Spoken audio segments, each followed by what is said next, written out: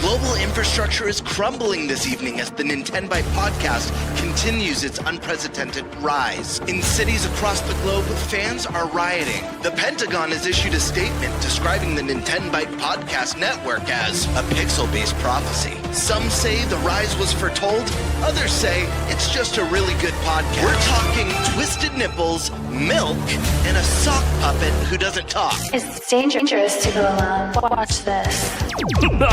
Welcome to the NintenByte Podcast, bitch. That's right, ladies and gentlemen, you're watching the greatest Nintendo podcast ever! Yeah! Is that a Joy-Con in your pants, or are you just happy to see us?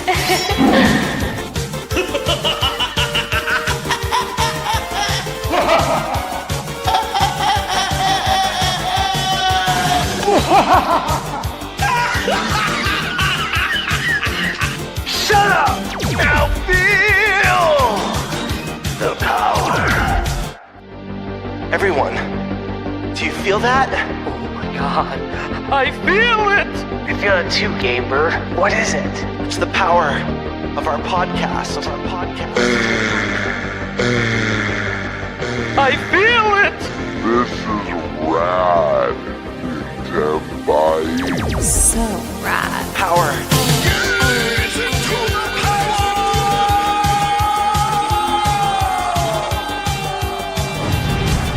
Now bask in their glory. I'm NintenByte. Oh baby.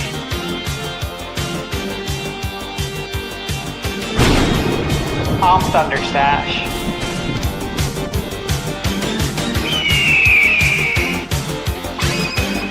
I'm Gamebird Classic.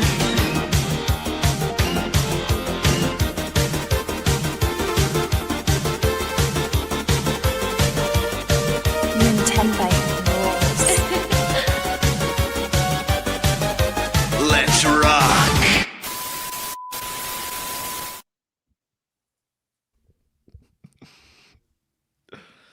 Hey everyone, welcome to the NintenByte Podcast, Season 3, Episode 55.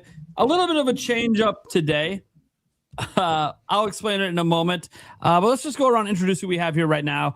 We're going to start with our special guests that we have, and we'll first start off with the lovely lady, Sky Swords Alyssa. How's it going? Hey guys, I'm doing good. Hope everybody else is doing good tonight. Excited to hear what Kiwi has to say. Just remember, sometimes No pressure. Sometimes, Well, what about what we have to say? yeah, No, apparently- I'm only here for Kiwi. Fair enough. Gamebird, Me look, too. You missed 2 of the last 3 weeks, and now they don't care about you anymore, man. I don't know what to say. People are Well, to be fair, I only showed up tonight for Kiwi also, so Probably. I mean, to be fair, I think since he first guested on the show, it's the only reason I keep doing the show, just to get to his next appearance. Speaking of the man, Kiwi Talks, Reese Riley's here. How's it going? Good. Thanks for having me back. It's been a long while. People have been DMing me ever since my last appearance saying, when are you going back on? When are you going back on? So there's obviously demand for it. So I appreciate inviting me back. It's always a pleasure to be here. Always an enjoyable experience. Unique experience, that's for sure. Yeah, unique is a good way of putting it. Yeah. Yeah, I think we run a one-of-a-kind show. It is what it is. Oh, man. Then we got the Spice Lord here. Why is it spicy? Eric Moore. Hello. God, I still can't believe we haven't cut that down yet. Nope. Nope, never. Never. It's Never. classic now. Yep. Not as classic as the next person, I'm guessing. I mean, sure.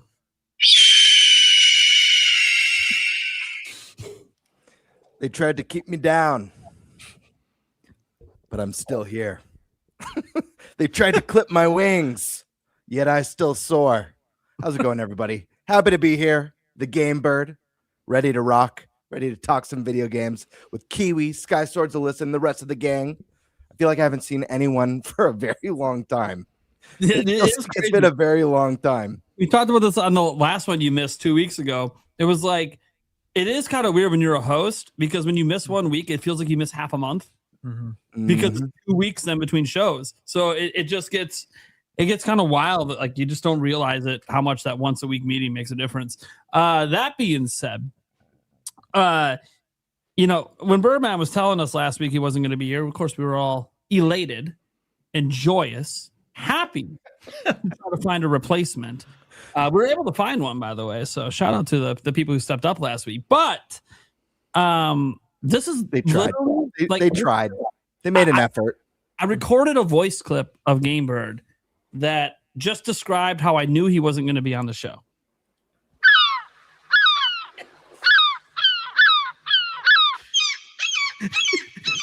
That's about how the conversation ended last week, Wednesday, but when we found out he wasn't going to be on the show. That's real audio. It's real audio. I was having a day. It's having a day. Then we have the Stash Man.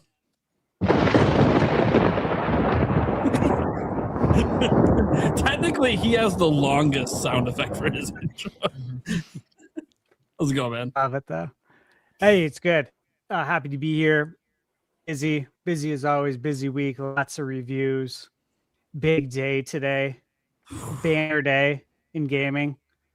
Honestly, though, really exciting day for Mina the Hollower, man. It's insane. I was playing the game and I was loving it so much.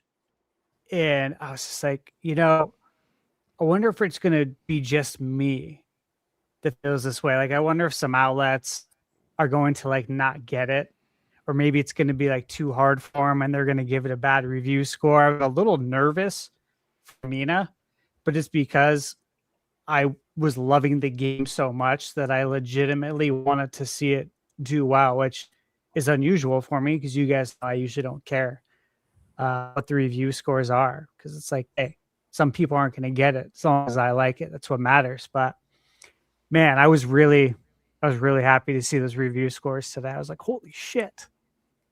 93? I think it's at a 92 right now. I don't know if it'll change, but insanity, man. So I'm excited for everybody to play that on Friday. That's what I was doing a lot of last week. I put a lot of hours into that game. It's a long game.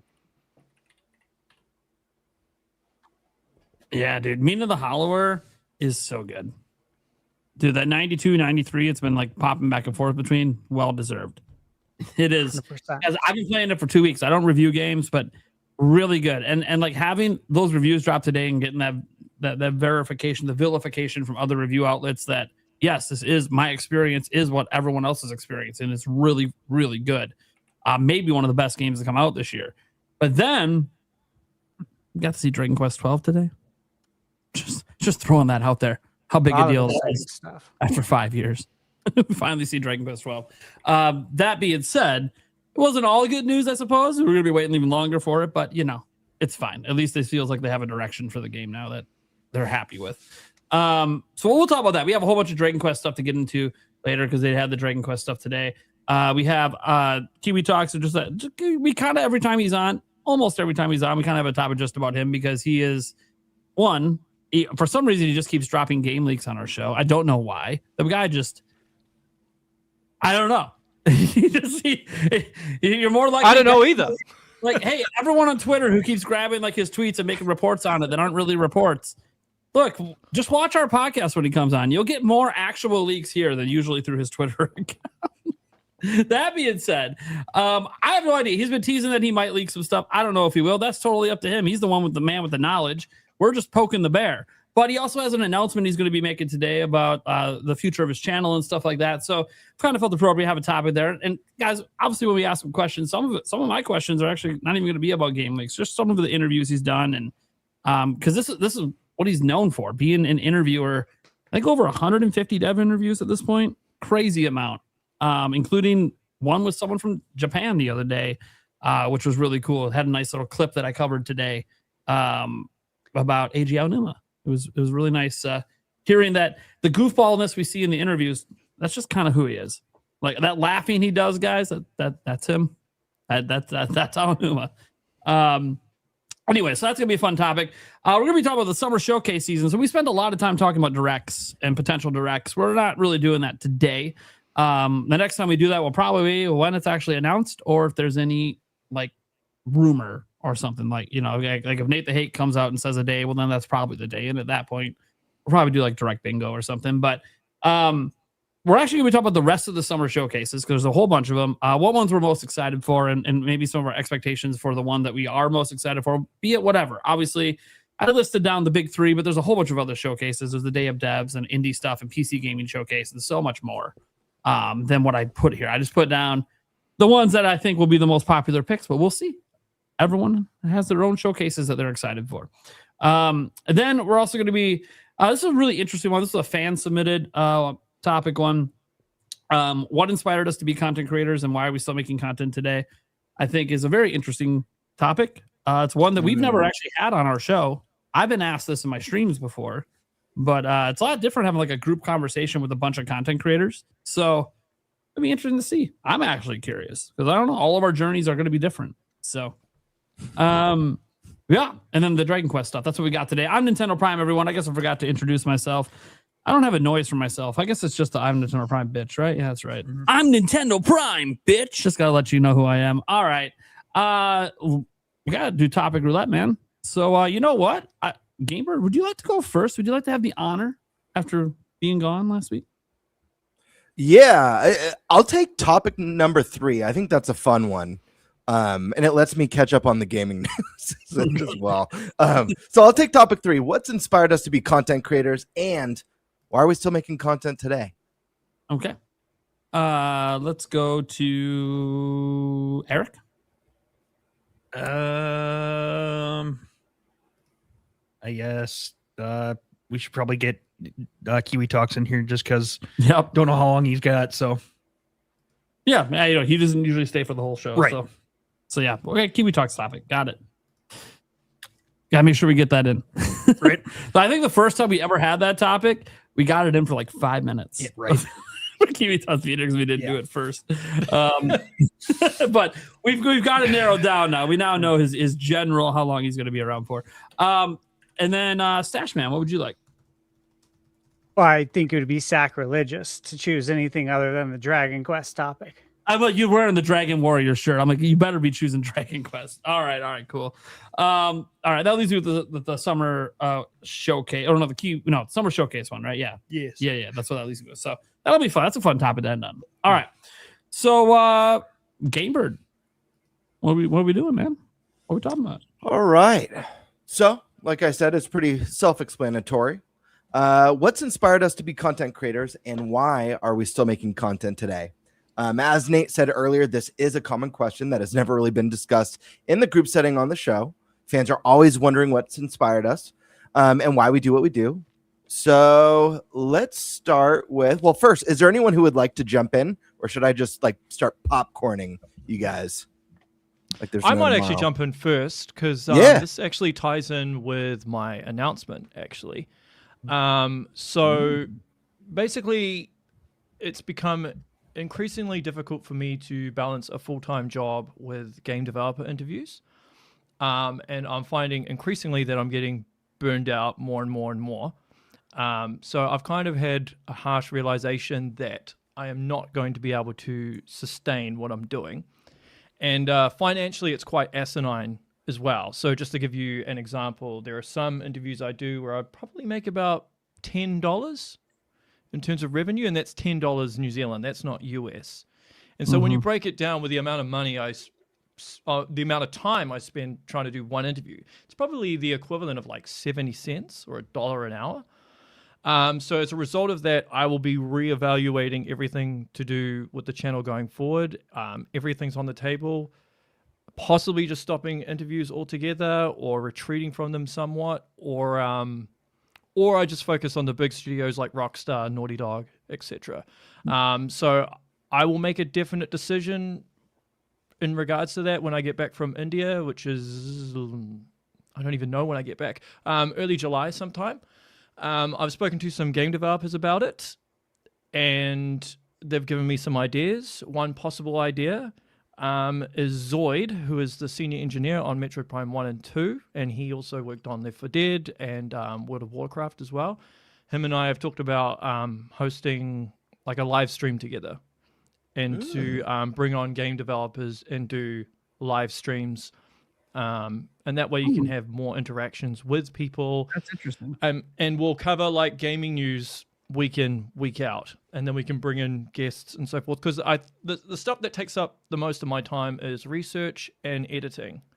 So if I can alleviate that problem, then that kind of will help me quite a bit. And because it's not really like sometimes just to put things into perspective, I'll get up at 5 a.m. in the morning, do an interview for like an hour and a half, get ready, go to work for like 9 hours, come back, edit. And at the same time, I'm like reaching out to other guests to try and get people on the show. So I'll have more of a definite answer come July. I was thinking about how to word it on Twitter, and I had a draft and I kept changing it. And I'm just like, you know what? I'll just do it on here.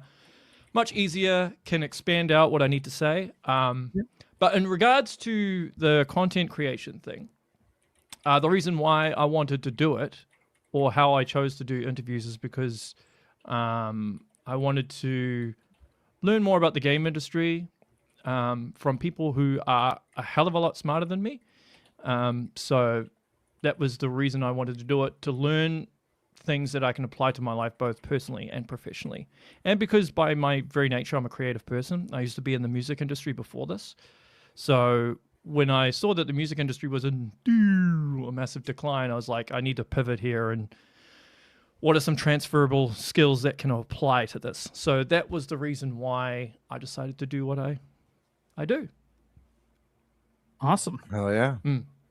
Sorry. Have you ever thought about incorporating music back into what you do, and at any caliber, since that's kind of the roots of where, or it sounds like the roots of where you started creatively? Yeah, I have thought about it. The main issue again is time. Right? Sure. Yeah. If I could, I would. So that's why, like, when I first started out, I was actually interviewing a lot of music composers. And so actually one of the composers for Doom, The Dark Ages, he lives here in New Zealand. I've caught up with him a couple of times. And so I might be doing an in-person interview with him. Oh, cool. Maybe in a month or two. And by the way, with that being said, if I was to like phase everything out, everything that's still in the pipeline would still happen, right? All the interviews that are that are already. You're going to bail on the current plans. This is about long term. Yeah. So there's a number of different ideas. Obviously, I'm open to anyone else's ideas as well. But I would like to incorporate music more. I am a little bit skeptical about what's going to happen for musicians going forward with AI and stuff like that. I mean, musicians already get treated like crap as it is, right? And make very, very little revenue. So, yeah, it is what it is. Yeah. That's wild. Yeah. That's some big news to drop tonight. But it sounds like, you're still looking at avenues to keep on keeping on in this realm, which I think is really cool. I think you'll figure something out too. Yeah. There's going to be that idea that feels like just right. Yeah, I mean, I've been doing this 6 years now. So there's that saying, right? Insanity is doing the same thing over and over again, expecting a different result. Sure. So like if something's not working, you kind of have to pivot and work things out. And another thing it's nice, but it's disheartening at the same time, is I get paid more per month from Twitter than I do from YouTube, despite the fact that I invest 10 times the amount of time into YouTube. And I'd prefer that did better, to be honest, rather than me just going on Twitter and posting my opinion about something and then, it does well. So, yeah. But it's also, like, I don't know if you have noticed anything, Stash, like Prime, you can probably give your thoughts as well. But, like, I've noticed a massive change in the YouTube algorithm over the last year. It's always evolving. Yeah. When people get mad at me for some of my titles and thumbnail choices, guys, it's the algorithm pushing certain things. Yeah. And with you saying that, so YouTube, for those that don't know, YouTube has this feature now where you can kind of, you can get AI to kind of give you an overview of the video itself, and then it can give you some recommendations on how to make it better. And a lot of the time, it will tell me to make a more provocative thumbnail, a clickbaity thumbnail. But the thing is, if I do that, then developers get angry. Mm-hmm. So I'm kind of stuck between this rock and a hard trying place. to find a balance where you can find something that feels like people might want to click, but not alienate the person you interview. It's tough. Yeah, exactly. So you don't want to misrepresent them. I mean, I know firsthand when my tweets get misrepresented, right? So like, I don't want to do that to a developer. So yeah, it's tough. It's tough out there. The algorithm is always evolving, and that's the thing I'll talk about when I go. But yeah, who wants to go next? I'm going to call on someone who I think is going to have a very fascinating story that I'm sure everyone in the audience here tonight is curious about, the deep-rooted lore and the drive for this person to become a star and a Nintendo content creator here on NintenByte Podcast. Eric Moore, throwing this question over to you, my friend. What's your deal? Start and don't leave any details out, please, and start from the top. Nate just asked me if I wanted to do a podcast.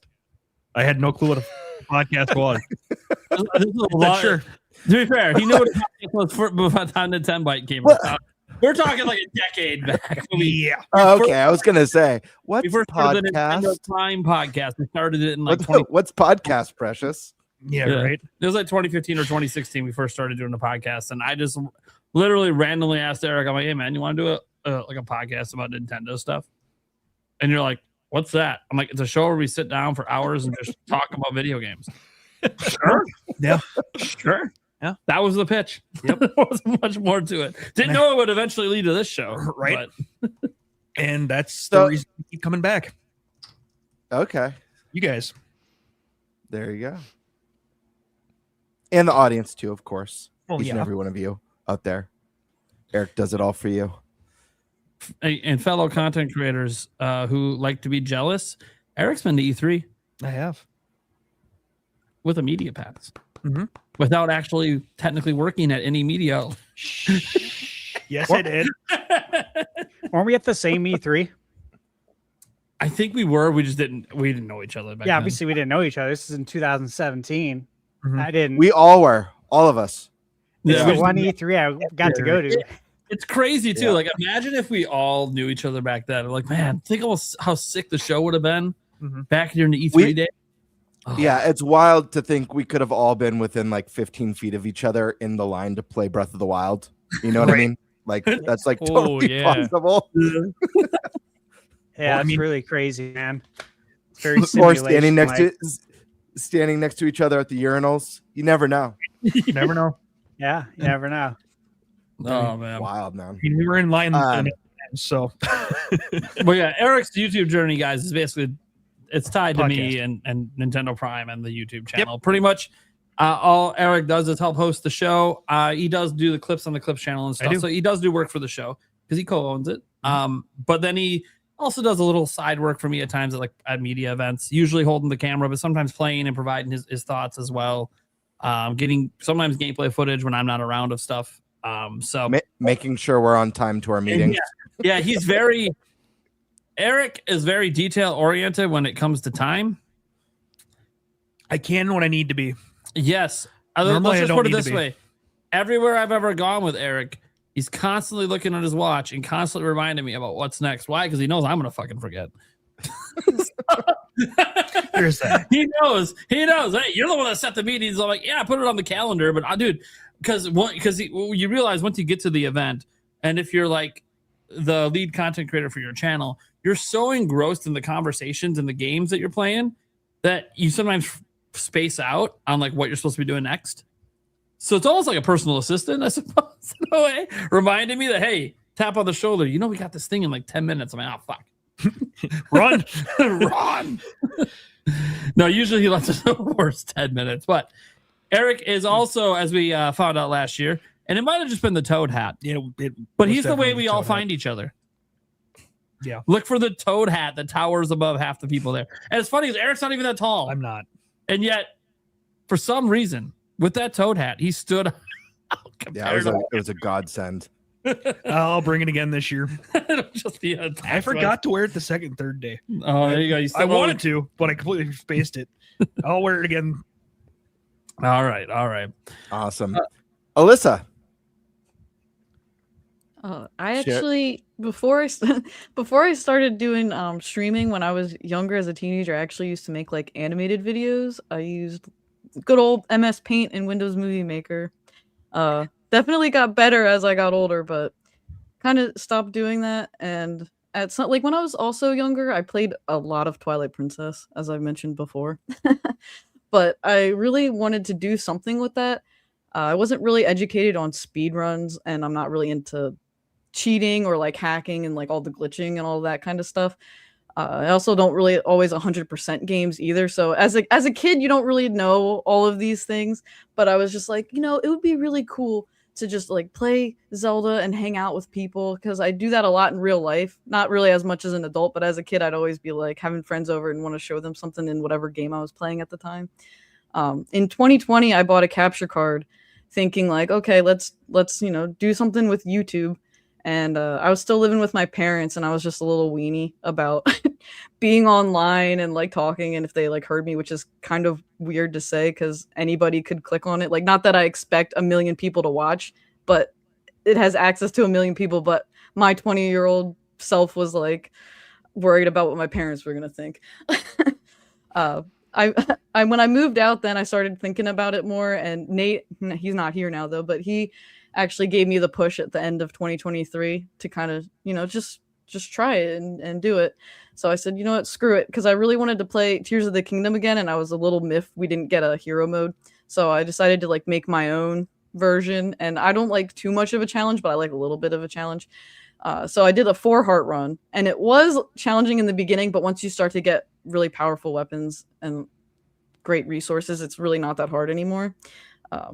But I started with that, and it definitely wasn't very great. I was using like a shitty HP laptop, and I was sitting out in my living room at the TV there. It wasn't very good until I started acquiring like more, the mic, the studio lights, an actual PC, a desk area, and everything. And then they got a little bit better.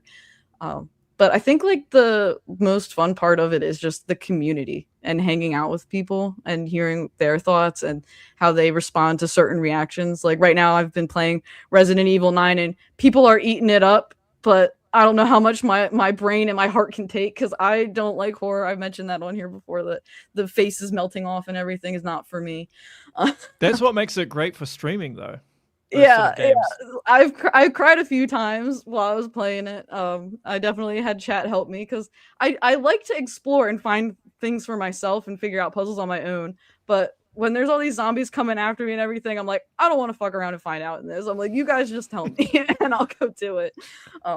But that's kind of like my little thing. But I'm a smaller channel, but I've been super appreciative and thankful for the growth and experiences I've just had so far, and I'm excited to keep making more. Hell yeah, that's awesome. Thunderstash, what's your tale? Well, for me, guys, becoming a content creator and game reviewer really came from passion mixed with frustration. As you guys know, maybe some of you don't, but I spent 20 years in corporate management, and gaming was always the thing that I genuinely, loved to do outside of work. That and basketball. So the two things that I've done my whole life.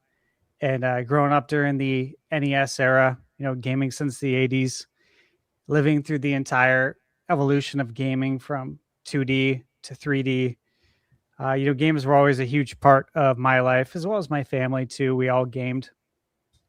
And, I think eventually I got to a point where I realized that I didn't just want to play games anymore. And this was in my teen years.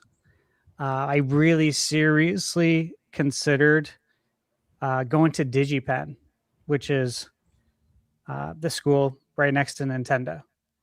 And at the time when I was thinking about going to that, they were kind of looked at as like the minor league to Nintendo. Like you might get called up to work there kind of thing if you do really well. And that didn't work out. That fell through. Couldn't get financing for it. So never got to do that. Ended up getting in the restaurant business, and then 10 years flew by managing. Didn't expect to do that. And then did another 10 years in mortgage. Did not expect to do that. Went to a Christmas party with my cousin as a +1 because I was told there would be a lot of very sexy women there. I'm like, sign me up, dude. I'm gonna suit up. Let's do this. I was really excited, obviously. I mean, who wouldn't be? He's like, yeah, it's gonna be women everywhere, free drinks. I'm like, we're getting an Uber. I'm like, dude, done and done. Let's do this. And then before you know it, I ended up working there. It actually pretty much happened that night. They're like, we're gonna hire you. I'm like, okay. And so yeah, I ended up being there for 10 years. So 20 years went by really fast, is my point. And this is what happens as we get older. Time goes by way faster. But I never let go of the idea of working in video games ever. I didn't know how it was going to happen. For the longest time, I had no idea. Cause I'm like, I didn't go to college. And honestly, I felt I didn't need to. That's just how I've always been. I was like, I don't need to go put myself in debt so I can go try and get a job in a field that pays me shit. Because that's the reality of it most of the time, unless you do trade, of course. That's the best route. Or you're studying something like law or to be a doctor or something, right? Absolutely, yeah. Something like that, 100%. But yeah, I saw that play out poorly for, unfortunately, many people I know that went to school. And obviously, I saw that in mortgage because I saw everyone's student loan debt. And it's very scary, some of those numbers that you see. So yeah, all that time went by, and I always said that if I ever left Loan Depot, if I ever stopped doing this, that I'm going to figure out a way to work in the game industry. And so sure enough, started YouTube. Wasn't quite sure how to go about it, as I think you guys know. I had zero experience with any of it. I've never edited a video in my life up until teaching myself, how to use Photoshop. Obviously, I conducted several thousands of meetings on camera, but doing it on YouTube is different. It just is. When you're talking about work is work. But when you're talking about the things you're passionate about, for some reason, it's just different getting used to talking to a camera and looking into it. It was hard for me because it feels insincere to look into a camera and talk versus talking to someone in person. So there was a lot of hurdles, a lot of struggles along the way to even figure out how to do any of this stuff. OBS, recording gameplay, all this stuff. Putting a review together, what's important, all these things. There's a lot to it. So I went back and forth, though, on how I was going to go about all of this. But one thing that really kept pissing me off, and this became my biggest motivator, and that was like the state of game reviews themselves. I started feeling like too many reviews had become transactional. I'm reading it or I'm watching it, and it just feels transactional and sterile. Like people were reviewing games, felt like because it was their job, not because they actually loved video games. And, you could feel it in the writing and the delivery.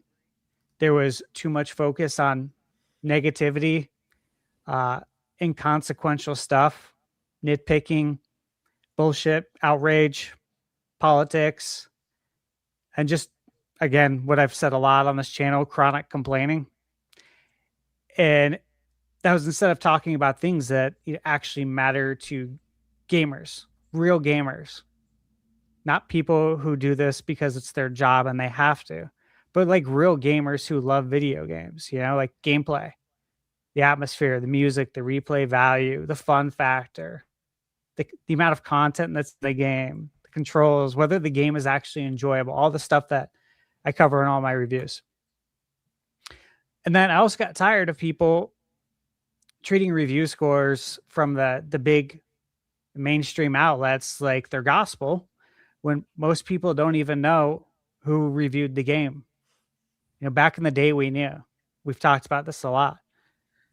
When you read a review from IGN back during the GameCube era, it was Matt Casamassina, or as Bozon. Like, you knew the people because there was only so many of them.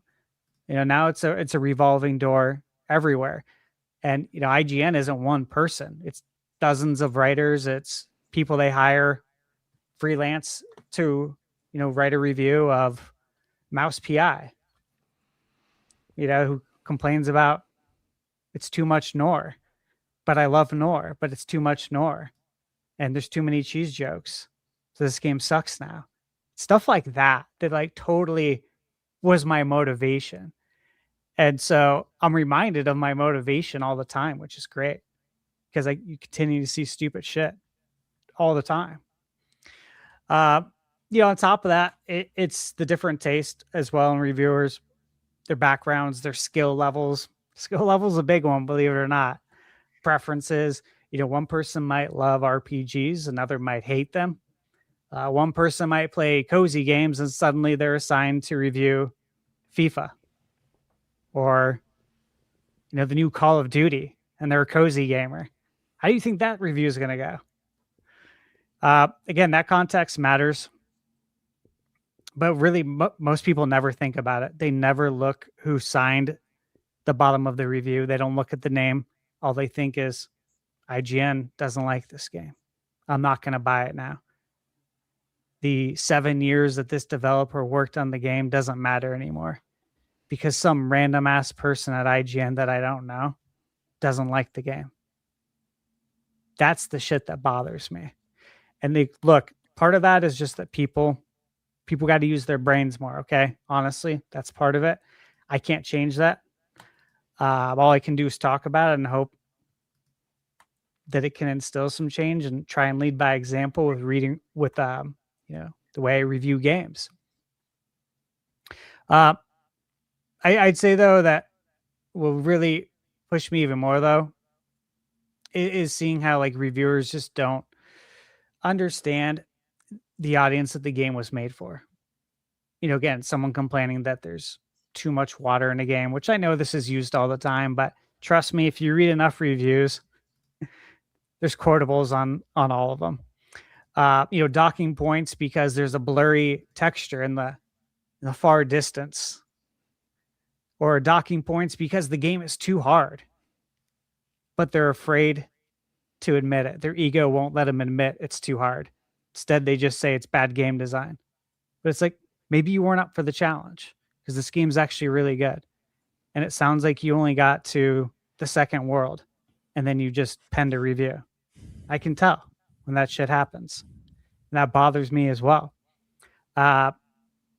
It's the vague reviewing too. The word salad reviews with no real substance, and then assigning review scores based on vibe, when an actual website says that the way they get to their number is based on vibes. What? How the hell did we get here? Growing up from what I came with EGM magazine, and GamePro magazine, and even Nintendo Power, all of them, they actually assigned scores and talked about each category and went into detail about everything. That way you can walk away and you can understand whether or not this game is for you and whether you should buy it. And we don't see that. It's rare now. But again, that's why I value independent creators so much. You actually get to know them. You understand their taste, their personality, what kinds of games they enjoy, whether they have an open mind, whether they actually finish games, whether they're reviewing something because they genuinely care about it versus a game that was just assigned to them. In that context will always like matter more to me than some random number, on Metacritic. So when I started the channel, the goal was simple: really approach games from the perspective of someone who genuinely loves games and has been playing games for nearly close enough to 40 years. I want to make reviews that focused on why games are special, who they're for, whether they're worth your time. Because as we know, as we get older, you start running out of time. Not reviews built around tearing games down for clicks, which is what Kiwi Talks was talking about earlier, or to create fake sensationalism, which again, Kiwi was alluding to that, and he's right. You get penalized if you don't do it. I don't do it. You guys know that. And you know what? It sucks. It sucks to do what you think is right and what you know in your heart is right. It sucks to, for people to not watch your video, not to not watch your review because you didn't make up some bullshit, some fake headline and some fake thumbnail. Like that kills me. Like that kills my soul a little bit every day. Knowing that basically, I hate to say it, but if you look at it from like a good versus bad, a good versus evil standpoint, the evil is prevailing, just like the negativity prevails. Negativity sells more than positivity on YouTube. Now, I have people sometimes ask me about the games I review, and they're like, you recommend so many. Why don't you have reviews where like you're talking mad shit about a game and you're like games that you hate? Like, why would I do that? Why would I waste my time, dude? I'm 41. The clock's ticking. We don't have forever to do this. I want to spend my time wisely. And I'm going to the best of my ability, pick out the best games to spend the time that I have still left here to play those games, right?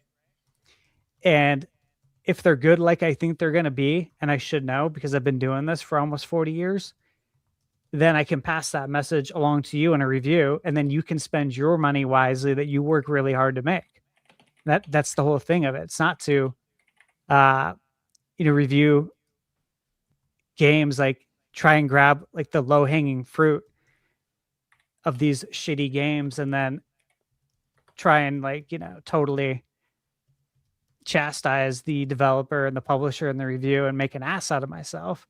But that's what sells on a lot of the YouTube channels, and so it's unfortunate, but I totally understand where you're coming from, Kiwi, and I'm not going to let YouTube change me. If I did, I'm sure I would be making, considerably more money. But instead, yeah, it's like jack shit compared to what I made in the mortgage. I mean, I don't even want to get into numbers, but the amount is very low, right? And look, with all that said, the reason why I do this is still the same reason why I do this. I love gaming. I didn't like the direction things were going in at all with game reviews. My channel, is it going to make a difference in the world? No, it's not. But maybe if it can make a little bit of a difference, that would be a positive, right? And the only way you can do that is by, I guess, leading by example, because I can't tell people what to do. It doesn't work that way. But if I can make a little bit of a difference, continue gaming, do the things I enjoy doing with video games, reviewing them, go into events. Like I'm going to Summer Game Fest next week, and it feels like Christmas is approaching as a child. Like that's how I felt the last few days. I'm starting to get really excited. And then I'm also getting really excited for PAX because I know that's going to be like right around the corner. Because when I get back from Summer Game Fest, I'm probably going to be chained to the spot I'm sitting in right now, reviewing or editing videos for probably 15 hours a day. And again, like Kiwi said, the amount of hours you spend doing this versus like what you're paid, it's awful. It's abysmal. I work more hours doing this than I did in the restaurant business and in mortgage. And if you guys aren't familiar, those two industries are known for what's the term that they use in gaming of overworking people again? Crunch? Are you talking about crunch? Crunch. Every day's a fucking crunch, bro. Every day when you work in restaurant management, when you work in mortgage, just period. You know, like mortgage, there's a lot of people who do drugs. Me, I never did, of course. I drink my black coffee. Nope, nothing in it. But the amount of hours you work is insane. But the money is really good. I'm working more hours doing this, and the money is just awful. Absolutely awful. Like I would not be able to do this had I not worked in the mortgage industry at all. And it just kind of sucks though, because you want this to be successful and you want it to make sense financially, just as Kiwi was saying, you want it to because this is your passion. But it doesn't. And you know that there's a way it could. The harsh if reality, you fell into the dark side. The harsh reality is that in any creative field, right, whether it's music, film, video games, it's the top 1% that make all the money, and then everybody else fights over the breadcrumbs. That's essentially what it is. Yeah. Yeah, it is. And look, I mentioned this in my 100K video I did. Like that video, I talked about a lot of the things I did, like all the struggles that I had. And I made that video because one, everyone kept saying you need to do a 100K video. I'm like, well, I don't want to like go on there and be like, yeah, look at me. I got 100K. You know, I'm not comfortable doing that. I didn't get into YouTube to be popular. I've been the popular person in life, and I'm good. I live in the mountains now for a reason. I'm done with that. I'm 60 years old at heart, even though I'm 40. So I'm done with that stuff. But I made that video honestly to help other people who might be thinking about doing this or might be having these same struggles that I was having, and they have nobody to talk to about it. Because when you start YouTube, I didn't know anybody, and there was nobody to talk to. There's nobody to ask questions. There's literally nobody. So it sucks. Just a bunch of YouTube tutorials that all say the same thing. The same bullshit. The same bullshit. Yep. And you have to sit through them only to get to the end of the video and find out that they fucking lied with their headline. They lie with their title. They lie with their thumbnail. They didn't answer the question. I just lost 15 minutes. On to the next one. I just lost another 15 minutes. On to the next one. It's like, you're killing me. Yeah, it really sucks when you're like trying to get answers to figure out like how to do your job, because there's nobody to ask. So look, I guess that's the long of how I got into this, but I always wanted to do video games, guys. And I'm here and I'm fighting. I'm working insane hours. I'm not making any money. When I say any, like it's very small. Like very small, guys. It pays a fraction of my mortgage. And I have a very good interest rate because I worked in mortgage. And it pays a fraction of it. So yeah, that's the reality of it. That's just the reality of it. Unless you go to the dark side and you want to lie lie, cheat, and steal, as Eddie Guerrero used to say, right? Remember Eddie Prime? I got Eddie Guerrero. Yeah, lie, cheat, and steal. I don't mean cheat and steal, but if you want to lie and you want to bullshit people and just create sensationalism and be negative, there's a way to make money. But I will not go that route. I would I'd rather do anything else in life than that. Anything. I go bag groceries at 40 years old if I had to. Over doing that. That's my story. Hope it wasn't too real. I mean, I've heard them mostly all before, so. But, well, not for you, but for the audience. Yeah, it wasn't too dark. Dark as fuck. All content creation is a struggle. Everything sucks. Fuck this place. Primal, you're up, my man. Oh, so now we want to go to the dark side. I see. Because I'm the only person up here that legitimately makes a full-time wage working on YouTube. And even then, yeah, I struggle. The finances of this are very all over the place. But my YouTube journey is an interesting one. You could argue, if you go back 20 years, and you look at it, you could say that it was probably inevitable that I would end up on YouTube because I've been making content since 1998. I ran fan websites for Zelda stuff. I made guide content, news article content. Ended up working at all the major Zelda websites you guys can think of, including a bunch that no longer exist and ones that still do, like Zelda Dungeon and Zelda Universe. I worked at both those places. Zelda Informer.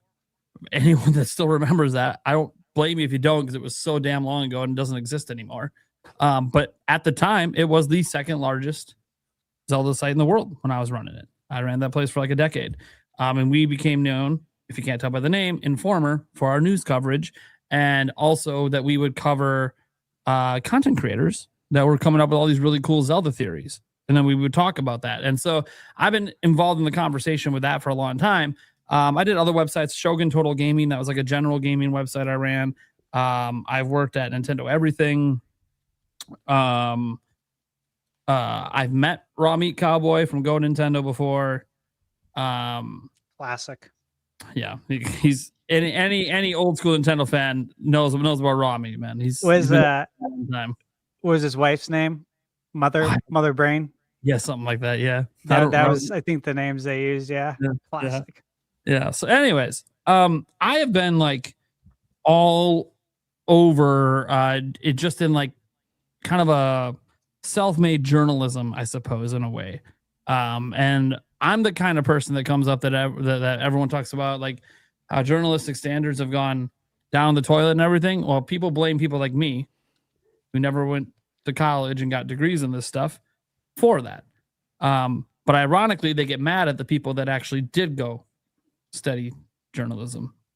It's really interesting how that kind of flip-flopped over the years, where it's like, well, the standards are the problem, but the standards should be known by the people who went to school for it. But then they're the ones you're mad at.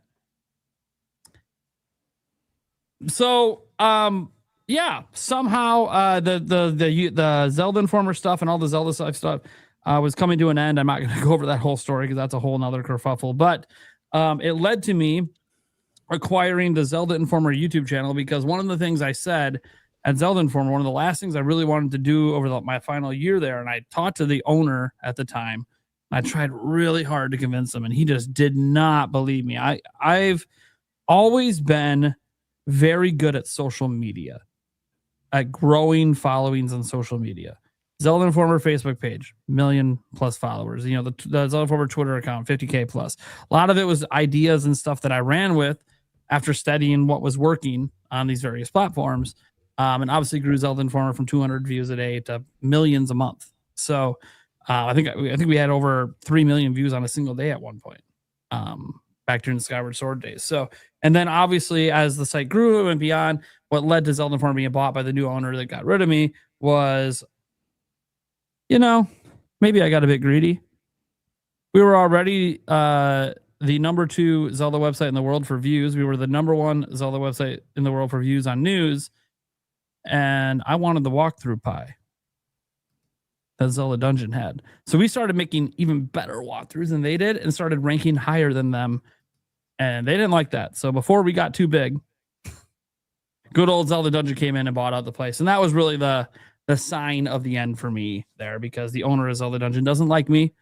And he doesn't like me because him and I don't see eye to eye. I'm pretty much any way to run a website, but also I am very good at growing things back then. Now, YouTube was a whole new venture.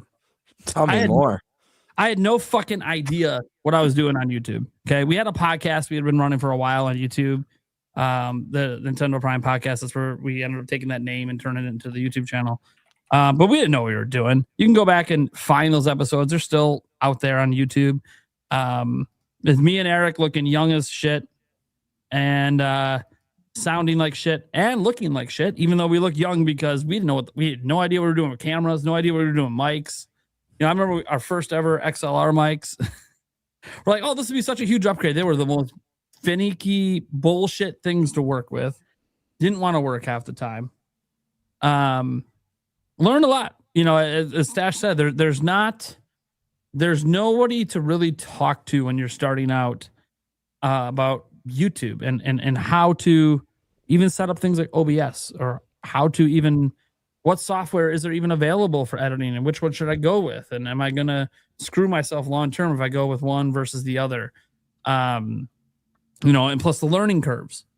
And one thing I wish I did was I wish I used DaVinci Resolve earlier, because it's a steep learning curve from that to Final Cut and or Photoshop, or Adobe Premiere or whatever. And then also, I guess, Vegas Pro, I think, is still around. That's what I got started on, was with Vegas Pro. But I wish I would have went to DaVinci Resolve sooner, because it does more than all those other video editors do, but it's also does everything differently. So everything you know how to do in the old editors doesn't work in this one. So you got to like learn a whole new way. And that's one thing that I regret, but it's interesting because there is no teacher for this. There's tutorials. Sometimes they're useful, sometimes they're not. If you look at enough of them, you can eventually figure out who's actually making legit tutorials and who's bullshitting, because they don't really know what they're fucking doing either. And when you see like a lot of those YouTube channels, like when if you guys decide to become a content creator and get started out, you might be tempted to watch all these, here, how to get your first 1,000 subscriber videos. Dude, I have watched hundreds of these, even after I was well past my first 1,000 subscribers. The advice hasn't really evolved in 10 years. And I can tell you right now, in doing YouTube content for 10 years, YouTube's changed a lot. And so the advice should be shifting and altering. And it's not. And the questions I often get privately, lots of DMs, hey, I'm a new content creator. Do you have any advice for me? In the end, and you're seeing this from the panel with like some of the money struggles and all that, never do YouTube for the money. Yep. That's number one. Never do it for the money. If you happen to get successful and happen to get into that upper 5%, that upper 1%, awesome. Congrats. And yes, as YouTube has shown, the cool thing about YouTube is literally anyone could get there if you figure shit out. That's what's really cool. You could be a teenager that figures it out. It could be someone in their 50s that grows to 1 million subscribers. Like YouTube is a land of opportunity, but very few people make it to a point where they can actually live off of it and live comfortably. I think that's the bigger point, is comfortable. I'm not even to the point of living comfortably. I live off YouTube. I make good revenue. I actually make more money in total than I have made at my prior jobs on a yearly basis last year. Not this year, but last year. This year I'm making a lot less. But so you know what's interesting? I'll just quickly interject. Yeah. So I went to an event. I got invited to a private event at Google's headquarters here in New Zealand. I didn't even know they had one.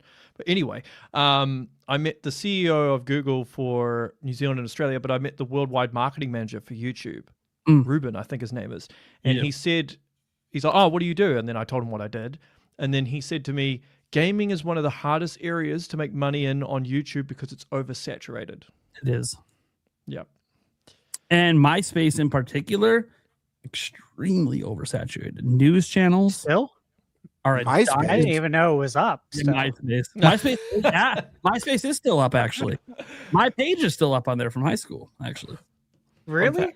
Yeah, MySpace still exists. They didn't get rid of the place. They must have it audit because one of my hang out good friends, one of my good friends worked for MySpace for like 20 years. And when he got laid off, I want to say this was maybe like 7 years ago. He told me that there was like 10 people left at the company, like 10 employees left, like keeping the site running and alive. But I'm sure they've automated away a lot of shit. Yeah, I think last time I went to MySpace, the front page was like news aggregation or some stupid shit. Yeah. So whatever works for them. Obviously, if they're able to make enough money still off that place to support 10 people or less, cool, good for them.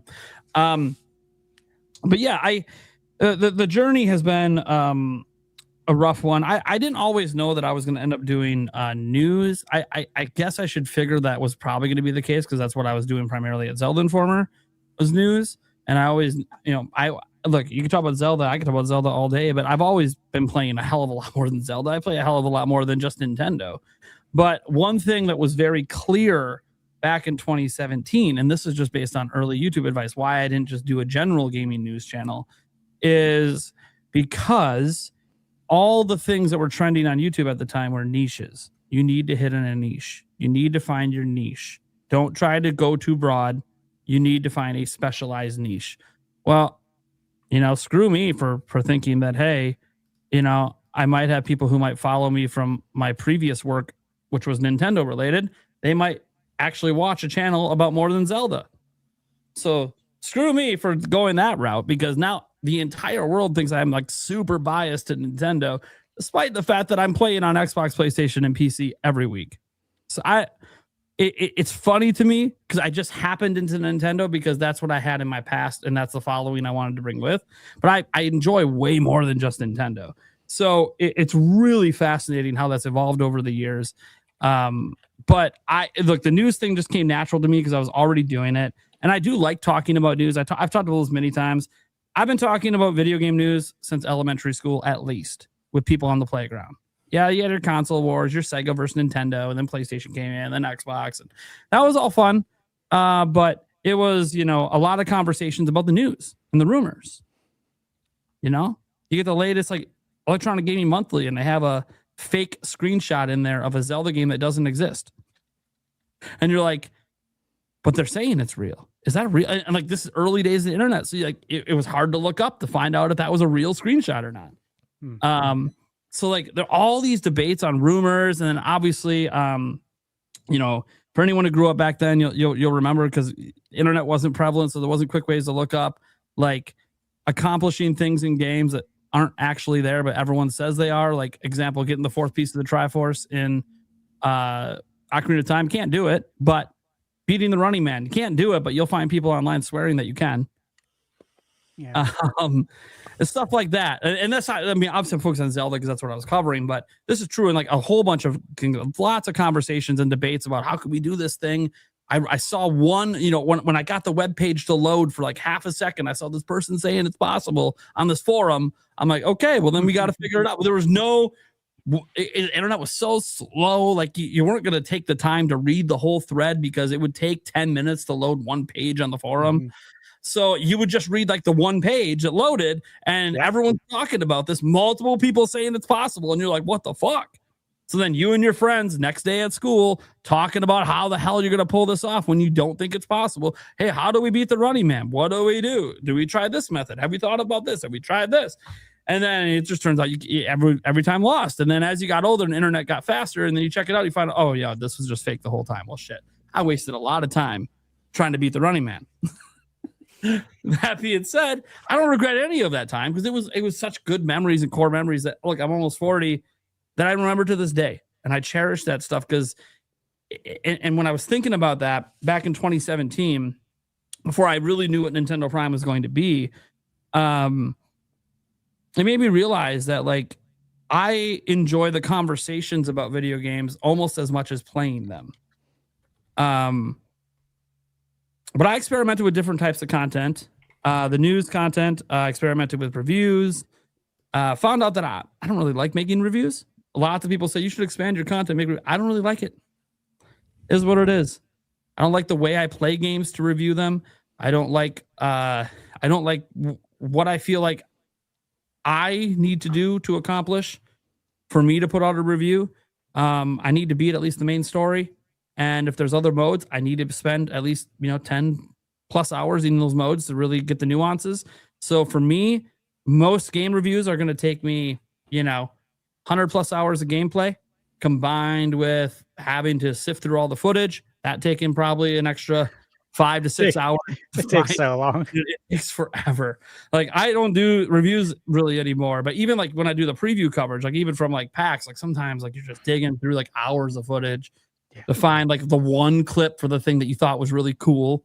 Yeah, then you're like, this better be worth it. It's probably not going to be whatever. As cool as I thought it was in the moment, or it's not, or like it is, but like the camera angle, it doesn't look as cool as it felt when I did it. Anyways, yeah, it's weird, but I still love making preview content, to be clear, and it is a lot easier. And the reason I like preview content is, growing up, I had the same dream as a lot of people. I wanted to go to E3. I wanted to play these games before they came out. I wanted to try them. So if I love talking about games, I love talking about the news, and if I love trying games before they come out, then why wouldn't I talk about that? So I like making content like that. But again, that requires access. I don't get access. I don't get invited to preview events or review events. I know Stash sometimes does now, but I don't get invited to that stuff. So the only shot for me is to go to events like Summer Game Fest and get invited to the Days of Play, which again, that's invite as well. Although I'm pretty confident if I really wanted to, I could get an invite. But I've just never even given an indication I am interested in going. But then there's also PAX East, there's PAX West, there's, too many games, and all these other gaming conventions, Gamescom out in Europe. Like these are places that you can go and play games early. And it's something that I've discovered over the years that as a content creator, I can actually play it more demos usually than anyone else who buys a ticket. Because it turns out they really like content creators. They really want us talking about their stuff. And since I do make preview content, it is actually worthwhile to try to get my attention, because if I like your stuff enough, I'm probably going to make a preview on it. Are you going to see me make a preview on every game I play? No, because as Stash pointed out, why would I spend time working on a video for a game I didn't like? So if I played a game and I really wasn't feeling it that much, I don't want to waste my time making that video. Unless I know it's like a really, really hotly anticipated game and I just feel like people need to know. Like that's a little different, because then that's also crossing over into my news reporting side where I'm like, I got to let people know about this thing because like the hype for this is super high, but there's a major problem. Like that's fine. Yeah. That's also just part of me doing my job covering news. But yeah, it was like there was all that. I remember I actually did this last year in the opposite direction. There was all these people shitting on the Switch 2 version of Star Wars Outlaws, and we all fucking knew it was wrong. We played it. We knew the game ran great, like relatively great for the Switch 2. Way better than people were talking about with full ray tracing. We already knew, but no one wanted to believe me. I came out because it wasn't really enough time to get a video out, so I just made some tweets about it because I'm like, I really think people need to know, because I've seen a lot of people saying this version sucks, and I'm telling you right now, I don't know what these people that supposedly played it behind the scenes are talking about.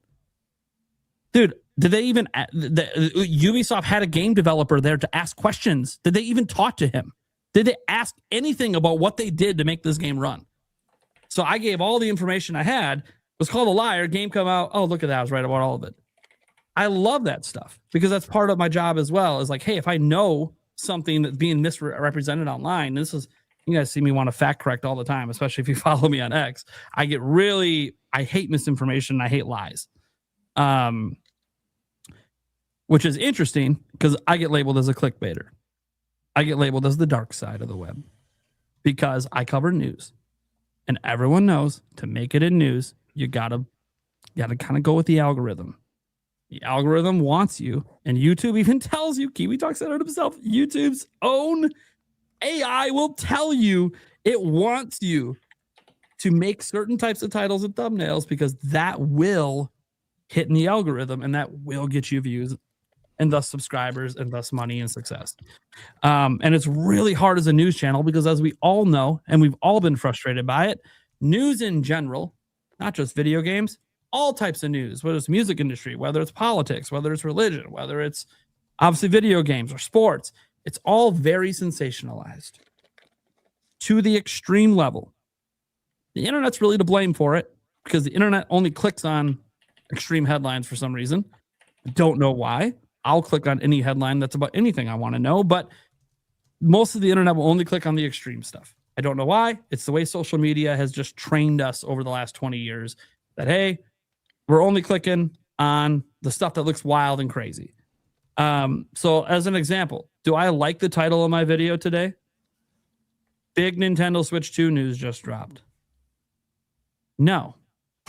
It's generic. It tells you nothing. You have no idea what's in the video. The only clues you get are that it has something to do with Switch 2. And then the thumbnail has things related to stuff talked about in the video, but it doesn't really say what's talked about. Now, is there big news in the video? Sure. You can always argue there's big news. It's subjective, right? I think the Dragon Quest news itself was big enough to use the term big news because I've been waiting forever to see Dragon Quest 12. I thought the little quote for Aonuma was very fascinating because I love Zelda so much. That I would argue is pretty big news because we only have that information because of what Kiwi Talks does, which is why I'll be sad if he walks away from interviews. Because he does a service that I think a lot of us in the industry, and when I mean in the industry, like making content with a following, a lot of us know and appreciate the work that Kiwi Talks does. And we all think he should be getting a lot more views. But we also know, all of us know why it's not happening, and we all hate it. It does if it's Rockstar, then yeah, well, yeah, yeah. It depends on what the subject matter is. Yeah. But you have some interviews with some people that I think should have way more views than they do.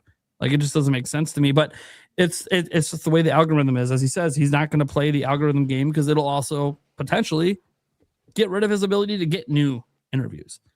So it actually can be detrimental to what he does.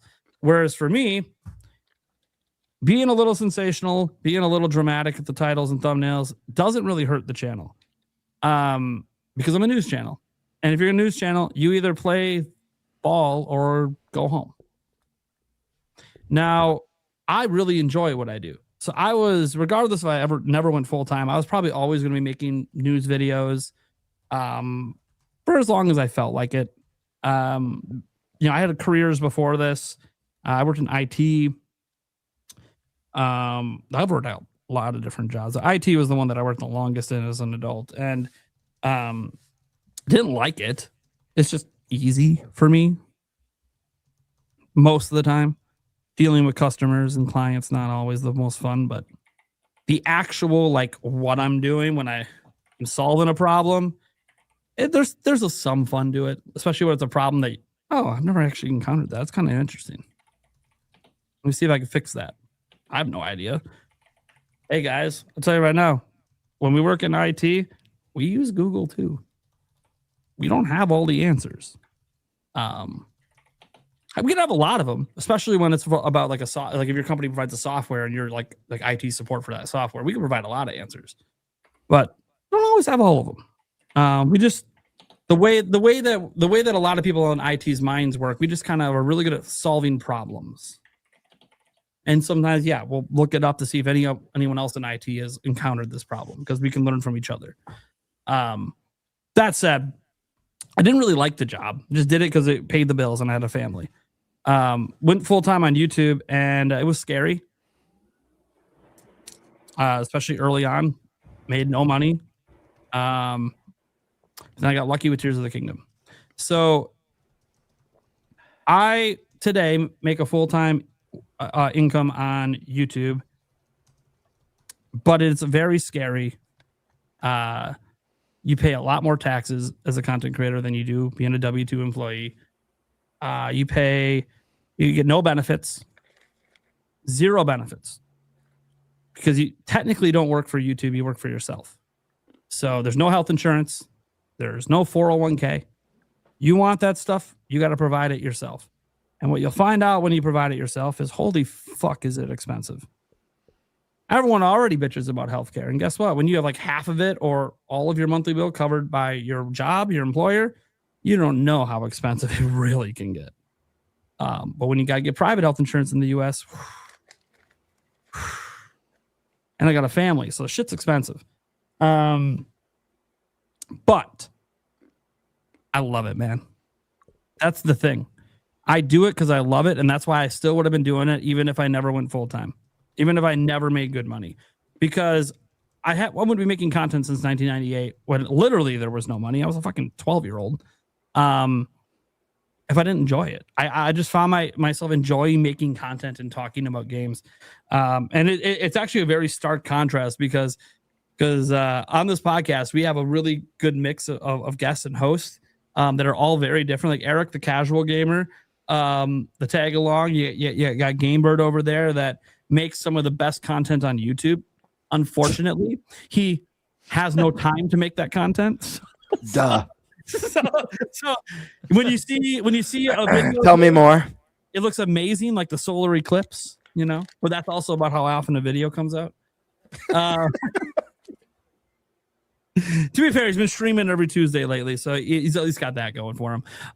But yeah, he makes really great content, just needs more time. Stash over there, big review guy, playing games all the time. But also, doesn't believe in wasting a lot of your time online talking about games. Because he'd rather be playing them. Nothing wrong with that. He does want to talk about games, hence being on the damn podcast, right? But that's enough. That satiates his weekly need to really talk about the news and the games. Because he's paying attention to the news and all the league. He knows about all this stuff. He knows about it sometimes even before I do. But it's it's just not in his interest level, in his peer view to do that. Whereas for me, I'm a news channel, and so it's a talking head kind of channel. So very much the conversation is something I gotta, whether I want to or not, force myself to be in. People say, like, why do you interact with some of these negative accounts on Twitter? Why do you do this? Because all of it's about building the brand and building the business. All of it's about driving the conversation and bringing people back to what I'm making on my channel. And if you stop that and you're not as involved, you're just not as successful. It just is what it is. I've seen a lot of other content creators not get involved in the conversations, not talk to their fans that much. And you really see them hit like a ceiling in my space where they never really get through and break through the mold, because in the end, people come to your channel to get the news because they like you. They can get this news from 10,000 other channels as it's an oversaturated market. So if they're coming because they like the way you do it, that means they want to talk to you. So let them and talk back. Build a community. And that's how I got to where I am, and that's how I got to doing this full time. I literally couldn't do this full time if it wasn't for my community and the support of my community, the memberships, the super chats, all that stuff. It's literally like 60% of the revenue I make. Without it, I can't do this full time. Because the videos, Kiwi talks about, he's got a smaller channel, like 25,000 subs. Oh, I did a video that made like $10. I made a video last week that made me $3. This is my job. Put a lot of time into that video. It sucks. It really sucks when you put time into stuff and then it doesn't get views and makes no money, especially for me, because the money now matters for me. Like it is, I need the money. But you got to balance YouTube's algorithm bullshit with your passion and trying to find, for me, the happy medium of, I don't want to clickbait too bad. Because I don't really want to lie. I don't want to lie. But trying to like skirt the truth, to technically not lie, to make your video clickable, I hate it. Dude, I hate it. Like my video before this one, didn't do as well, but like the title, "This year just got exciting for Switch 2." What does that even mean? The fuck does that title mean? Does it pique your curiosity because you want to see why it got excited? Maybe, I don't know. And that one didn't even do well. A game-changing update just happened for what the fucking game-changing update happened? Do we have a Switch Pro? Did they add a new tier to NSO? Did they knock the price of Switch 2 down? Like, it's really interesting because as critical as people are of my thumbnails and titles, I am way more critical than they are. They have no idea the shit that I say about my own stuff behind the scenes. Eric's heard me say some shit about my titles and thumbnails, and I'm like, dude, this is fucking bullshit. Dude, I fucking hate this. Okay. That being said, doing all this full time while being a parent means sometimes I got to walk away, and that's a whole nother challenge to being a full time content creator. My daughter needs me something to do with her finals, so I will be back. But that is basically my journey. I love this shit. I'm always going to do it, regardless if I ever leave it full time. And this podcast, I hope to do till I die. So, hell yeah. Literally, I hope Awesome. the episode I miss is when I'm dead. Mm-hmm.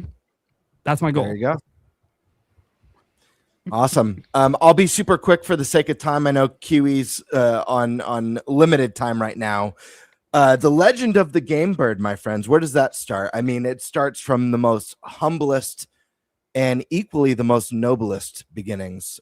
Born as possibly the most talented person within, the community that I lived amongst, the nest.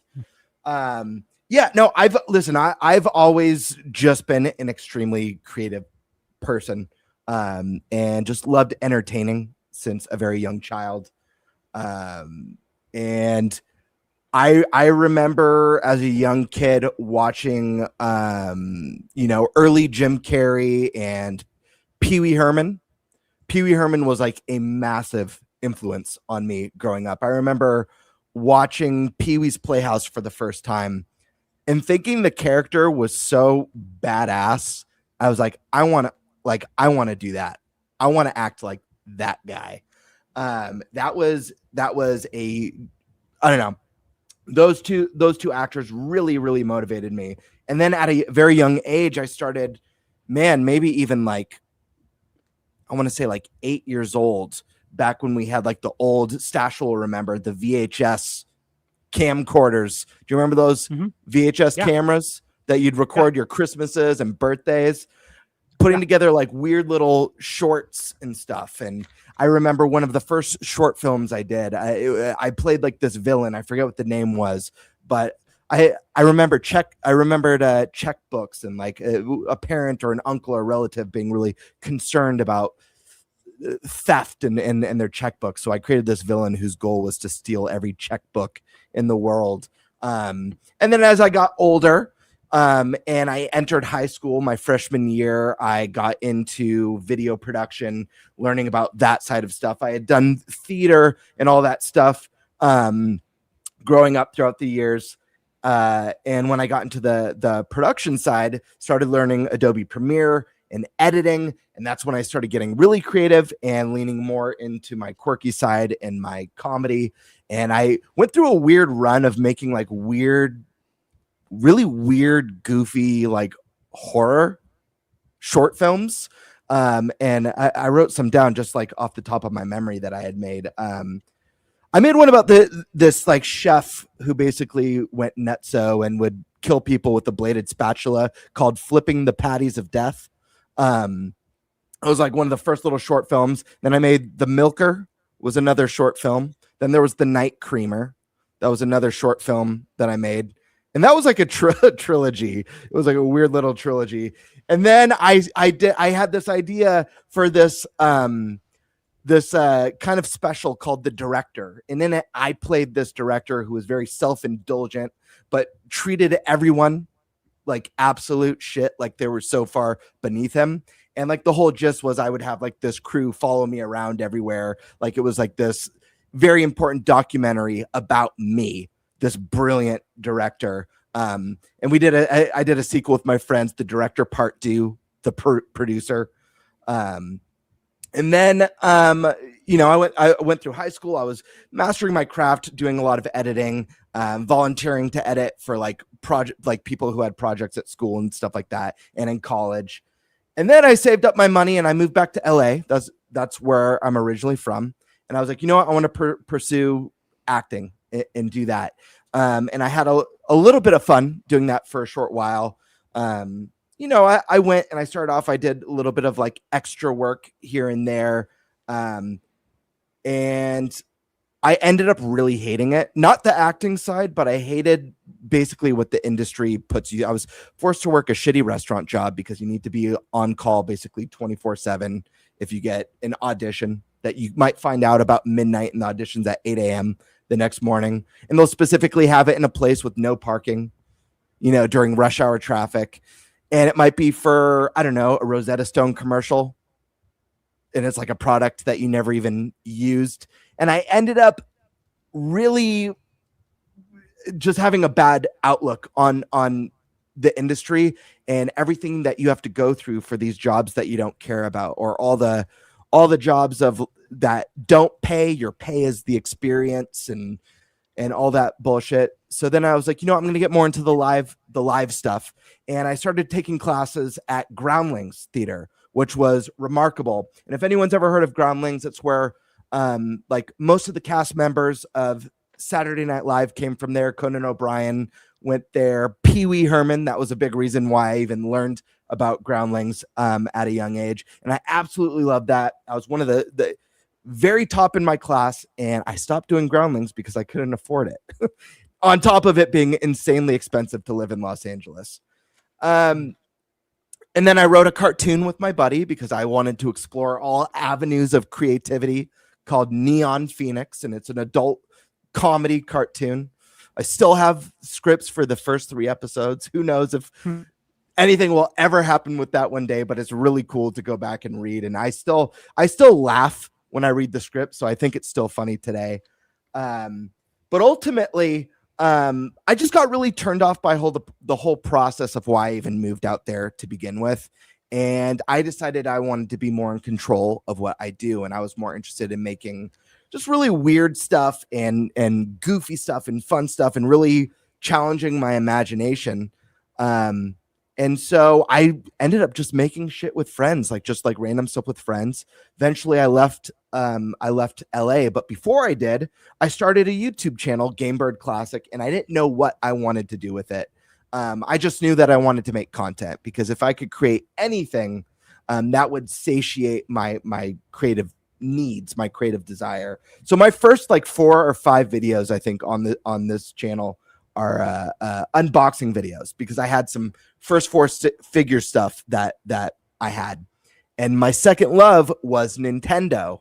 So as I was doing these unboxing videos and putting together this channel with really no direction, I was also getting into these Nintendo content creators and video game content creators. And I'm like, you know what? I should just make E3 was coming up. And I was like, I should just do an E3 predictions video, because I feel like I have pretty good insight on what Nintendo does as a lifelong fan. And if I'm not doing the acting stuff, this is my big number 2. This is the other thing that I've adored since I was 2 years old. And I held my very first NES controller. So I started making Nintendo content. And then it wasn't long before I was like, man, what if I started incorporating my other passion of the weird skits into this? And that's how that kind of trickled into my channel stuff over time here and there. But no, I love doing this. I love where this has brought me. This is definitely a side thing. I'm very busy. It doesn't pay any bills, but I have so much fun talking about Nintendo. I have so much fun editing and challenging myself creatively, and most of all, hanging out with everyone in the audience, whether it's here on NintenByte or GameBird Live, meeting wonderful, amazing guests like Kiwi Talks, Sky Swords Alyssa, getting to create bonds and friendships with Prime, Eric, and Stashman has been unbelievably rewarding. And so I mean, ultimately, to wrap it all up and bring it all home, I really just do it for validation in hopes that people will like me. So that's why I keep making this stuff. Please, people, please like me. Please be my friend. Think I'm cool. Think I'm funny. Please. That's the topic. Thank you, folks. This is great. I learned a lot about you. That's pretty good. All right.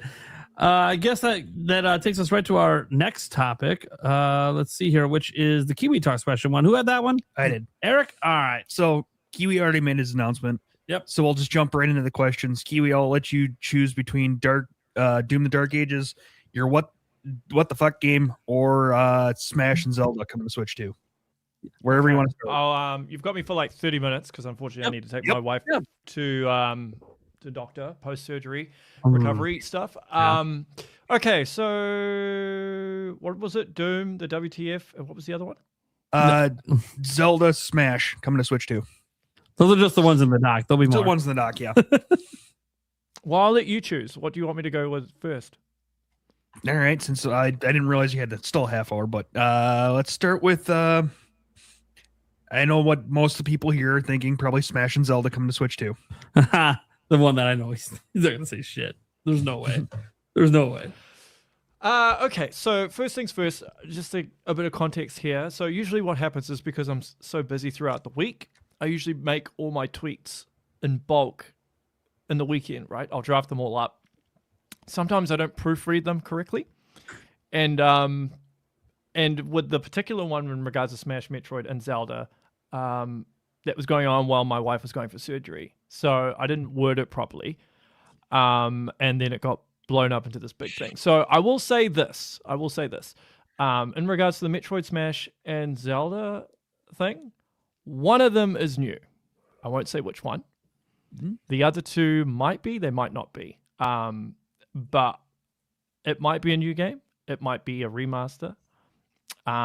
It could be something like Smash Brothers Melee on NSO, maybe. But one of them, I will say, is new. I will say that tweet got me a lot of heat from a certain developer. So I do have to be careful. Which developer?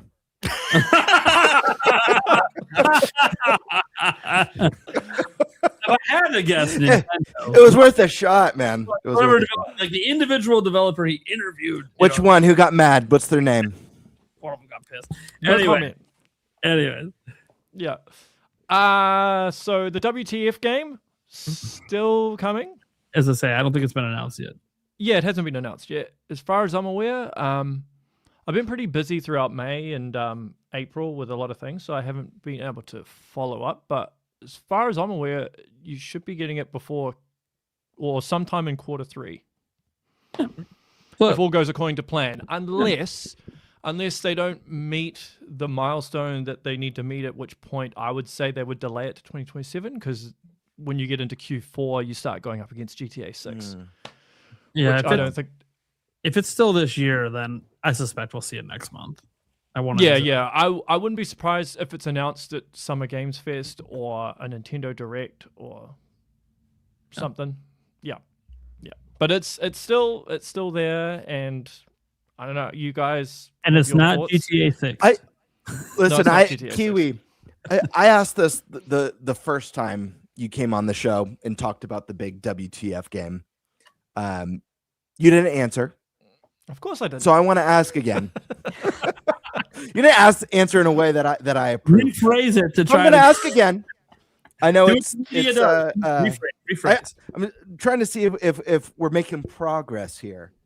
On a scale of 1 to 10, 10 being the highest, how WTF is this game? Well, the thing is, what you have to keep in mind. What you have to keep in mind would be the ultimate WTF, right? Like GTA 6 would be wild because no one thinks Switch 2 can even run it, including me. Yeah. Well, that would be like a 10. Here, let me add some more variables into this, because yes, Prime, you're right. Like GTA 6 would be like this level 10 WTF, but just to add extra context, a level 10 WTF could be something that we just never thought would happen, like a brand new Earthbound. That could be a WTF game, even though Earthbound isn't this massive mainstream success. That gives maybe a little bit more variables to this question. Okay. I don't know. I will give you something. Okay. Oh, so okay. This is why I ask people. Next year, there is a game that will come out that's like, oh my God, an oh my God game. Okay. I'll be providing more details on it once the WTF game is announced. Okay. This is a Nintendo. Oh my God. Yeah. So this is a third-party game on Switch 2 next year that will make people go, oh my God. So I'll have more info, but I just don't want to drop a bomb yet until the WTF game is announced. Holy hell. So this game will trump the first, the Oh my WTF. gosh. This will WTF the WTF Yeah. Well, in the ass. Oh my God. I mean that. I don't even know. Okay, I mean they basically didn't answer your question. He just gave you information on something entirely. different. Yeah. So I don't want to. So because I'm already Well, preparing. he's got a I'm style. already He's got a because I only found out about this in the last couple of days. Sure. Okay. So I still need to verify some other information. And once I have a bit more information, you might see another riddle. Just saying. Here we go. maybe some sort of a you might sprinkle some golden jiggies in there. Some golden jiggies. That would be OMG to me. That would be a new one of those coming out next year. That would be insane. Anyways, But I am going to India in a month. I am going to visit certain people at Rockstar next month. So maybe the OMG could be related to that. Maybe I'm like Holy throwing shit. bait Bully out. 2, Look, everyone. I will say Bully this. 2. I know people get annoyed with how vague I am sometimes, It's a but myth. there are a number of reasons as to why I do that. Number one, obviously, is like if I just come out and say it, I think that ruins the surprise. Okay. Sure. Secondly, like if I say it, game developers get pissed off. Yeah. The third thing is the marketing aspect, right? So with a lot of these companies, they plan out specific marketing campaigns for a game, right? So when you come along and you just leak it, you actually sabotage all of their work. And depending on the company, so like with a lot of Western developers, they actually start the development process and the marketing campaign at the same time. They work in tandem. Sometimes it feels like the developers are actually working for marketing as opposed to the marketing working for the developers.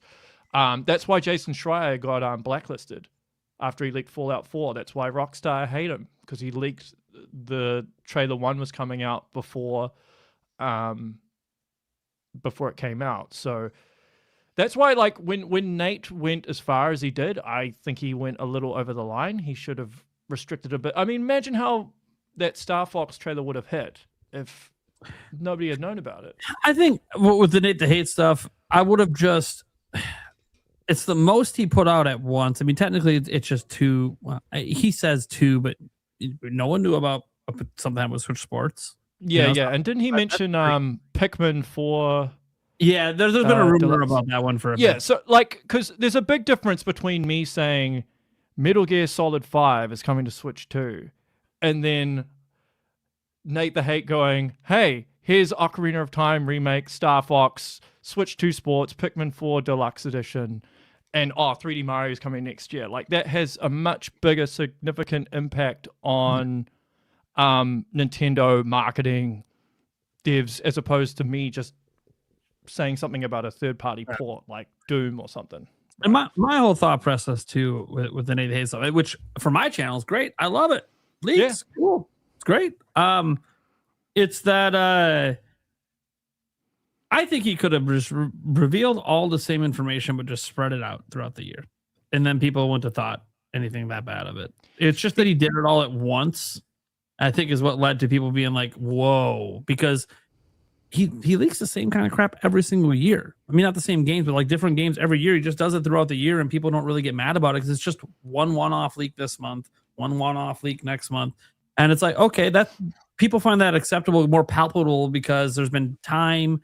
Your previous leak maybe has already been announced and come true, so now obviously you're ready to leak your next thing. Like that's, I in general, as a setting my job aside, just as like a gamer. Leaks definitely can hurt sometimes, for sure. If you put yourself in the position of the marketing department for Nintendo, when Nate announced, they would have been like, "What the fuck?" Pissed at him. They would have been, because I can guarantee he will have sources close to the marketing department. I would be very, very skeptical for him to know what he would be. Yeah. he would have direct connections to Japan. It will be someone related to marketing or like someone who's connected to marketing. So he's like second in the chain or third in the chain or something. Someone that would know all this stuff. Yeah, yeah. And the big mistake that he did was he gave a specific date in terms of Star Fox.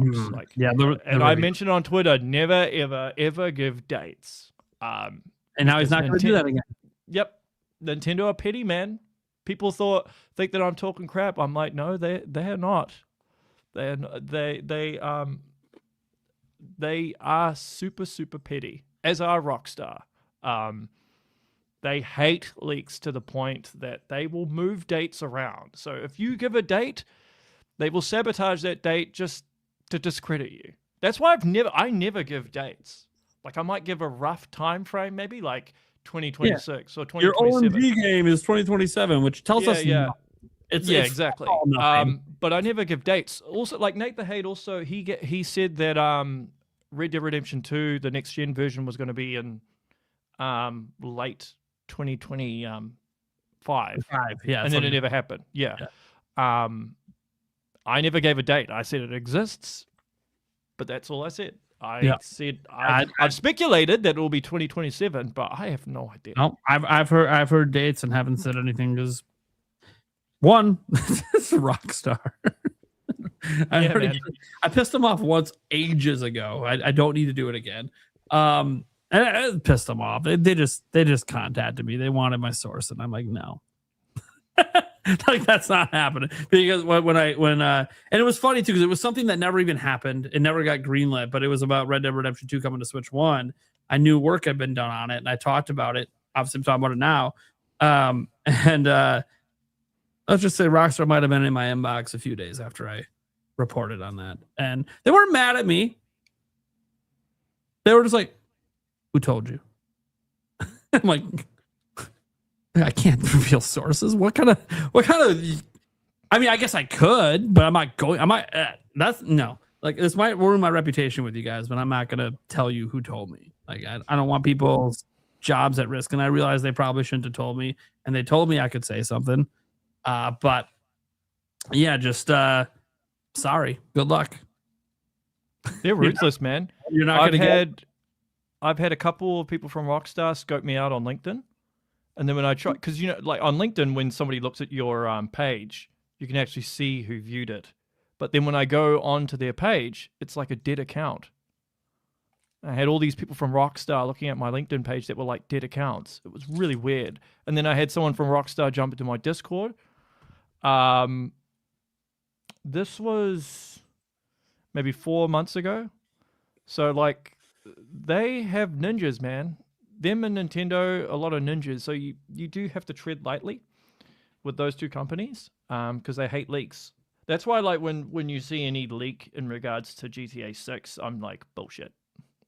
Like, no way. They're like Area 51. You ain't getting no info out of that company. At least at the moment. Yeah, if someone wants to lose their job and doesn't give a shit. Like a pissed off employee. Okay, yeah, that happens. It does happen. But it does happen. Yep. I'm assuming Rockstar's trying to keep people not feeling that way until marketing the gear. I'm going to see because obviously I'm going to India in a couple of weeks' time. Yep. And I know a few devs in Bangalore, so I will try and connect with them and see if they can give me any info. Whether they will or not, I have no idea. Well, we know that one guy will just keep telling you, "I'm buying you to this dinner," but you're give it a month. You're gonna be wrong. Yeah. You're gonna be wrong. Well, you're gonna be Venmoing me or PayPaling me some money, pay for that dinner. When it comes, well, he's taking me out for dinner, so that should be enjoyable. I'll definitely take some pictures for sure. Yeah. I can't wait to see the plate put on. So I'm gonna be like, yes. And the other thing you asked about was Doom: The Dark Ages. Yep, that was one you said last year. Yeah, so I would just say, well, look out for Summer Game Fest. Look out for QuakeCon. Maybe look out for a Direct. Maybe you'll see it there, possibly. Oh, maybe Xbox Showcase. They put other platforms on it now. Which one? Well, I couldn't see them if they were going to I don't think announce. they're going to. Like this. No, this they one- wouldn't announce Switch 2 on an Xbox showcase. I don't see them doing that. Well, they did PS5 before. That's why I brought it up. Yeah.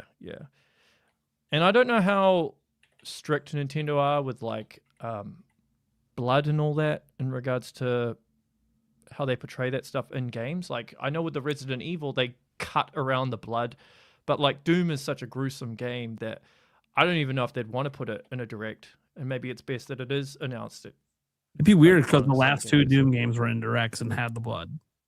They were just rated M. Did It'd be they- what? so weird if under Furukawa they're like, yeah, we're not doing that. Yeah. Like, I mean, it is Furukawa. You could make a different decision, but like Nintendo back then didn't care. They had Doom and Doom Eternal both in directs. Yeah. I mean, Doom's my fifth favorite franchise, hence the poster. So, Yeah. I am looking to play it on the go Yeah, because, that's why I want it. yeah, I think it's gonna run okay. I'm playing games more on handheld these days than I used to, primarily because my wife has been hogging the TV. So, we had a few super chat questions for you. I want to make sure we get to before you head out here. Okay. We'll start with the earliest one I see here was this $20 one. It says, "Hey Kiwi, you predict Nintendo's going to have a slow and soft year in 2026. What would you want in a reasonable time frame for 2026 to be a better year?" Also, Okay. Nintendo's dev teams are in early Wii U situation. Yeah, I did kind of answer this in the chat, but I'll answer it again. So when I gave my prediction, that was obviously before all the announcements. But I will say, if this Super Metroid remake and Ocarina of Time remake are a thing, and I'm smiling because I know more information that I'm letting on, if they are a thing, then Pisses me off that I know you know and I don't know.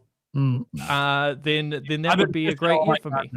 I love Zelda so much. I've been fishing every contact I have. Like, tell me something. I won't say anything. I just need to. I need to know. I know it's going to be revealed eventually, and then cool. But until then, anyways, I think people should keep their expectations in check regarding an Ocarina of Time remake, though. all I care about is if it's from the ground up. If it's more like a remaster, then I don't really care that much. Well, I mean, there's a lot of details that I don't know. Yeah. Like, but I've always maintained that doing the whole like Resident Evil 4 remake type of thing, it didn't seem viable to me, primarily because of the amount of money and resources that would be involved to make it. If you're remaking the whole thing from scratch, I think after seeing Star Fox, I think you're looking at something more in line with that, as opposed to like this massive ground up Zelda. Because I don't actually think they need to change a lot. I think most of it you can keep the same like story, dungeons, music. I think you could add stuff to Hyrule Field. You could do over the combat and make it more like Breath of the Wild. But I think if you keep the fundamental essence of the game intact, I think that would be the way to go, personally. I think that would reap the reward and not cost them as much. Anthony says, "Do you know anything about Monster Hunter coming to Switch 2?" Yeah, it's one of the WTF games that's on the on the riddle. He's not saying it is the coming. He's just saying, "Oh, it's in the riddle," but that doesn't mean it's that game. Here we go again, guys. Like last time he was on, we drilled him on the riddle, and he for like 40 minutes held his ground, and gave us nothing. We rephrased a billion different ways. And people, by the way, I as like a fan who just watched Matt LaFleur get questions rephrased to him a billion ways over Josh Jacobs and his situation, and him just refusing to answer, which is the correct way to do it. Same with Kiwi Talks. The reason that people rephrase and re-ask in a different way is because sometimes it does work. That's why people do it. And the true professionals see that, know that, kind of think it's funny, and laugh it off. Kiwi Talks has laughed it off quite a bit. Matt LaFleur laughed it off today. Like at some point, it's like, I know what you're trying to get. You ain't getting it, but you can keep asking. You're just wasting your time. Anyways, so maybe. but he's not saying he directly knows shit. Well, I can't answer it because if I answer it, Wait, if I say no or yes, then it affects the riddle, right? You say no. Now people might be able to. Oh shit! Well, now one less game out of that riddle. By the way, what do you think it is? Just out of curiosity, you've had time to like stew on this for a while. What game do you think it is? So I know last time we were settling in on it being something from Sony. I remember that's where we settled. Mm-hmm. Since then, I've been rethinking. Why are you rethinking now? Yeah, why are you? Because I'm not. That's actually my question. That's actually a question. Oh, is that a question for me? Why am I rethinking it? No, it's actually for Kiwi. Was he sort of update on that? A game outside of the show. A game outside of the show. MLB The Show from Sony. Oh yeah. You're still gonna drill him on the Sony aspect. There's gotta be something from Sony. You know what's funny? It's because you do reviews. You're actually more well connected than people give you credit for. And sometimes I feel like you're asking me stuff and it's actually smoke and mirrors. And it's actually a rhetorical question. You already know the answer, but you're like trying to put on this act like, what is it? But I actually know. It's the mo, man. It makes you look devious. Well, I have to be careful too. Well, the thing is, Stash. Well, yeah, that's why you're trying to use me more to keep yourself. Stash has gotten more and more devious over the course of the show as his channel has grown and he's gotten more connections. Because now I know Stash knows things that I don't, and I've never once asked him to tell me any of it. And I know it, and I can see the smirks he has, and I think it's hilarious. And when we have moments like this where we're asking other people that know things, I do like how devious it comes across as. I know he's not doing it because he's trying to get you to reveal something he already knows, but it does kind of come off that way. Okay, question. I got a question for Stash. Okay, so when you asked me about Bethesda Fallout on Switch 2, did you already know that it was coming? Yes. But I didn't know in the traditional sense. And I'm not going to go into detail on how that works. But, yeah, okay. See, so...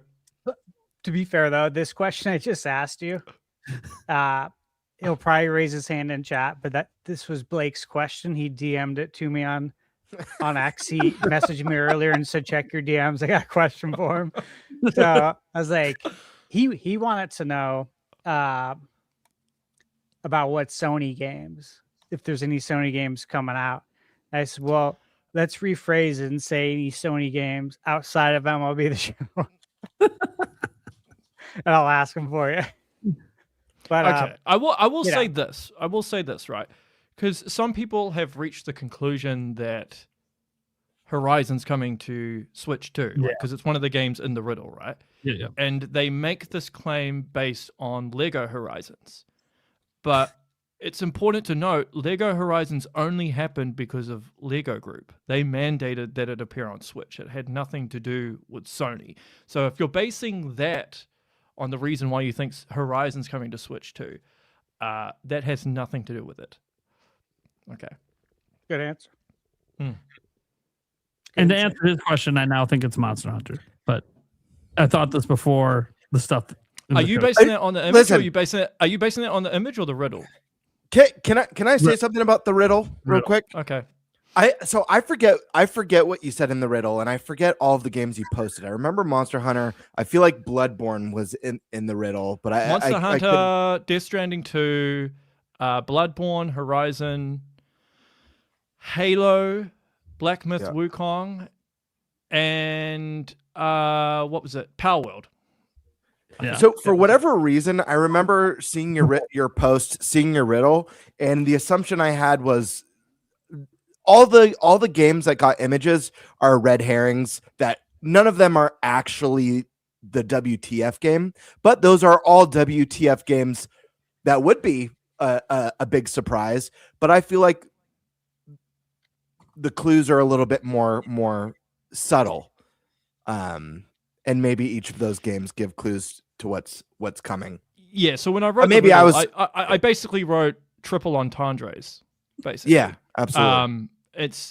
It's designed that way on purpose. In fact, the funny thing was when I posted the riddle, one of the devs was like, "What are you doing? You made it too easy. You made it too easy. It's obvious what it is." And then when people were putting all these different answers, they were like, "Oh, never mind. Don't worry about it." See, I was just of the mindset, well, he's not going to include an image of the game that it actually is. That was the mindset. But maybe again, maybe it's one of those things where it's like you hide it under their noses. So they're not sniffing over in the corner. I don't know what the saying is. Is that even a saying? That's not a saying. No. Anyways, forget what I said. What game do you guys think it is? He asked a question. He's got to go, guys. He asked one question for the people. Give him an answer. You think it's Monster Hunter? 8 minutes. 8 minutes. And I'll have to go. Stash, do you want to throw a game out there? Stash might even know the game. Maybe he knows it, and he's got to throw a bullshit game. I reckon he does, and he's just. He's doing the whole poker face. You should play poker. You should play poker, bro. I do. You know what? Well, there you go. I've won quite a lot in poker. He thinks that Stash knows. So now that adds another layer to the equation, because what do we think Stash would know? Go look at his channel, see what companies, games he's been reviewing. Well, I think he knows because I know how devious he is. That's all it is. Like and the fact that he admitted that he knew that it was Fallout, he might be like throwing a curveball for my curveball. I love Stash's poker faces so much. Dude, I was talking about this with Yuli the other day. She's like, "Why don't you play poker anymore? You love it." And I'm like, "Because I think the next time I play, I want to go against Stash in a cash game." Because I'm really good at it, and I bet you he really is too. And it's always fun to play people that are actually good at it. Because look, it is fun when you're playing cash games against people that suck, because then you're just gonna take their money. But then there's a little part of me that feels a little guilty. It's like they invited the big fish to the little pond. I shouldn't be. If I win enough, I'll usually throw them back their buy-in. Throw some money back, yeah. They're buy-in back. I feel like that's way more insulting.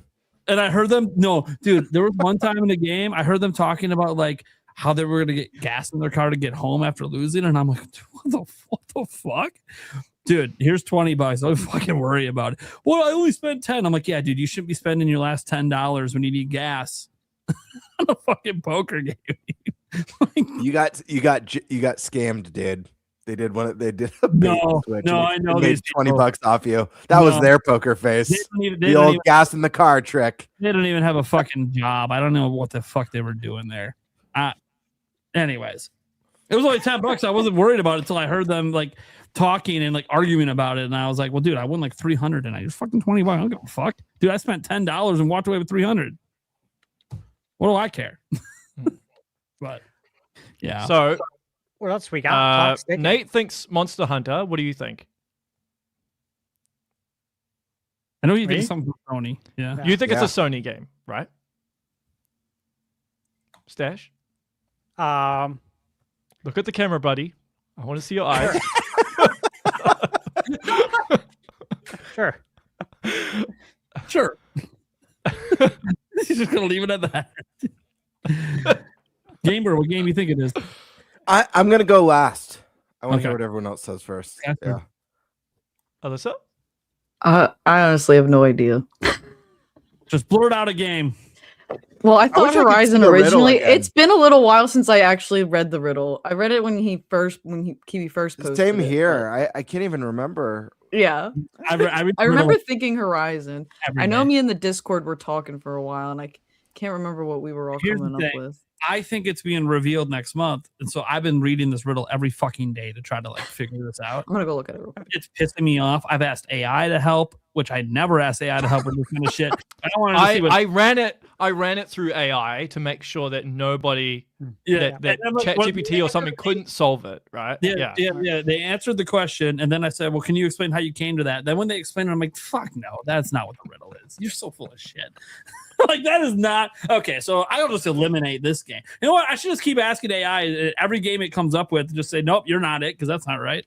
So Player Essence thinks it's Spider-Man. Yep, I know, and that. that's not on the images. Nope, Sony game though. Yeah, licensed IP. they need to make as much money as possible. Yeah, they brought it to PC. I just wish I knew the context. Even if their future strategy is to keep it on PlayStation, this one already left PlayStation.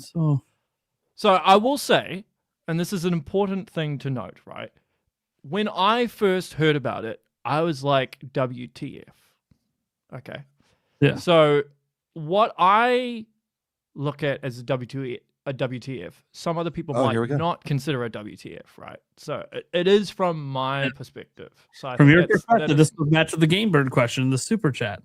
1 to 10. So perhaps how much of a WTF is the game? 1 out of 10. But then it also depends. Well, what metric are we using? Like my 10 will be different to your 10, which is different to Anthony's 10. Well, I would say you said GTA 6 is impossible. That's what you're feeling. So I would say that would be like a 10. That's like the most impossible of impossible games. And then hold on. I should elaborate. I don't think it's impossible. It is possible, but I don't think Rockstar would do it primarily because they don't like to compromise on their vision. That's the main reason. But I think if you did, if you sacrificed enough, maybe like foot traffic and all that stuff in the cities within GTA 6, you can probably make it happen. I'm ready to throw a game out here. I couldn't find the riddle. I have no idea what it says. I had forgotten the games that were on it. But listen, man. I don't think it's any of the games that were posted. I just don't think that he's like, I'm going to put the game here for everyone to see it. I'm also not going to go on the Sony train and say it's a Sony game. He laughs and he said a dev is pissed at him over it, which means maybe it wasn't the anyways.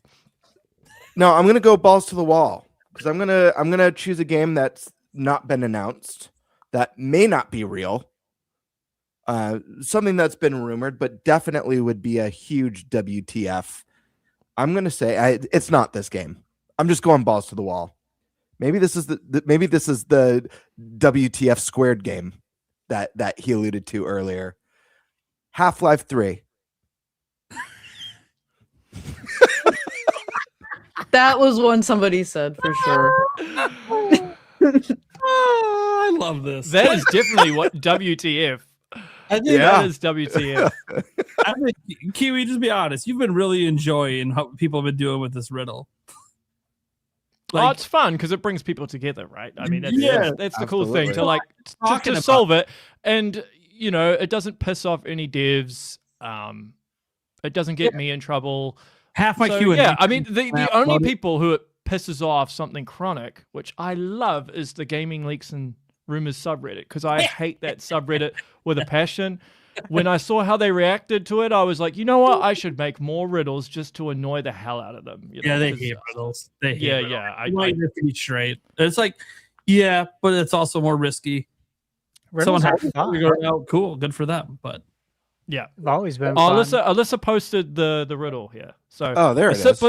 I sit beside legends, though none of my kin. I'm sold their same keys to let players in. I share the same screen and I share the same light, yet my bloodline says I don't belong to the fight.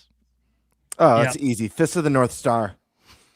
Well, my original guess was Bloodborne, but then I'm like, no, not Bloodborne. Maybe it is Bloodborne. Yeah, I know. He's gonna. Here's the thing. You see the smirk. It doesn't matter what game I say. The smirk's coming either way. I learned that from Stash. He's so good at it. He learned it from Stash. The smirk comes no matter what. You get nothing. Oh, you think it's that? Oh, you think it's this? Oh, you think it's that? So this is a game. So I sit beside Legends. So this is a game that sits next to some juggernaut titles, though none are my kin. So I'm guessing it's yeah, it's like a standalone title. Yeah. Well, I'll leave you guys to ponder. Unfortunately, I do have to go.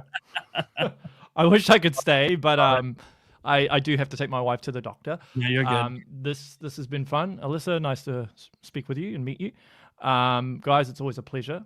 I don't know where Eric's gone. I don't know either, to be completely honest. He's not in the room. Okay. He just vanished. Yeah. Anything on the horizon? Not much. Obviously, I'll be... Oh, he's leaving. He's like, I don't know where Eric is. Yeah. I'll be evaluating everything with the channel over the next few weeks, and then I'll make a decision once I get back in July. People keep nagging me about my Metroid Prime 4 review with the OG devs. It is happening. I'm waiting on Zoid, the senior engineer, and he's just taking forever to complete it. So once it's done, I will do that review because people keep nagging me for it. On the Nintendo front, not much to report. Although, something cool. I've been in contact with a Square Enix developer who worked there for 15 years. And she's Japanese, but she also speaks English, and she worked at Naughty Dog as well. So I've been in contact with her. She's working on a game at the moment, so she's just waiting until it's ready, and then she'll start promoting it. So that'll be a cool one because she's a Japanese dev, but she can speak English, and it gives insight into Square without breaking NDAs, hopefully. That's the other problem with doing what I do. NDAs, annoying, but Congrats on getting that. What's that? Congrats on getting that. I know you obviously been trying to get that. In over there. It's a tall order, man. It's a tall order. Very difficult. If I spent like 6 months in Japan, I could probably make it happen. Everyone I speak to is like, you need to go to Japan and spend a lot of time there because they like to build relationships first. I mean, one of the reasons I can't interview Shuhei Yoshida is because he doesn't do interviews with anyone he doesn't know. So, yeah, that gives you an idea. But anyway, I am off, people. Much love. All the best. Cheers, Enjoy man. the rest of the I stream. was muted, but I did say nice to meet you as well. I'm sorry. That's all right. Yeah, it was nice to meet you too. Good night, brother. See ya. See ya. Night, dude. All right. Well, get to our next topic then, shall we? That is on, I think it's on Stash. Yeah. Yeah, what are we talking about? Well, we're talking about why I was up bright and early today after going to bed very late. Just look, guys, normally I'm up around 4:30, 5 a.m. every day. However, I went to bed late because I was working on reviews, working on getting some stuff ready for when I'm gone at Summer Game Fest, some reviews, in the pipeline. And I was like, why did I stay up so late? I have to be up to see the new episode of Supermarket Sweep, right? Dude, I wish. I wish there's a new episode. I've never heard of that. Supermarket Sweep? No. Dude, one of the best shows ever. Dude, I fall asleep Game to that shows. sometimes. I'll put that on like as like a comfort. I'll watch it for like an hour before bed and fall asleep. Okay, as far as game shows go, it's right up there with Video Power. If you guys remember that, where you had the vest. Yep. With Velcro and you stuck NES games to it. Yeah. So it's right there with that. And I would say, Double Dare. Yeah, Double Dare. Dare's the shit. And probably Legends of the Hidden Temple. Yeah. What would you do? Yeah, it's right Or there. what would you but do is more? Yeah. This was Supermarkets. Okay. Here's Dragon Quest. So I had to get up early, of course, for Dragon Quest. Your topic quick. And I also had a hard time getting to sleep though because I was excited. You guys know how it is. And I was getting very nostalgic about it too. Just like shit, 40 years, man. 40 years. And it's just like this wave of 40-year anniversaries with Mario and Dragon Quest, Zelda, Castlevania, like everything I grew up with. It's just wild. And we've been looking forward to this day, right? We've talked about it. Is Dragon Quest 12 going to be shown? Of course, I had that on my bingo card. Nate, I believe you had that on your bingo card to start the year, that Dragon Quest 12 would be shown. Sure as shit, it was shown. Just not the Dragon Quest 12 that we saw last time. It's a completely no, it wasn't. It's a completely different game. They scrapped Dragon Quest 12 that they were working on. It was supposed to be a darker, more mature Dragon Quest 12. And of course, we have a different Dragon Quest now. And it's called Beyond Dreams. So Dragon Quest 12, Beyond Dreams. Prior to that, it was Flames of Fate. And it was really cool to see the game in action. We didn't get to see much.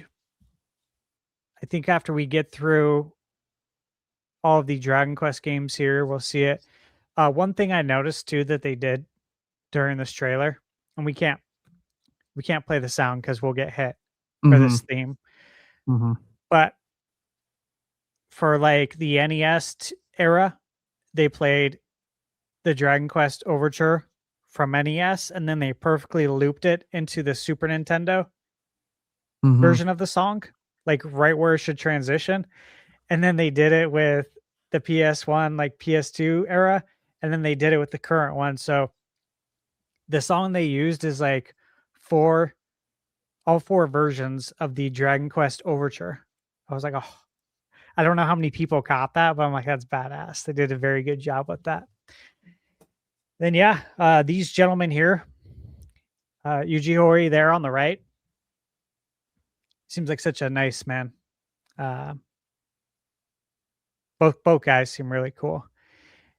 So they talk about the 40 years. Yes. Thank you guys for the support, going strong. And then they went right into Dragon Quest 12. I was like, okay, like we're taking the gloves off. We're doing this. And they had some other announcements we'll get into. I'll kind of let this play, and while it plays, let me ask you guys, what did you think of what we saw here? I loved it. It was. I know some people aren't keen on the character design in 12 for the main character compared to prior Dragon Quest entries, and I get it. Everyone's got their personal preferences. I don't know if I love the design, but I don't hate it. I think it's fine. Fits in with Dragon Quest. But like the world that they showed and some of the stuff that like it to me it looks like a game that's still probably a ways out. They joke around in here about how one game that they have coming to Switch 1 and Switch 2 they hope is out before 12 because they're not even 100% sure when the game will be done, which means that they're not sure when 12 is going to be done yet. I think 12 is probably not coming out till like 2028 at this point based on what they showed, because they showed the town and landscape like empty, so like it's still, and they even said they had a reboot development. So guys, this version of the game hasn't been in development for the last 7 years or whatever. They rebooted at one point. So it hasn't been in development as long as we feel like it has been. So I still think it's going to be a ways out. This is kind of like a re-reveal, like they did like 5 years ago. They're re-revealing the game because now they actually know where they're going with it. They have a direction. They have a world being built. So I'm really excited for Dragon Quest 12. And I know it feels weird saying that as someone who's newer to Dragon Quest. I'm still playing 3 right now, and I'm really enjoying it. Obviously, I'm working my way up. I plan to go to 7 Reimagined, and maybe I'll pick up 11S on the Switch 2 version that they announced is coming out in September. We'll see.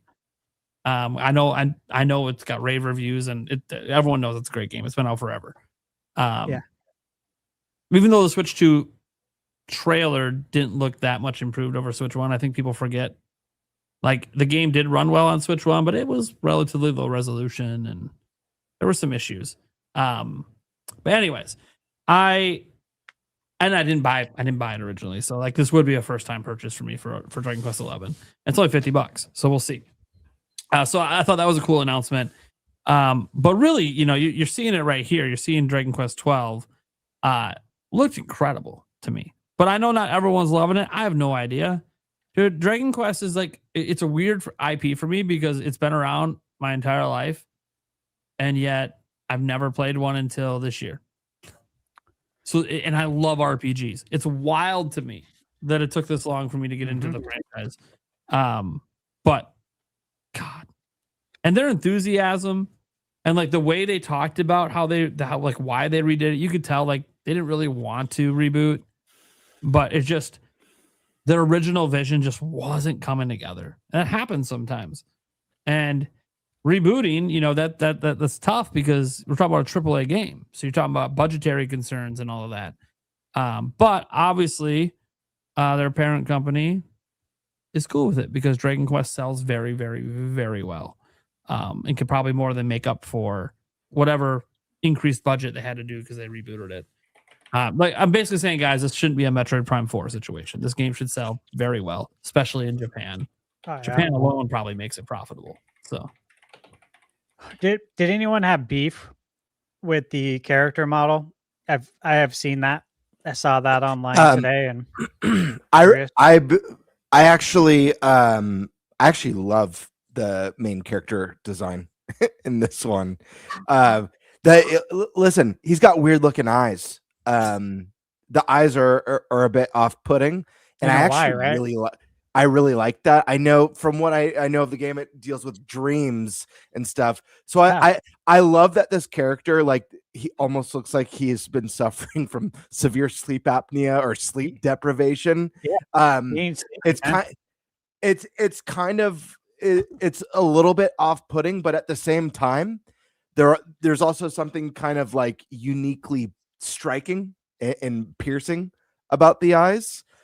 Additionally, someone put a tweet together today that I didn't realize when I watched the trailer for this game, but I was like, oh wow, I do kind of see the correlation there. Someone compared these characters to Chrono Trigger characters, you know, and you know it's obvious that it's like, oh yeah, this doesn't look like Chrono. That chameleon looking character doesn't look like Frog, but it does look like there's a little bit of theming that's comparable, and I think that's really neat. But I think the game looked really cool. This trailer was bittersweet. I mean, knowing for so long that Dragon Quest 12 was in development, and as someone similar to Nate, who, you know, this game has been around my whole life as well, obviously, I've never really dabbled in the series until, you know, really Switch 2 era. And I'm extremely excited to pick up Dragon Quest 11S. I know I've heard glowing things about that game from Eustache here on the podcast. And so I was very tempted to purchase the game elsewhere, but we all knew this was coming at some point. So it was worth the wait. So I'll definitely be picking that up. I think it lands September is when it comes out, but regardless, whenever. Yeah, there you go. For $40. I'll be picking that one up, and it will somewhat tide me over. But yeah, it was bittersweet. The game looks gorgeous. I love the visuals. The bitter side is, like I said, knowing that this game's been in development for a while, hearing that there's been a reset, a new vision, a new idea. It just means that we're farther off. And you know what? Let them take their time. Let them make the best modern Dragon Age game they can make. But yeah, I mean, this one could be landing on what, PS6 for all we know. So depending on, I mean, it depends on. They didn't mention a year. They didn't mention any platforms. This could be 2 years out. This could be 3 years out. This could be 4 years out. We just don't know. Maybe sooner. Maybe they've scrapped development, but since they have the same engine they were originally working with. Yeah. Maybe it's maybe they're able to. Yeah, we just don't know. It feels far with the limited information. We didn't get to see any of the combat system in this one. So visuals, though, I love how vibrant and colorful and crisp the world looks. And even though I don't have the history with this series that Thunderstash does, as someone who's played through all of them, there's just something so iconic and timeless. Not just the overture music that I know we've heard a million times. Regardless, if it doesn't even matter if you played Dragon Quest, you know the theme. You heard it in like 30 Nintendo Directs when Dragon Quest 11 was before that game was coming out. But not just the music, the character designs and the monster designs. They're so, I don't know. It's so cool to see an RPG series like this that has like the monster designs that are so kind of cartoony and out there and vibrant with unique color palettes. Like, I love that sort of stuff. So when I see the footage of this new hero running around this world, I'm like, yeah, this is a world I cannot wait to just like lose dozens of hours in. I'm really excited. I can't wait to see more. The hope is that it's sooner rather than later. I'm hoping we get a meaty presentation of this game next year, by mid next year. But regardless, Square, take your time, cook up something nice and special. It's the 40th anniversary of Dragon Quest. You've got a legion of fans, especially in, the loyal fans in Japan who've been waiting a long time for this. So just, kick ass and do the series justice. But yeah, I don't care what people say about the character designs. I think they're awesome. And I say that as someone who has no bias for Dragon Quest. I've literally, the only Dragon Quest I've ever beaten is Builders 2. So. Okay. Alyssa, what is your hype level here? How you feeling on all this Dragon Quest stuff? I'm kind of like mid. I will say that like it looks very stunning and the environments look gorgeous. Like they look real, but it's stylized, and that's honestly my preferred kind of visuals for games. Not super real, but like real enough that it has like a charm to it. I never played any Dragon Quest games, which is kind of odd because I love fantasy and Zelda especially. But I just think I feel as an adult now overwhelmed with how much time I feel like those games take, and I already have like quite the backlog that I'm like I don't even know where to jump in if I wanted to.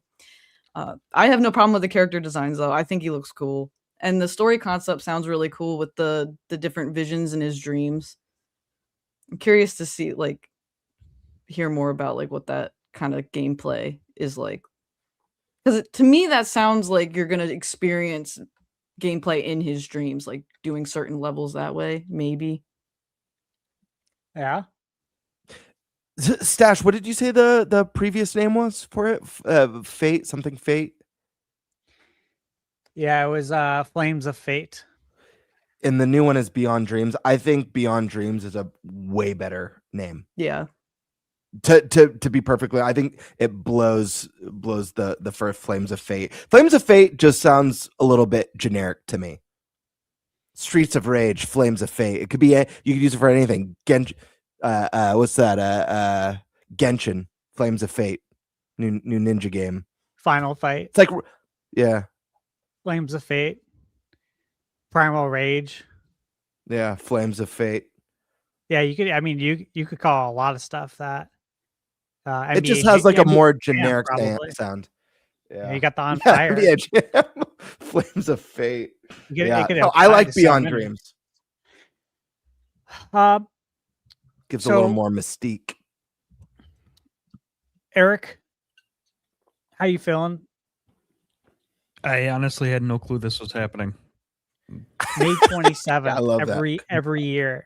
Put it on your iPhone. Make it reoccurring for 1 year. For every year, recur once a year. Fair enough. Yeah, no, I had no clue. So this is the first time I saw anything to do with anything.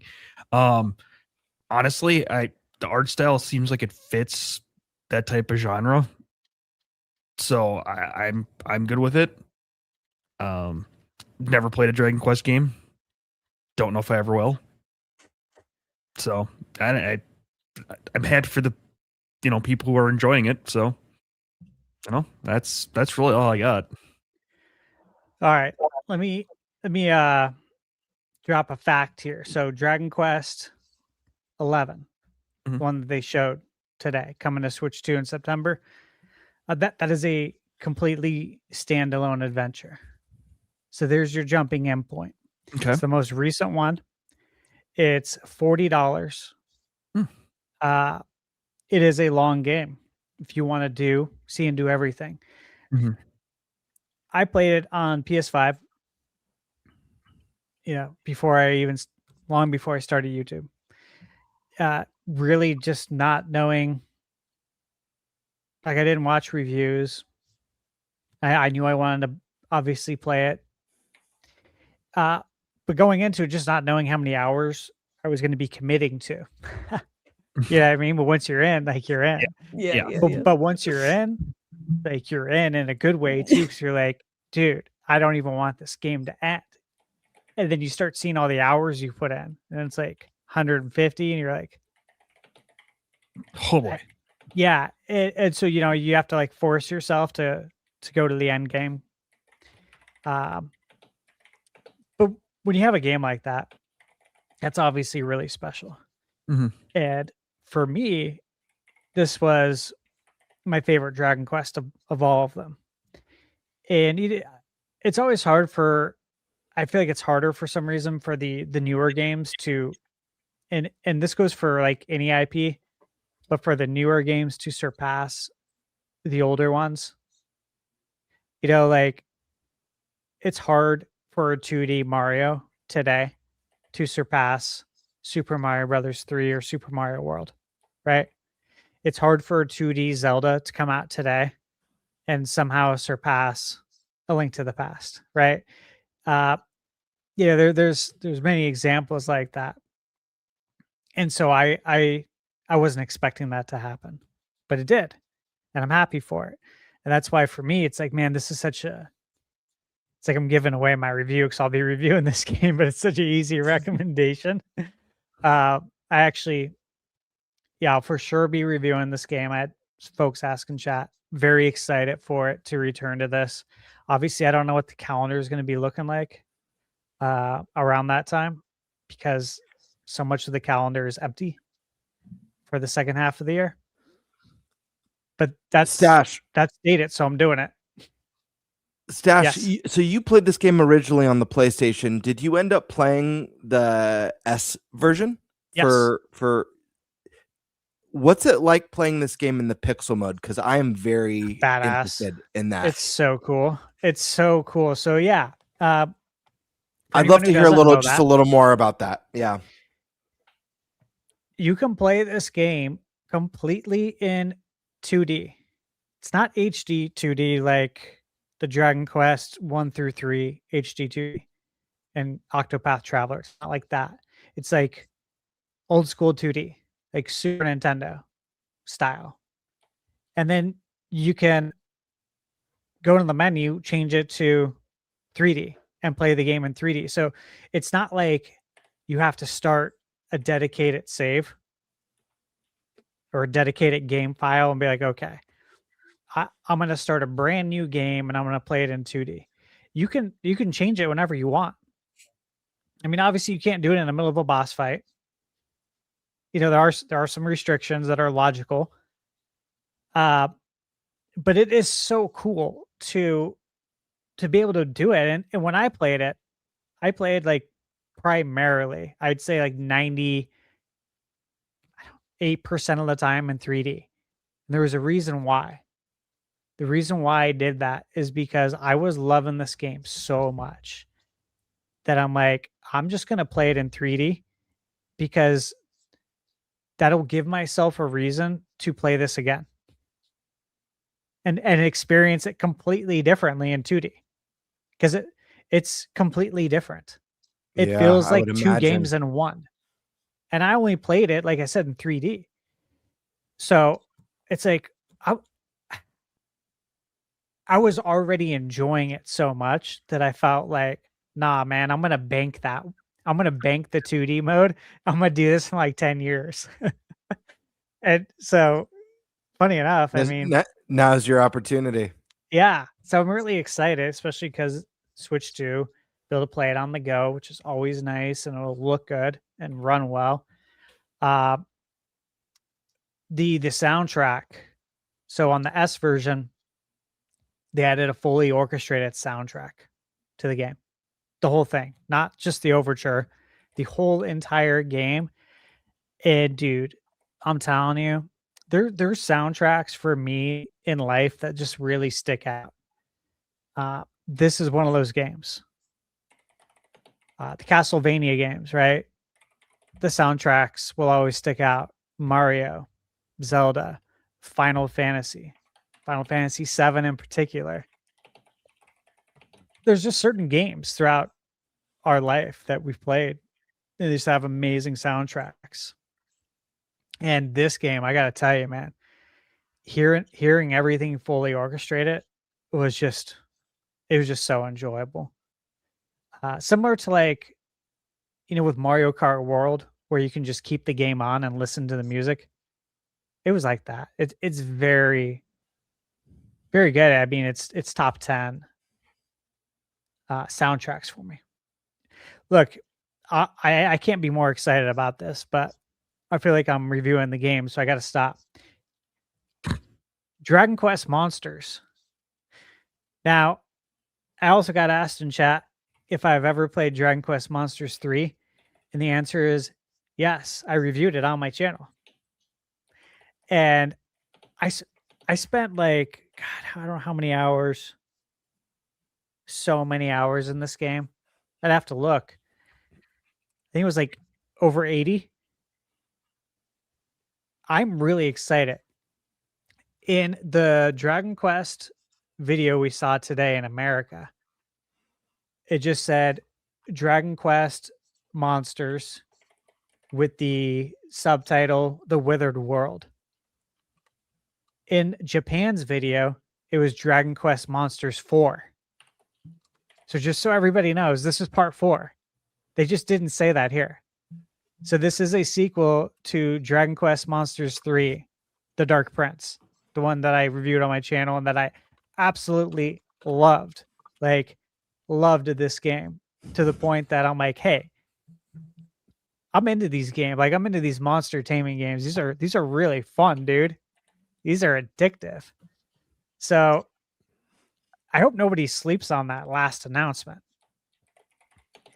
because that was pretty hype.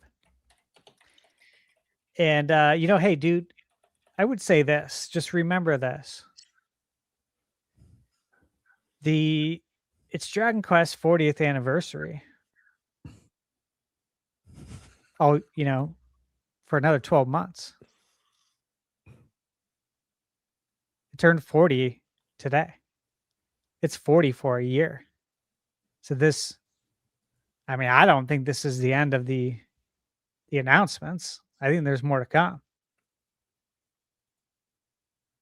I'd put money on that. Look, I've said this a lot. People in the United States,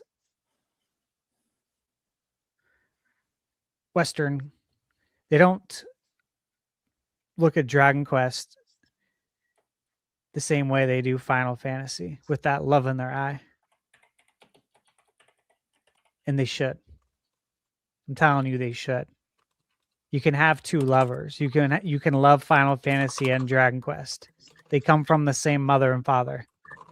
Square Enix. You're allowed to love both games, man. It's okay. They're family. They're two totally different RPGs that are absolutely amazing. You can pretty much jump in anywhere in Dragon Quest. As we know, Dragon Quest 1, 2, and 3, they're out now. The HD 2D, they're amazing. You can play them 3, 2, 1. Or you can play them 1, 2, 3. Or you can play them 3, 1, 2. It doesn't matter. But they're available. There's more to come. There's going to be more remakes. They'll be here before you know it. So there's a lot to be excited about. I was really happy with everything today. And I will say this. I give them credit to Canna Project. It takes a lot. A lot of cojones to Canna Project that has been in development for this long. When you have your fans salivating for an update. I thought they handled it pretty well. All things considered.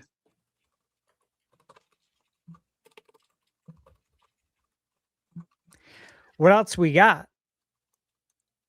Anything else on Dragon Quest Day? Do you guys think this is the end? Do you think we get anything else for the year? It's 40 for a year. I'm curious if it, anyone else here. I'm guessing it's a no. 'Cause I'm sure we would have mentioned it. I know I haven't. I am curious about Dragon Quest Monsters. I know it's more of a Pokemon like. It's a spinoff. but I don't even recall. Like, I remember when that game was first announced back on the Switch, but I don't really recall hearing anything about it, like the quality of the game, how fun it was. So, I mean, it piqued my interest. I reviewed wow. it. So good. I got to go back and watch your review. The best thing about it was, like, it's not right off the bat. I forget where it was in the game. Maybe a third of a way into it. You obviously you collect all these monsters. You have them fight for you. You level them up. They evolve, all this, and it's really cool. Here is the gameplay kicker, dude. That was so badass. Is that you can mate with other monsters. Like, you put them into I think you put them into a machine, if I recall, and they mate with each other, and then they create a new monster, an offshoot. So you think, like, okay, these are all the monsters, right? And you say, all right, I'm gonna have like this king slime and this really rare like metal slime, or a completely different monster type mate with each other to create this slime. And then this slime, it's like, you could have two super powerful ones, right? You can have two super like tanky ones mate with each other, and then they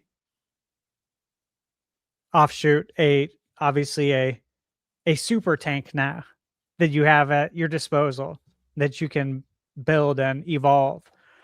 That was the biggest thing for me. So I'm like, holy shit, there's so much strategy in this. Like, I feel like someone's probably made an Excel sheet and it's probably sitting around somewhere in a Reddit forum or something, because like there's so many options you could do. It wasn't like overwhelming. You got to think it out, because you don't want to waste your time. But I was just like, dude, this game is really deep, and it really earned my respect. But yeah, check out the review. I'll watch that tomorrow. Some people weren't happy with the performance, but I even said it in my review too. Like, hey, dude, performance, not great, but damn, is the game fun? So I don't care. Mm-hmm. Yeah, these things happen. Games can have shoddy performance and be really fun. So yeah, I mean, look at the games we grew up with, especially, so many, especially during the growing pains of 3D. Yeah, that's the slowdown era on the NES. Yep. Too many enemies on screen.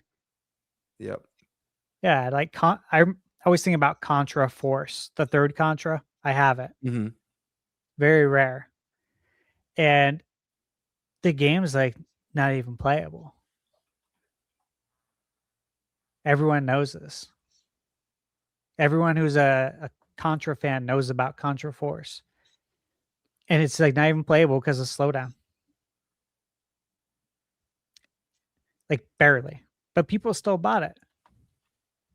Because those weren't deal breakers back then. Now if a game's, 50 frames per second instead of 60,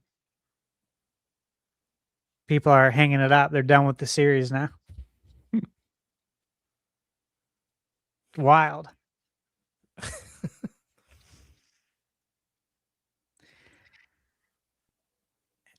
All right, that's all I got, guys. I think we got to move on. I mean, to the next topic. And I can't sit here and talk about Dragon Quest all day, unless you guys want to give some input. I fought a lot of wars against the dragons. Okay, I could drag on for days. I have a question for you, Stash. If I liked Visions of Mana, how would I feel about Dragon Quest? You'd feel, or do they play totally different? No, you'd feel good about it. Dragon Quest is turn-based. Okay. So I don't know how you feel about turn-based. I'm more open to it now. Is it a little bit like involved, or is it very much like Pokemon? It's a tad more involved. Okay. Yeah. I mean, The deeper you get in. Yeah. stuff. Okay. Just you're turn-based curious. Yeah, I am turn-based curious. You should be. There's so many amazing, seriously, so Yeah. many amazing turn-based Yeah, RPGs. I think mean, Pokemon just put like the sour Chrono taste in my Trigger. mouth. I have a decent amount of time in Monster Hunter Stories too, so I've been playing that. I do like the rock paper scissors. It's like just a little different. I like it is different. when it's huh? more than just let me sit here, pick a move, watch an animation play out, and like be done. Like I had a really hope, lot just, of like, not that we're questions talking about about Pokemon, that. but I really hope Gen 10 Pokemon adds something like really cool, like counter move kind of mechanic, maybe based on like your Pokemon stats and like your evasiveness. Like if your Pokemon's evasiveness is like higher up, it would be really cool if you could do a sequence of button presses to try to like dodge, and maybe you still wouldn't like work. I just think something like that would be really cool for that. But yeah, I am turn-based curious as long as there's like a little bit more to it than And just Alyssa, you sitting like and watching. I know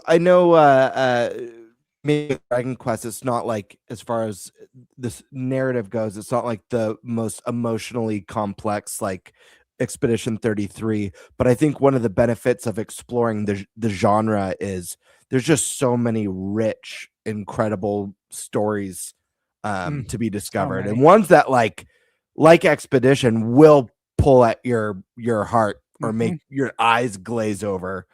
Okay. My whole life Tons. there's been so many that have just like Yeah. touched me. That's where So, we got our start, was turn-based. Yeah. I mean, Zelda growing up, sometimes I've heard people call it like an RPG. It's like, no, Sure. it's not. Zelda 2 has RPG elements, and then the buck stops there. This is a adventure. It's action. It's adventure. Action-adventure. Yeah. It's not a role-playing game. It's not turn-based. It never has been. And it was interesting. For a long time, I didn't really play much turn-based. I didn't explore much outside of the Final Fantasy and the Dragon Quest and Chrono or like Earthbound. But some of the best games are there. And when I finally branched out and started playing them all, I'm like, holy shit, why did I sleep on this? And it was because I loved Zelda so much. I loved the actual live action of the combat, which, you get in. That's kind of like my Mana. issue too, but Yeah. I'm branching out more. But that has been like my thing, is like the Zelda bubble is it's just comfort, and I like being involved in the combat and like, controlling when I'm doing certain actions and like dodging and I do too. all that. But these games figure it out, like, especially as you get deeper into the game with the turn-based games, you may not be like moving around, but you definitely, you feel it when you're playing it. Like it gets intense, I guess you could say. And I highly recommend, and I'm sure everyone on this panel would agree, if you ever want to go back and play like just an iconic RPG that has stood the test of time better than such a vast majority of games across such a wide variety of genres. Chrono Trigger, it's got the same art style as the Dragon Quest games. It's a perfect game. It is perfect. Obviously, it doesn't have the voice acting. Legit, it's not gonna hit the same way maybe Expedition does, but it's a game you could pick up today that doesn't feel dated in the sense that, like, man, it's hard to go back to this. No, the game still kicks ass. So if you're ever like curious to go to like the roots of like just an iconic golden era gem of an RPG, I couldn't recommend that one more. Now I have questions though. Have you played Earthbound or Super Mario RPG? no. Oh my god! Oh, dude, you have. I know to I'm a play these. sinner. No, it's okay. You make me actually sick. I'm excited for you I tend to because do that. I honestly don't know why we invite you on this show. this Me is either. cool. This is good because you've never played these. Imagine not playing those games at like the age we are. That's cool. Like you can go experience them now. I'm just saying you should play them. Okay. They're so amazing. I'm excited for you. I want to hear what you what you think when you have time to play them. I know we Yeah. don't have, all I the know time in in the that world. backlog. I'm trying to do is take your advice and stop the analysis paralysis bullshit and just play what I want to play. Good. I mean, right now I've been working through Pragmata because I was really excited for that. And I'm close to the end, and it's been fantastic so far. I highly recommend Pragmata. It's so good. I'm sure you've already played it. I'm not sure if you put a review out or not yet, but I'm sure you have. I and just didn't. missed it. I didn't yet. No, I didn't. No. I have the Okay. game. And you just brought up a really sore subject for me because I haven't played it. I've been trying to find time to play it. It's just more work for. Well, I'm excited It for just you hit when me you again. play Pragmata now. Yeah. I'm excited for it too. And I need to play it. The good thing is that your problem why you haven't gotten to it yet is because you have to play other video games, though. It's kind of a nice problem to have. Yes, it is. I agree. All right. Well, that being said, now I think we can be done with that topic. I hope. I have no idea. Okay. So our final topic that we have here, besides your guys' questions, is about the summer showcase season. So we spent a lot of time on this show, on my channel, elsewhere, talking about potential Nintendo Direct this year, whether it was, when we thought maybe one happens back in February. Now there's stuff for next month. But one thing we know that next week begins is basically E3 season. That's what we used to call it. Gamer Christmas, E3 season. E3, as we know, doesn't exist anymore. However, from the ashes rises Summer Game Fest, which, no, it's not as good. But it still gives us some of that feeling.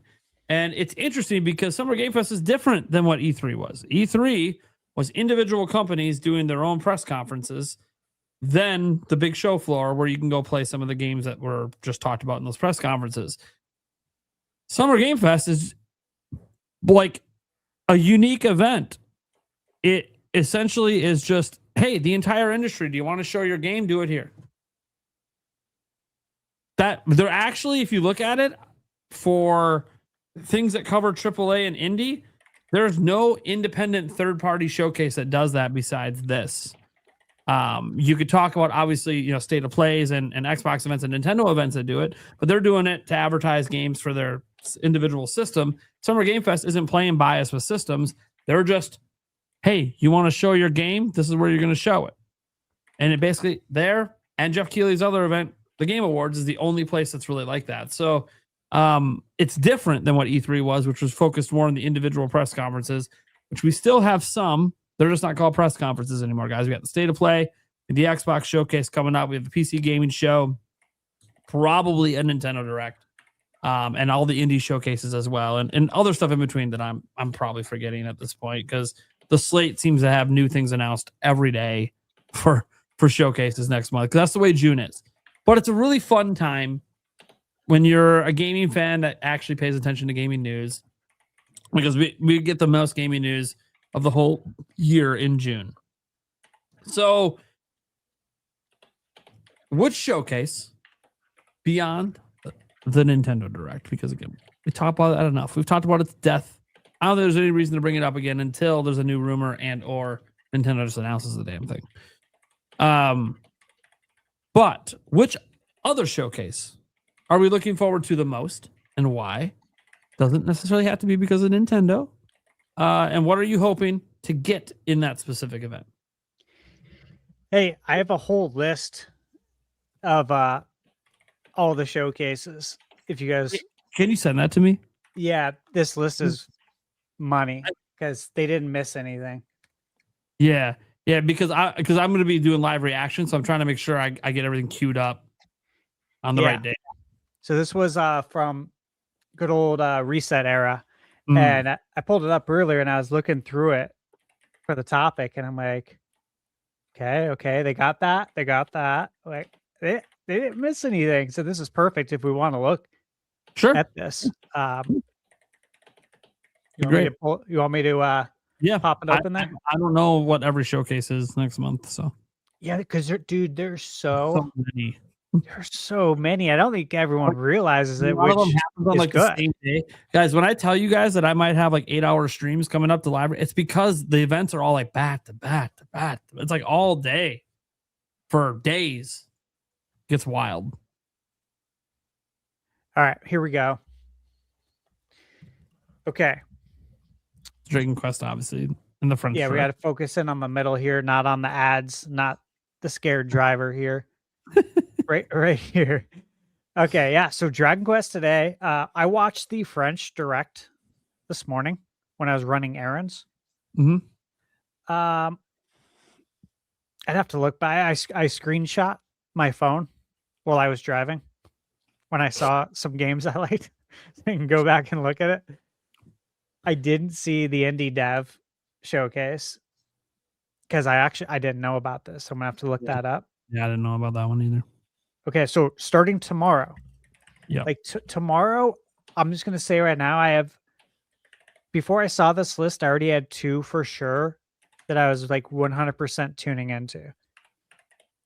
Now tomorrow we got The Witcher 3. Yep. We're gonna see the DLC. Yeah. And who knows? Maybe there'll be more announcements, maybe not. Maybe that'll be later. Witcher 2 edition, Witcher 3. Yeah, I expect that. The Thinky Direct. I don't know what this is, so I'd have to look into it. Okay. Thinky Direct. Who's that? Who's hosting it? Usually you talk about who's hosting it. Yeah. Games. Is it? Okay. Wait a second. It's Stash. Is it Indie Quest tomorrow? Yeah. Well?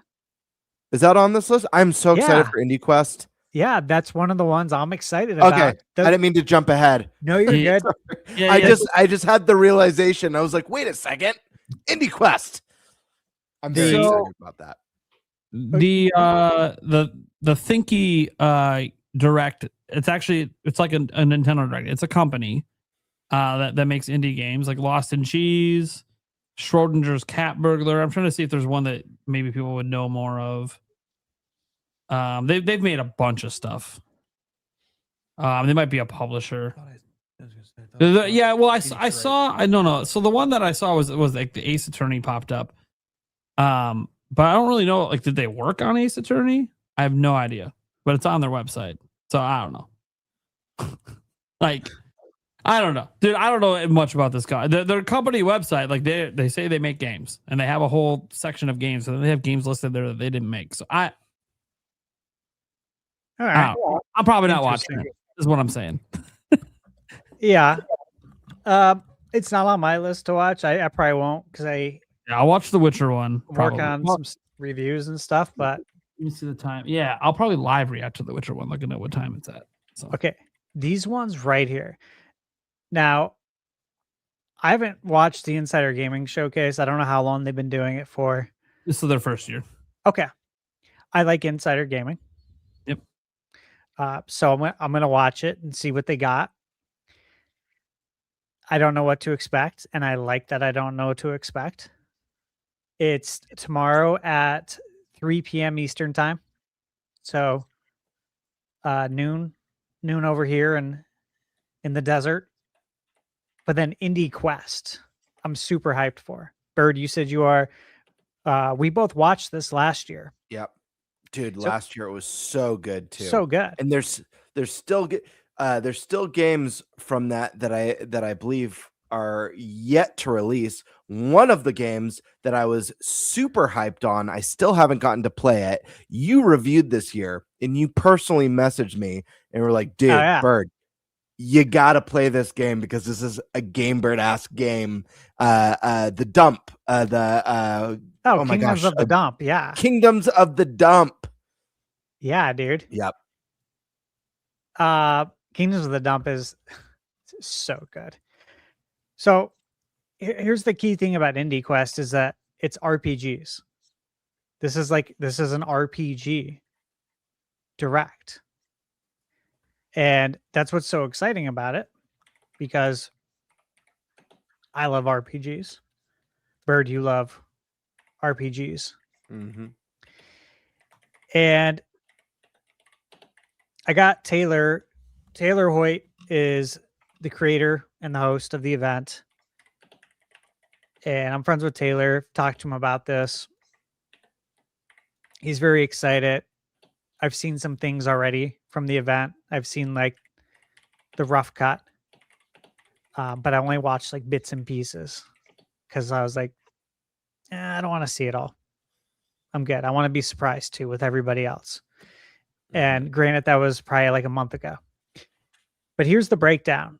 42 games, 7 game reveals, 73 minutes long. So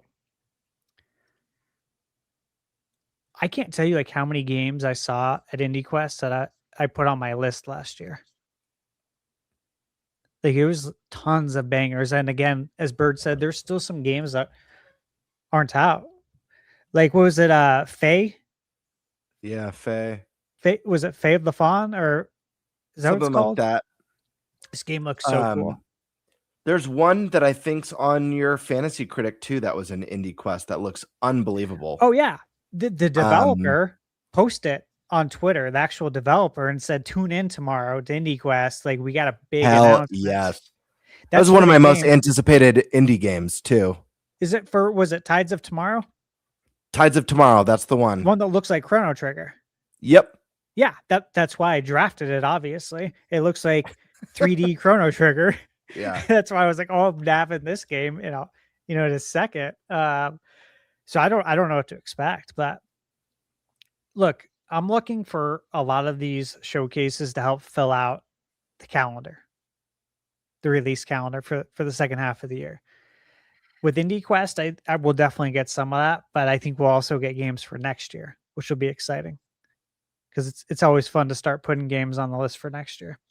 So, look, highly recommend tuning into IndieQuest if you're an RPG fan.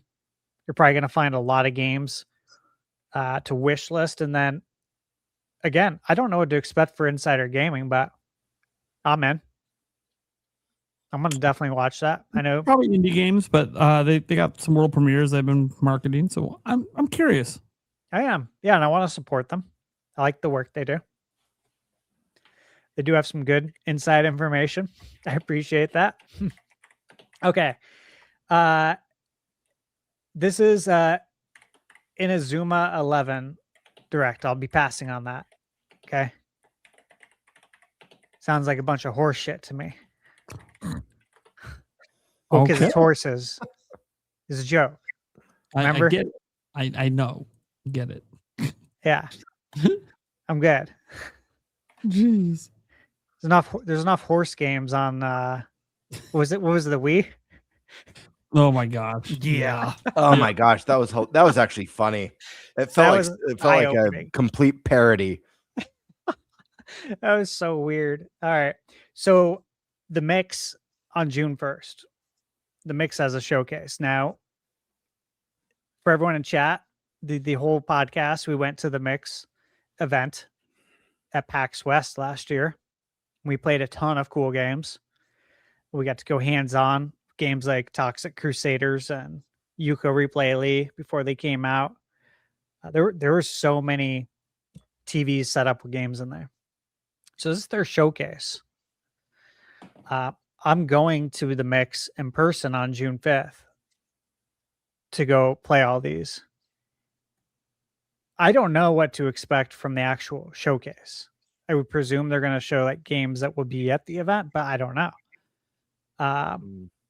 Either way, the Mix has like my respect because of the games that we got to play at PAX and how much fun it was. So I'm like, yeah, totally going to tune into that. That's on June 1st. Midsummer Night's Scream. This is it says Horror Game Awards Showcase. So there's going to be some awards, but they're also going to showcase some games. I saw them on X as well. And I think they got some announcements that'll be worth tuning in for. Oops. No, don't hit me with a pop-up. Okay. June 2nd, Black Voices in Gaming. I've watched this before. again, more new games. I'm in. The state of play. Big boy.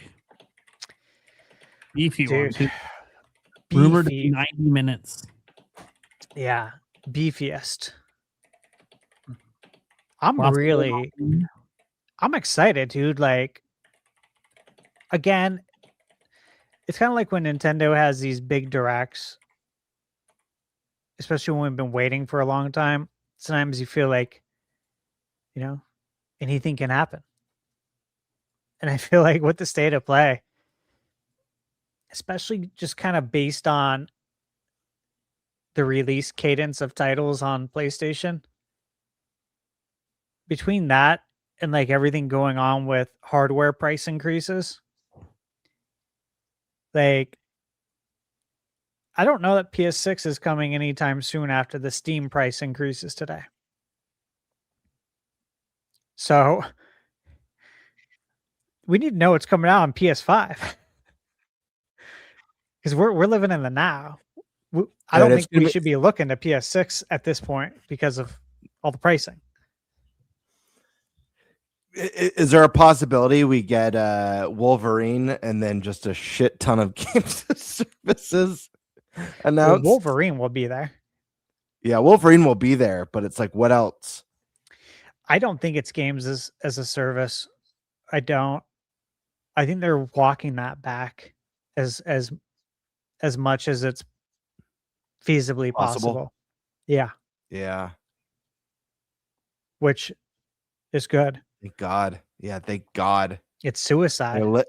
Better late than never, I get. Yeah. Yeah. Oh man. Suicide. I get worked up. I get worked up about that stuff, but I do too. I get mad. I get really mad about it, dude. Yeah. It's upsetting because it's like, no, we didn't ask for this. Stop. Yeah. We didn't have to. It didn't have to be this way. It's painful. Yeah, the suits would say, "What? You don't love money?" Yeah, exactly. This was a suits decision. We all know that.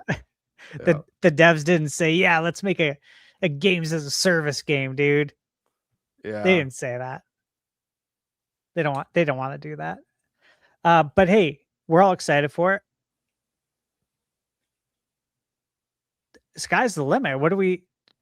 Do we think we're going to see anything crazy? I mean, I think Wolverine, that's obvious. Wolverine's there. We already know this. Final Fantasy 7. Yeah, I feel like 7 Part 3 is the big one. Is it there? Or is it at Summer Game Fest? I feel like it's at the State of Play. Even though it's going to be completely multi-plat.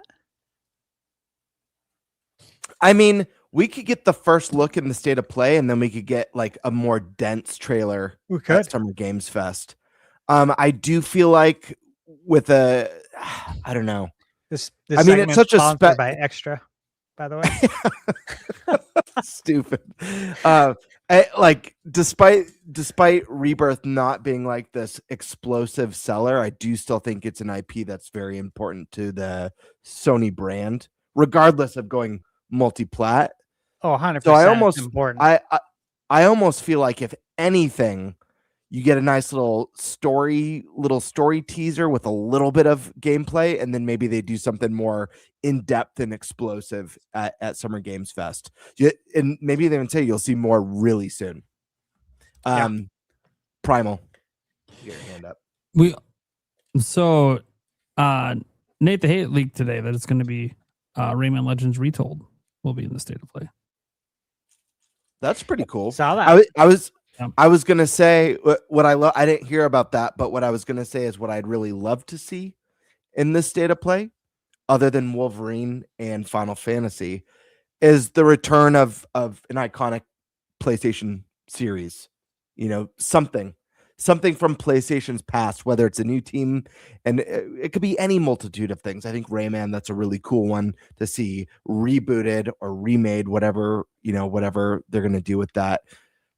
Sly Cooper, Jack and Daxter, like there's just so much stuff from dude, give us a new Give us a new Ape Escape. I don't care what it is, but I would love to see something iconic that resonates with Sony fans who've been there since the PS1 era or the PS2 era. Kind of make like a return to form, some dormant IP. But I don't know. Maybe that's just me. Okay. Let me list off some IPs. You guys tell me yes or no if we'll see them. Uncharted. I don't look. I don't think so. I think Uncharted would be like some sort of a special collection, but I don't think we'd see anything new from Uncharted. Okay. Prime.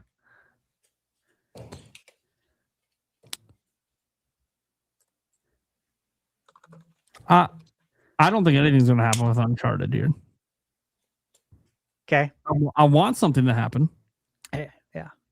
I mean, Uncharted's a great franchise, but I just don't think they're going to be doing anything. Maybe on PS6. I don't know. Like, I kind of feel like the next thing for Uncharted, if there is a next thing, will be a new game. And we know that studio is spending all their time on, what is that, Intergalactic or something? Yeah. That new IP they're working on. So I kind of feel like anything that happens with Uncharted will be after that game comes out. Okay. The Last of Us. Look, I swear if they like remaster it again, just the remaster. Okay, so they've already remastered it on PS5, both of them, and they've released it in a double pack. So they're out of options now. They can't be like, hey, we're releasing it again as a double pack. They already did that. Ultimate Collector's Edition that includes a PS5 Pro specific PSRR 2.0 update to give you 120 FPS and 4K. Yeah, Remaster, release, redone. They can do that. I'm gonna charge you $100. Have a good day. No, I don't think anything's gonna happen. Again, it's just another one of those. Maybe next gen. Did Sony really messed up this generation by going all in on the service games? Like it. These are the kind of things we normally would expect new games in every generation. Sony has made that like a normal thing, and then they decided now we're going to go all live service, and now here we are talking about games that we now have to consider on the shelf that shouldn't be on the shelf and were really popular. Like, hey, we have what about games? Let's just stop making them. What about Parasite Eve? How sick would that be? Yeah. That's Square Enix. Yeah. There's an indie game that I have on my list that is just like it. I'll have to find it for you. Parasite's even in the name. You know what I'd like to see come back? A new What? Jack and Dexter. Yeah, I would agreed. too. I think there's reason. You know, you see, they did Astrobot, did Ratchet and Clank. I think there's reason to think that they could revisit it. My fear with Sony is that Insomniac is gonna just be the default Marvel studio, and I find that to be a real bummer if that ends up being the case. I've got no gripes with Spider-Man. I'm actually very excited. Like, I'm not the biggest Spider-Man fan. I think the game's fun. Just like the character in general, I'm not the biggest Spider-Man fan. I love X-Men, so I am very interested in the Wolverine game. I can't wait to play that one. But the thing is that Insomniac is so talented, and they have such a creative team. And thinking what they've done with Ratchet and Clank. But even when they've been experimental and done really unique stuff like Sunset Overdrive, there's like a lot of untapped potential with that team that I hope they're not just like, you're the Marvel team and you just do Marvel stuff now. It seems that way, doesn't it? It does. Yeah. I agree it does. And Part of You know what I could see part here? of me is mad too because they're so creative. They could do so many things. This is one I think could be there in a remastered form because they haven't really done anything with it since the first couple games. Infamous 1 and 2. Yeah. I could see them announcing a remaster combo pack during this There's event. been some chatter about Infamous Oh. being shown. Yeah. And I think it's a franchise I can understand them bringing back first with remasters before they would do something new. I agree. Okay. When did Infamous 2 come out? It's like Horizon. I don't think we get something major because they're working on that Horizon A live service. Gatherers game. Yeah. The game's a service one. Yep. Yep. Okay. Well, what about God of War? There is stuff cooking. We got the TV show. So obviously they're going to want to line up game releases just like they did with Last of Us, just like Fallout has done with the TV show.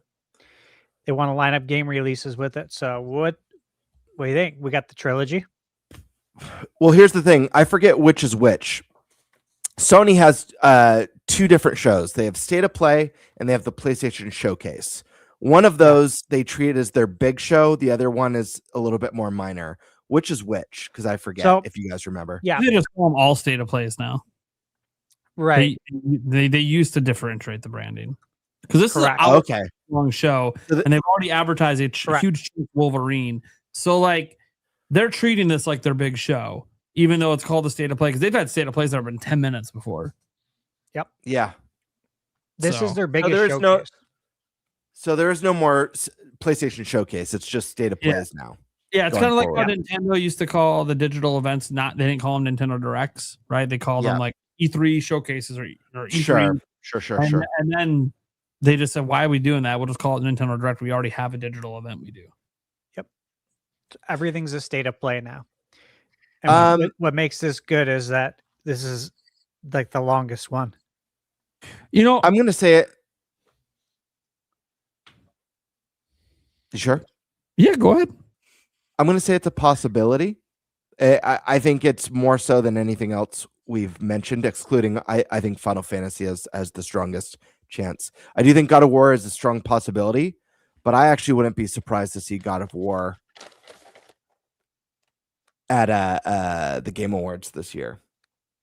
Could be a good one. I could see Keeley working some magic behind the scenes to snag that world premiere for the Game Awards. But I could see a new God of War getting announced, but it's not coming. They won't have like a release date. It's not coming out this year. No. But I can see them tease because Sony does, at least in the past, like to tease things many years in advance. So like they can even tease it, and then it turns out it's like a PS6 game. Of course, we know it'll be on PS5 too because they're just going to go cross-gen. But You think we hear about the trilogy remake, an update on it? That was announced. yeah, that's more likely. to be yeah, honest. probably Here or at Summer Games Fest. I think that's more likely. yeah. Astrobot. I don't think there'll be anything new yet for that. No, unless they do another DLC for it. I could see like Team Asobi having something else cooking, maybe. But I think Astrobot they'll wait for the next gen. What about SOCOM? No. SOCOM would be cool though. You know, like, We're just gonna put How was Rand that not? out. How was that not their games of service attempt? no shit. That That should would have be- made sense. That actually would have made sense. That's why it's not. Yeah. exactly. No, we're just gonna Inst- make all and- these that copy everyone else's games and assume everyone's gonna leave those games to play our game. Yeah. Instead, they had Blue Point not work on a Bloodborne remake and instead do a God of War games of service. Or That no any one asked remake for. ever from a studio that literally did nothing but remakes. Dude, I'm so mad about the Blue Point situation, man. Dude, they had this consistent release cadence of releases. They were doing great. Sony buys them, and now no releases, and they're done. It's so frustrating. I don't know why Sony bought them. Like, I don't know. If you didn't buy them to do remakes and remasters, then why the fuck did you buy them? Yep. That's literally all they do. What? I don't know. It's dumb. It's like, what's the point? You know, just makes me blue to think about.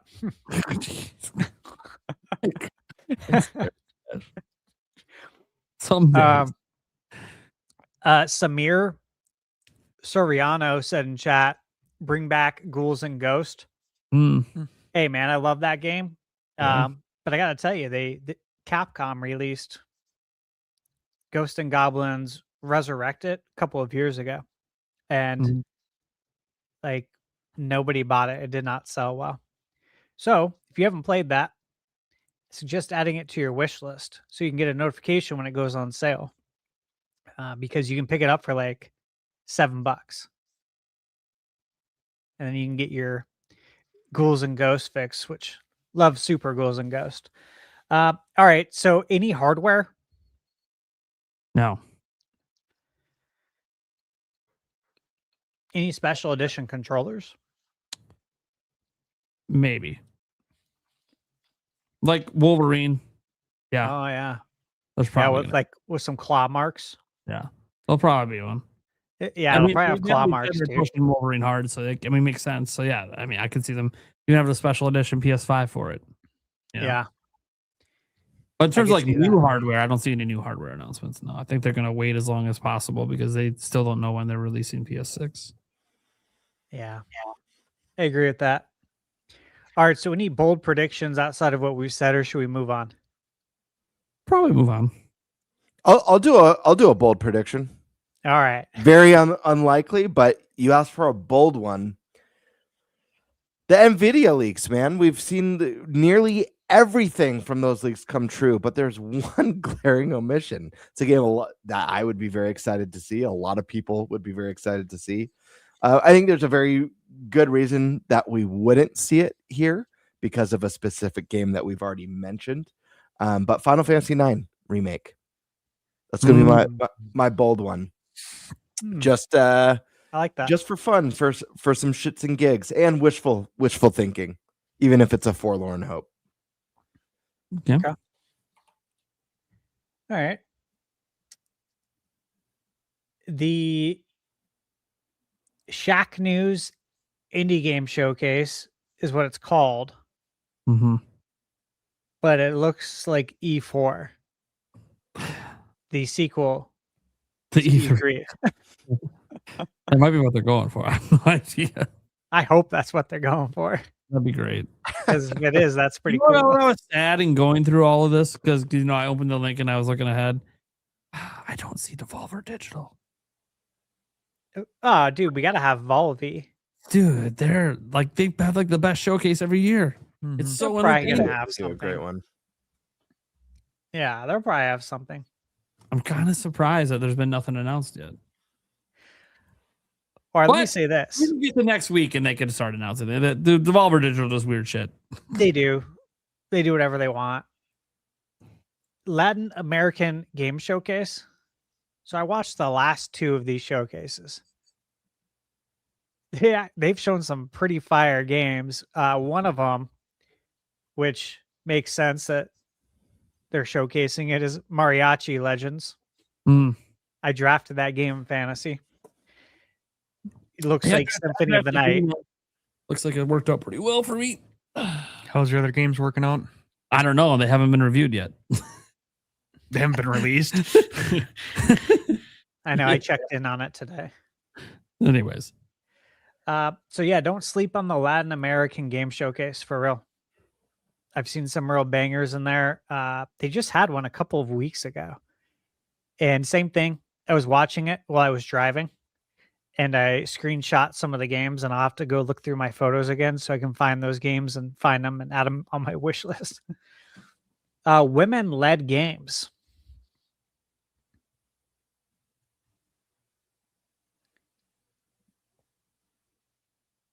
Women-led games.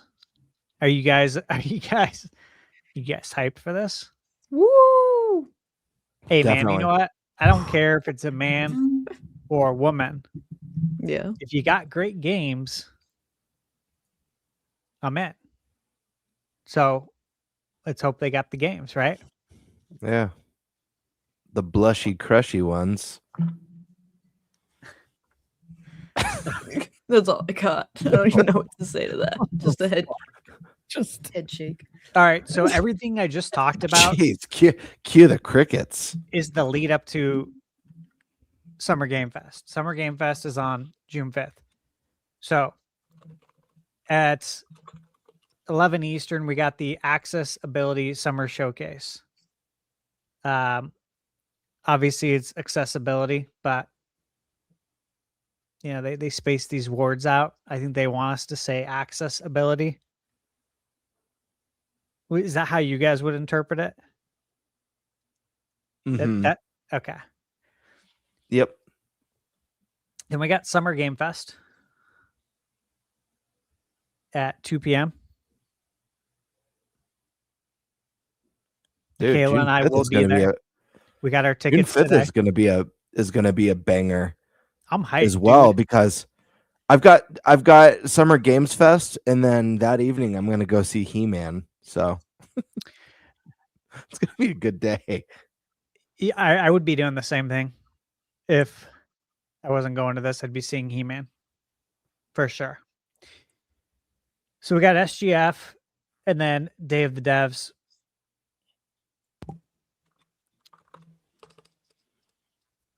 I'm excited. We'll see. We'll see what happens. Yeah, I'm excited for Summer Game Fest every year. I think it's gotten better every year. I think so too. And I think there's going to be a lot of really, really big announcements this year in there. So it's just always Hopefully some release dates. Yeah, Nintendo fans get disappointed because Nintendo's never part of it, but there's going to be some big stuff in there.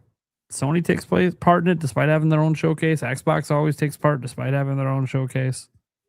And guess what? You're not seeing Ubisoft or any of these other big third-party games running showcases this year, which means you look to the Sony, Microsoft, Nintendo, and Summer Game Fest. That's where their games are going to be. Yeah, and Ubisoft could have announcements in Summer Game Fest as opposed to having their own showcase. Easily. Yeah. But they have obviously Black Flag remake, Resynced coming up. I don't know if they'll show any more. They've shown a lot already. Okay, June 6th, IGN Live. I don't know what to expect. I won't be watching that one.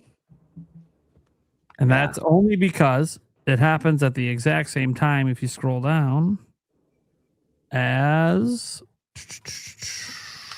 another...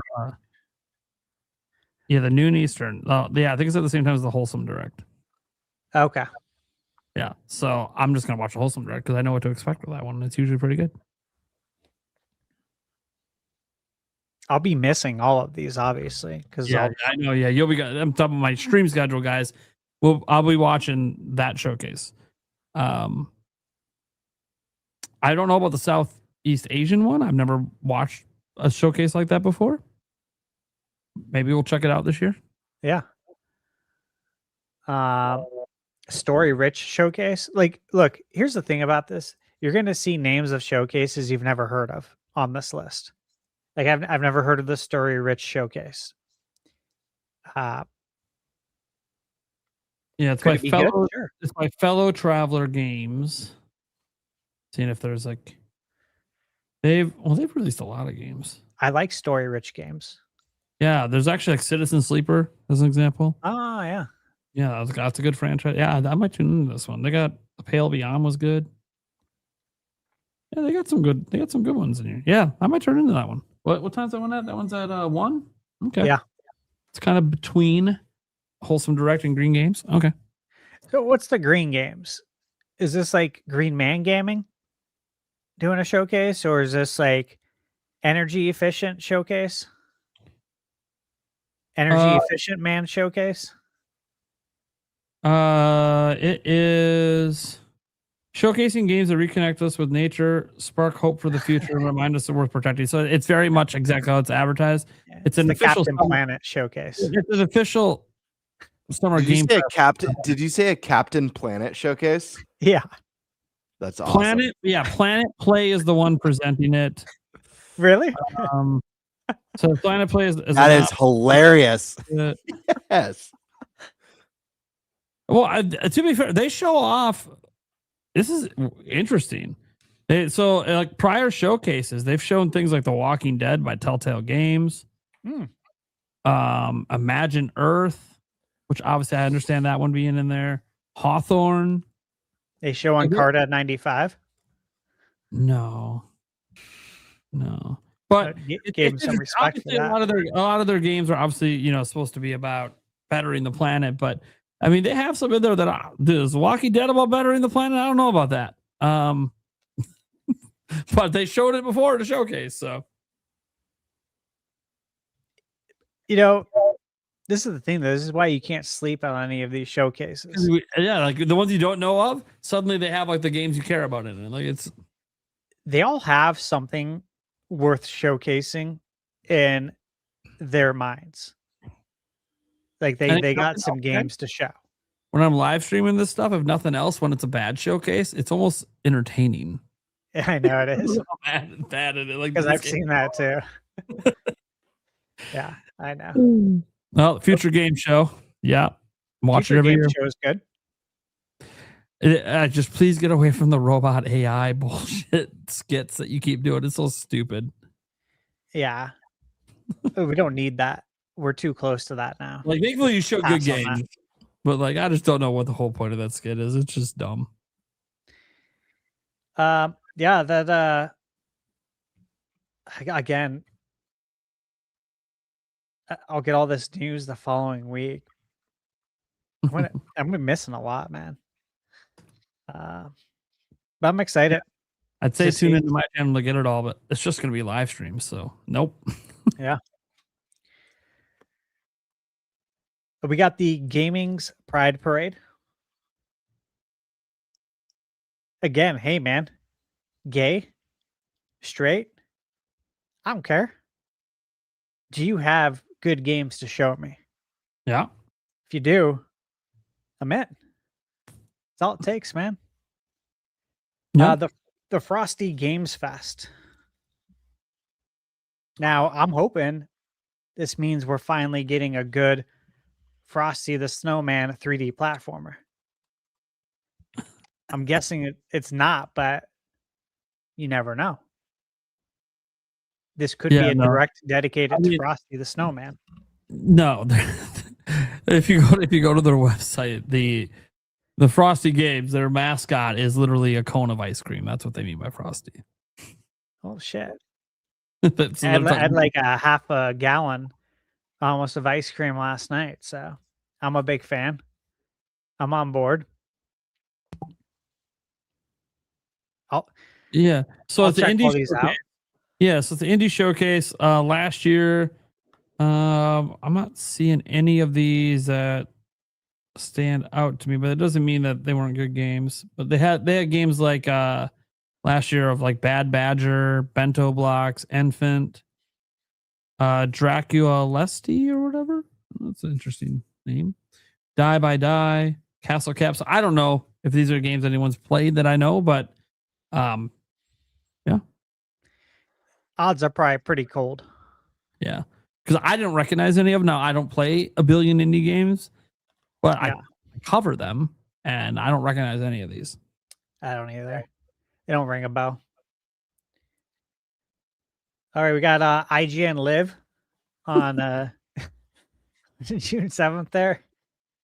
Then we got it's at its own time. You know what? Maybe I might watch it that day. We'll see. Because it has its own time that doesn't conflict with other shit. What's the N3? N3? What? You think it's Nintendo? No. Under disguise? What the fuck? I've literally never heard of N3. Neither have I. This is entertaining and educational. They should, like, I can't even Google it. Like, they should put links in here to shit because I don't know what this is. Hold on, it's got that accent above it. Let me. Yeah. I was gonna That might ask make what a it difference was, but I can look at it. I Okay, mean, yeah. you pronounce that like Enye in Spanish. Like if Found you it. just want to say that letter, So so it'd be it's like an upcoming Enye showcase. 3. It's an upcoming showcase featuring more than 60 games made by Hispanic-speaking game studios. Oh, there you go. Cool. Yeah. I recognize one of the games in here. But this is from, I don't know if this is actually what they're showing this year or what. Like Moonlighter 2. I recognize that one. Oh yeah. Yeah. Very excited for that to come to Switch too. I played it on Steam. So, yeah. So that's, oh yeah. So this was 2025. So they showed that last year. Yeah. Okay. Okay. So, all Well, right. Might tune in if it's not Pedigree's conflicting. good there. Yeah, 11:30. I don't think it conflicts with anything that day. No. All right. Yeah, I'll probably watch it. Okay, we got the Xbox games showcase and the E-Day Direct. I'm Mhm. excited for that. What are they going to show? What are we doing? Got a new head honcho over there. She's been very active on social media, she's saying all the right things. Can you back it up? Can you back it up? If the Back it jiggy up, fits, bro. the jiggy fits, right? Yeah, I want to know if she can back it up. Know what I'm I saying? mean, this is where We're gonna find out. look. Beep, beep. Obviously, I'm excited to see the Gears of War E-Day stuff here. Get up. And I suspect Fable will be here too. And that'll be fun to see again. But the game I actually want to see more about is Clockwork Revolutions. Dude, same. That's been last two years, Mm-hmm. possibly last 3. I've only done it for 3 years. My most anticipated games that I do every year to kick off the year, that's been on there. So looks so good. They announced it too early, obviously. Yeah. Are you guys all familiar with Clockwork Revolution? That first-person game? Obviously, it has a If you big want to watch focus the on trailer time. for it, it might jog your memory. It's really cool. Really Yeah, cool. dude. The way I felt about it, guys, the first time that they revealed it is the way I felt about Expedition 33 when it was first revealed. Like, just very interesting concept Very. and gameplay mechanic. And then obviously Expedition 33 we know turned out to just be a banger. I don't know if this one's going to turn out that way, but it very similar, like just doing some really interesting things that pique my interest. Yeah, I'm excited. Xbox, they typically have a lot of great games to show. And the good thing about this is that they can also come to Switch too. Right? Yeah. We potentially could even see logos for Switch 2 and PS5 if they decide to do that. If they decide to. If Again, they do, yeah. New management. They have in prior Xbox showcases have shown PS5 logos, not Switch 2. Of course, Switch 2 hasn't been out for that long. It'll be interesting to see what happens because are we going to need clarifications here? Is Asha going to appear on camera and be like, "Hey, we've been hearing you. So here's Gears of War, here's this and that. And by the way, these are all exclusive to Xbox," because that's been a huge talking point they've been having internally. And the letters have been leaking out about going back to exclusives. I don't know if they're going to do that now. And they could literally just be about Project Helix, where they're considering having some exclusive games there. And I'm saying some, guys. I think like Call of Duty is never going exclusive.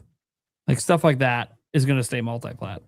I think it's interesting just to see if, because here's the thing. They're under new management. The new management has said a lot of the right things that makes people get excited, but also this is Microsoft. Brings them hope. Yeah, it gives them hope, but we all know that Microsoft corporate came down on Phil. We all think it's probably just a matter of time before they come down on her. And I don't mean they're bad people.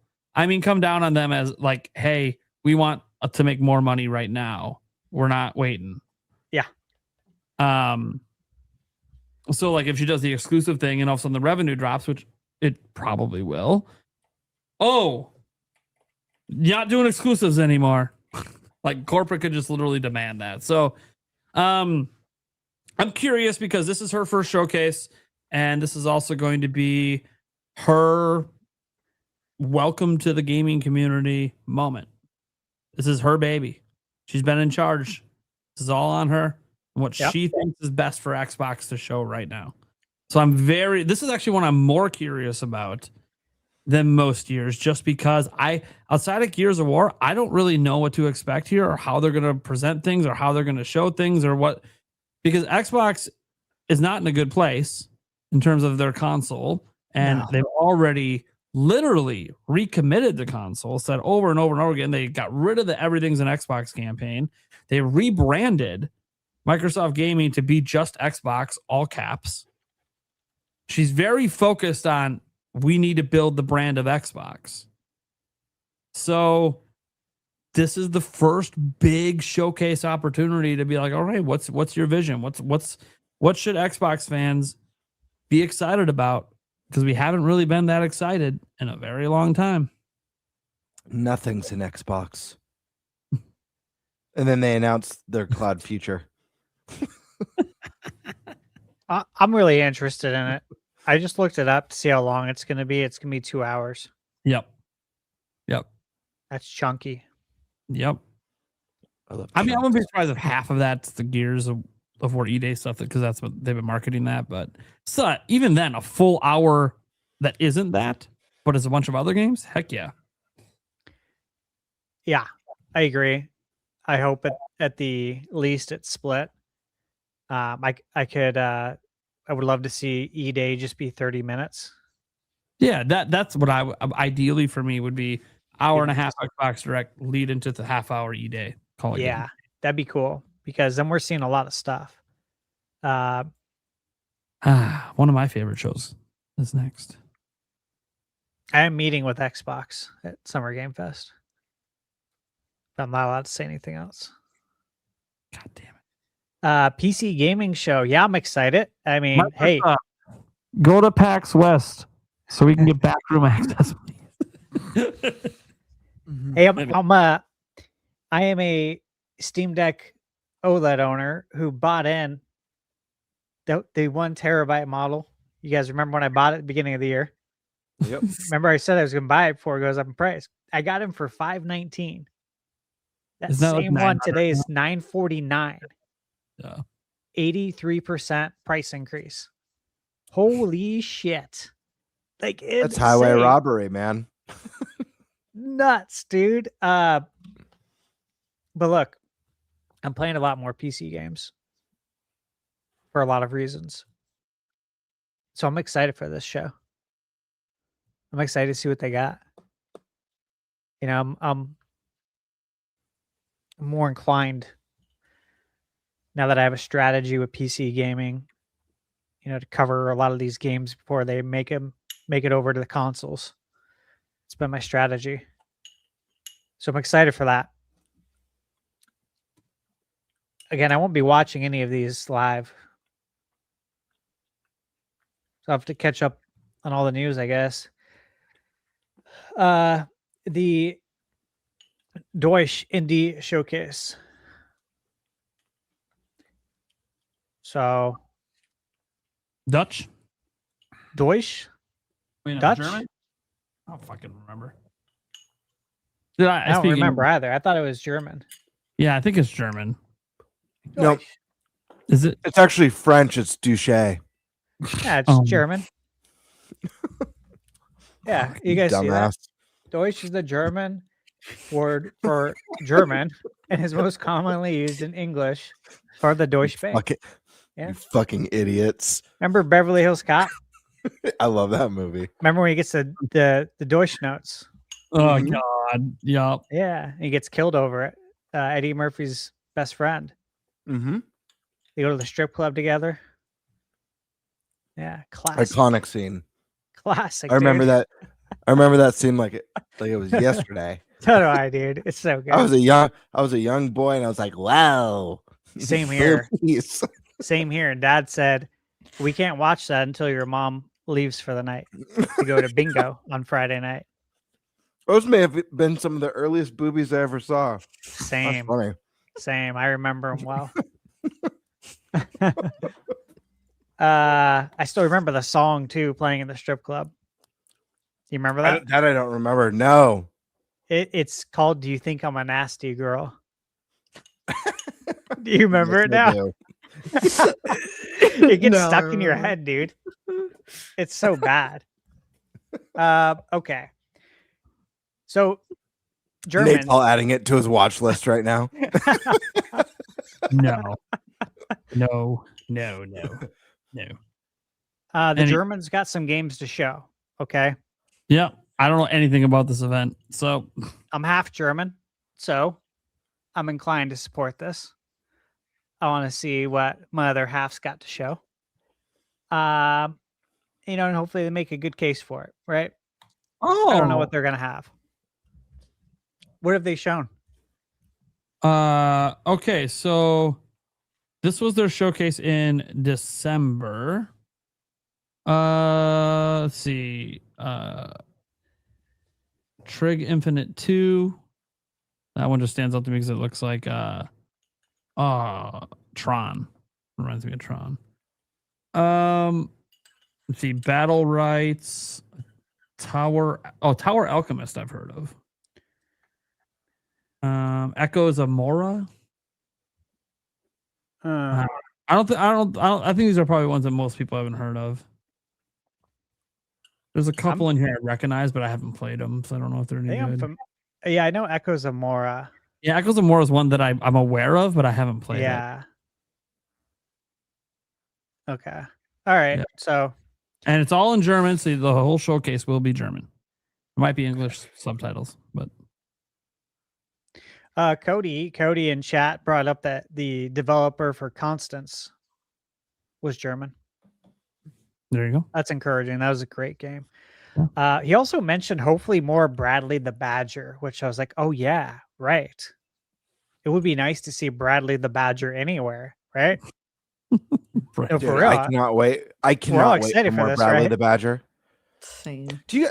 I hate to derail a little bit. Do you guys remember, like, now that we were talking about German stuff? Do you guys remember that insurance? It was either an insurance commercial or a Coast Guard commercial, and it's the guy, or it's a Coast Guard commercial. Yeah, it was the guy, and he's at the radio and stuff, and he's listening as the Coast Guard, and you hear "Mayday, Mayday, we're sinking," and it's like the German Coast Guard, and he goes, What you thinking about? Do you guys remember that commercial? Yeah, I do. What you thinking about? Yeah. We used to quote that. My head. This is so wild. Help, we're sinking. What you thinking about? I love that shit. Oh, that's funny. Every movie that uses that accent, I just find fucking hilarious. Mm-hmm. Dude, and every time I think about Germans, I can't help it but go to Beer Fest. Mm-hmm. That Yeah. movie, man. The So Germans are so good. And if anyone's like, "Ooh, dude, this is like the people that did Super Troopers," shut up, dude. These guys rock. Yeah, that was so good. All right, so we'll see what our German friends have, and then our friends in India, they got a showcase now. They do. Hey, dude, they love video games. I'll tell you that. They have lots of game development studios over there, actually. A lot. Yeah. What are you guys laughing about? H1? Yeah. Yeah. So this is the first year of this event. So, What are they holding in the picture? Do we know what the that world? Is it like just the world or is? something? I thought maybe it was Earth. Yeah, but I don't know. Yeah, it basically there's like no idea what to expect. They were accepting submissions 10 weeks ago for it. I think it's just it's what you would expect. It's about supporting Indian developers. All right, well, let's hope they come out swinging. Everything they've advertised though is in English, so it's probably going to be in English, and it's just whatever games are coming out of India. You know. Oh, hope they come out swinging. It's about to be game time over there for them. Yeah. With Nintendo Switch, baby. All right. And then June 12th, we have the Upload VR showcase. I've actually watched this at least for a few years. Because this really is the only showcase for VR games. Mhm. I do have a PSVR 2. I have the cable and the adapter to connect it to my PC. My PC can still run those games, thankfully. So if there is something that really catches my eye, I can play it, right? Yeah, I won't be touching it. But yeah, there's no interest in it. It's not a lot, man. There's not a lot in the VR space. VR is just not my jam. Yeah, I mean, you and many others. It just has not taken off. It's been more successful than this, but it reminds me of like 3D TV. Yeah. Like, yeah, it's neat. It's a nice novelty, but most people just don't give a shit. Yeah. I mean, even the Apple Vision, right? I mean, granted, it was very expensive. But even that didn't take off. All right, I think that's all of them. Yeah, all the ones currently. Like, guys, if a Nintendo Direct happens, it can't get added until it's announced. So, yeah, I don't know when Devolver usually announces it, but I gotta imagine they got some tricks up their sleeve, because they just keep getting bigger. They keep publishing more games. I know they have what is it? Is it called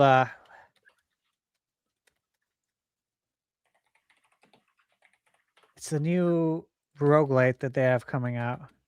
Devolver Digital Dark Scrolls. It was supposed to come out right now, but they moved their release date because of Mina last week. Mm-hmm. It's by Doinksoft is the developer. Devolver's Such a publishing great it. name. I love that name so much. Doinksoft. So I good. do too. It reminds me of the clown, of course.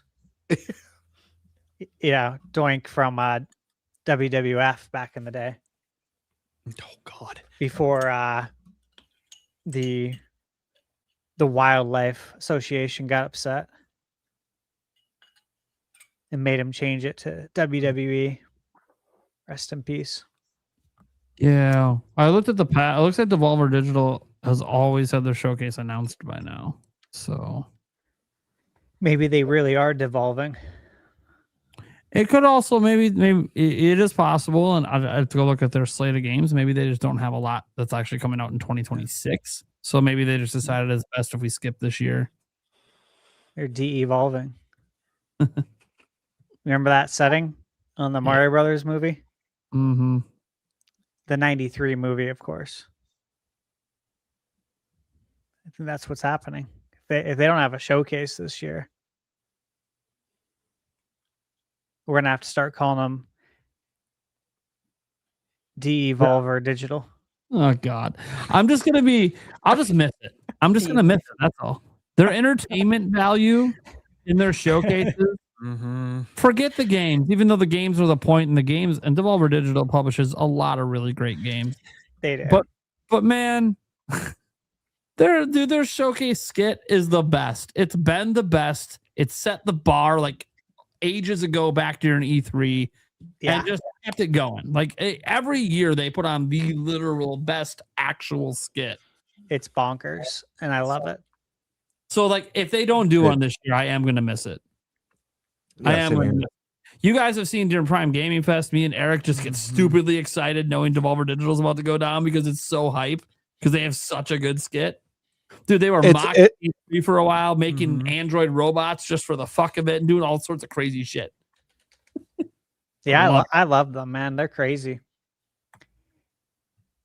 You know what? They might have something.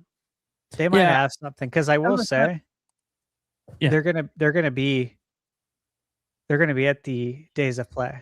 Days of Play, yeah. They have some games to yeah. download.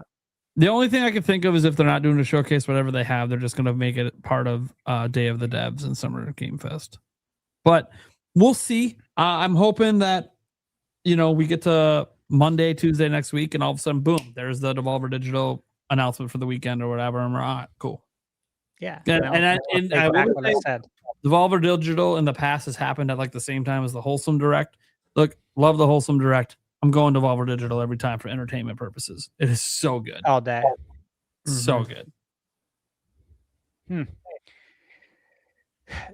It just Guys, feels weird. there's a lot to take in. They've been on the list for like a decade of having like a showcase.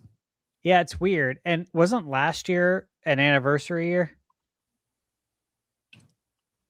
I think so, yeah. I remember them making a deal out of it.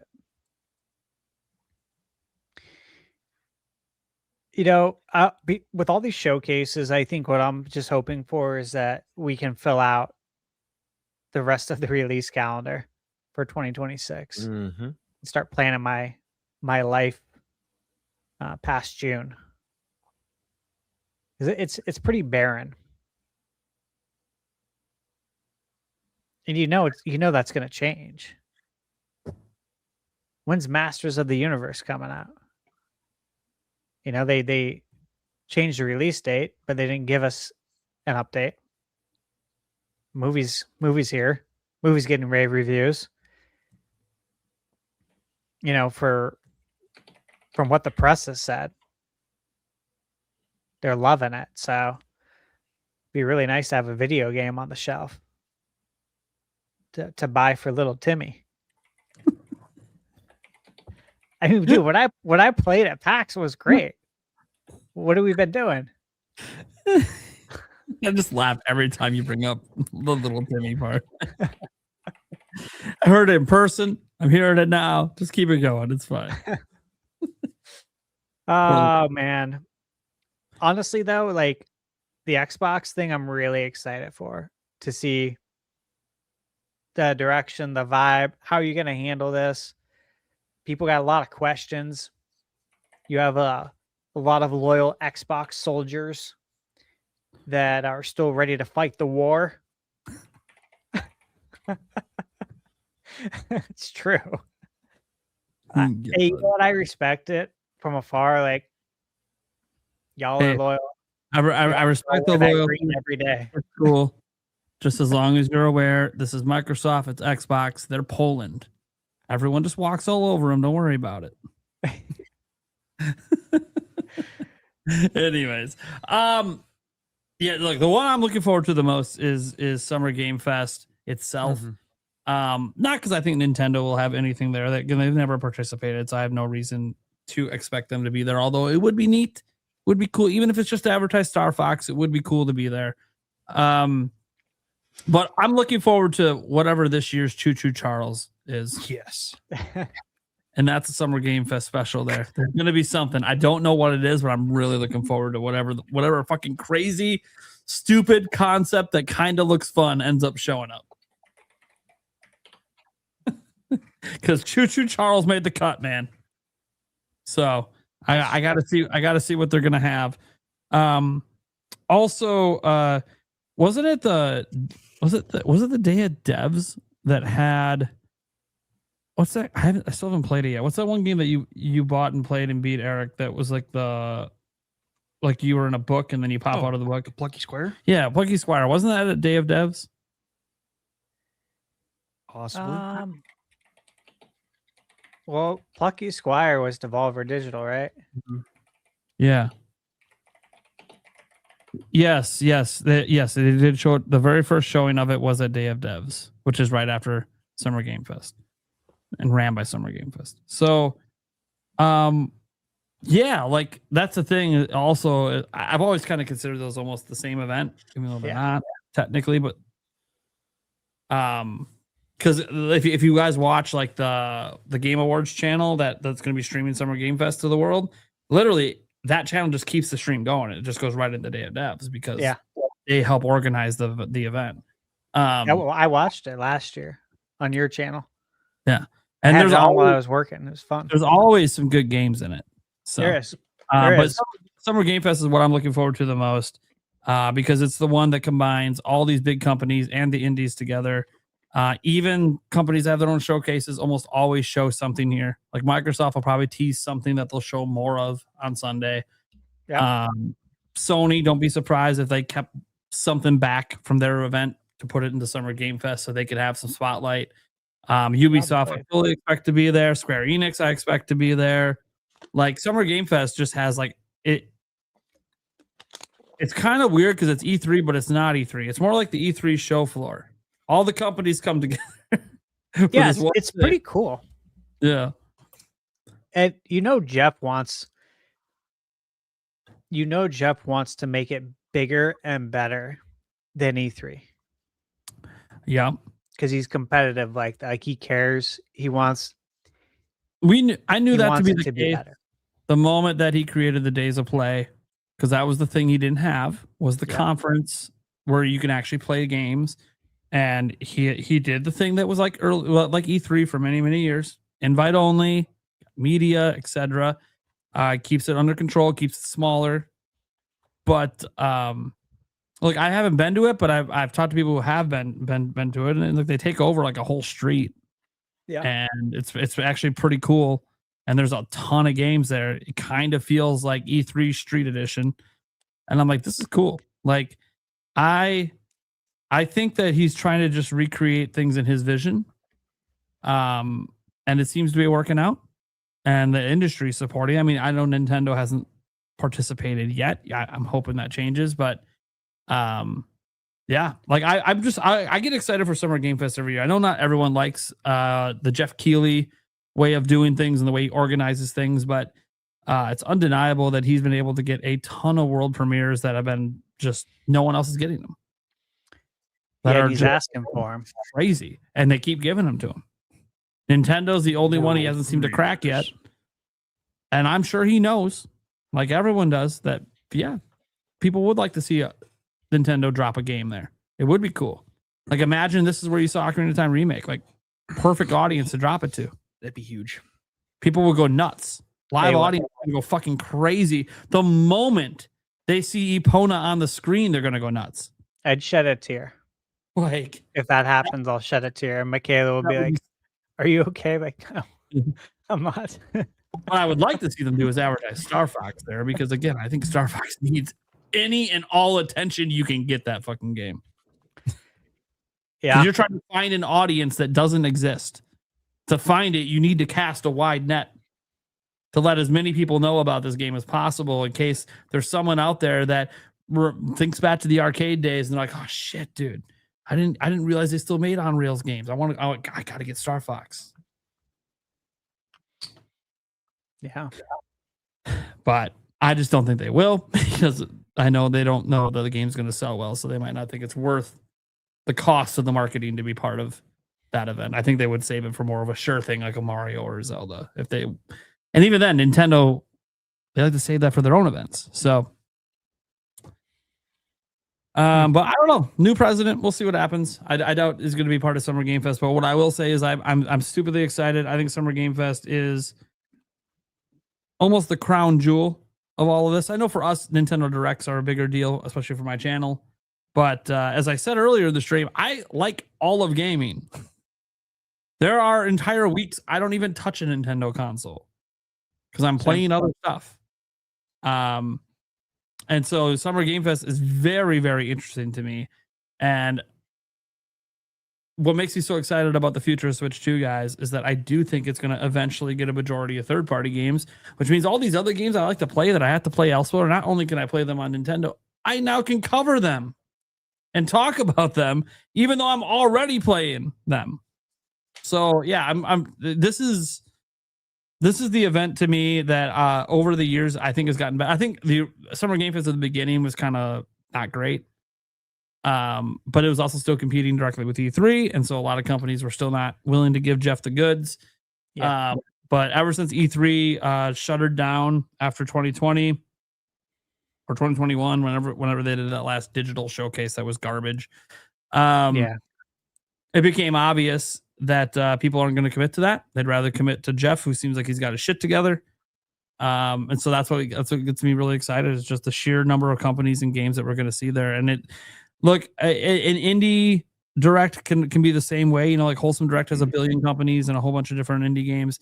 But there's something about knowing that, yeah, we'll see some good indie games, but I can't help it, guys. Something about the AAA. I don't know what it is. It hits different. Sometimes it hits different in a bad way. Sometimes it does. Especially when it's like games as service stuff. Yeah. Like, no. It's like, oh, like Nintendo announced a new game. Oh, they finally announced the game here. And then it's a games as service. Like, fuck off. God damn it, Nintendo. Yeah. Not you two with the season passes and all this bullshit. But no, yeah, Summer Game Fest is where it's at for me. It's where it's at every single year. And yeah, it seems to be what my audience is most interested in too, because the Summer Game Fest part of the live stream always has the peak live viewers of anything besides the direct. The Xbox and PlayStation showcases perform well as well, but not the Summer Game Fest always performs better. I think it's because there's always this faint hope from Nintendo fans that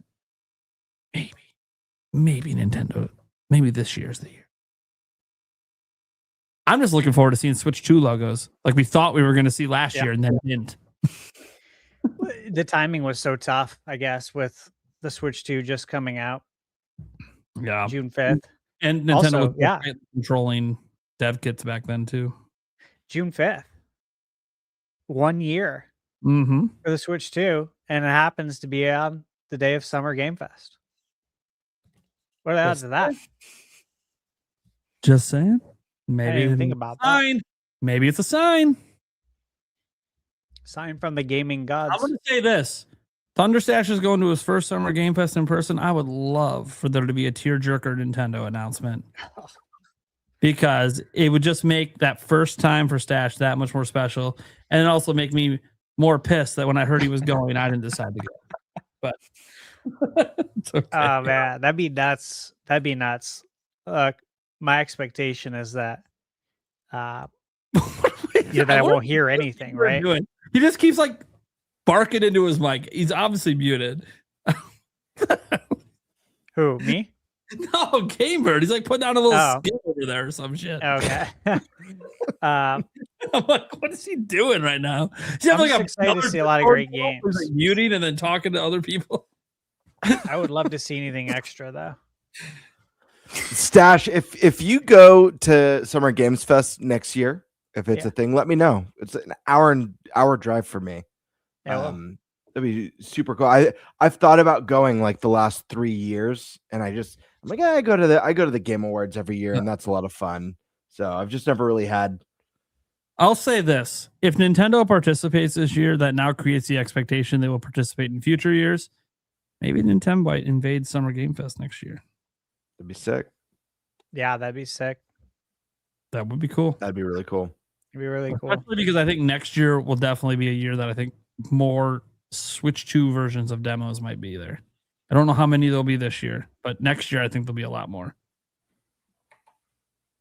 Yeah, I think so too. I think that's for sure. I meant to tell you guys.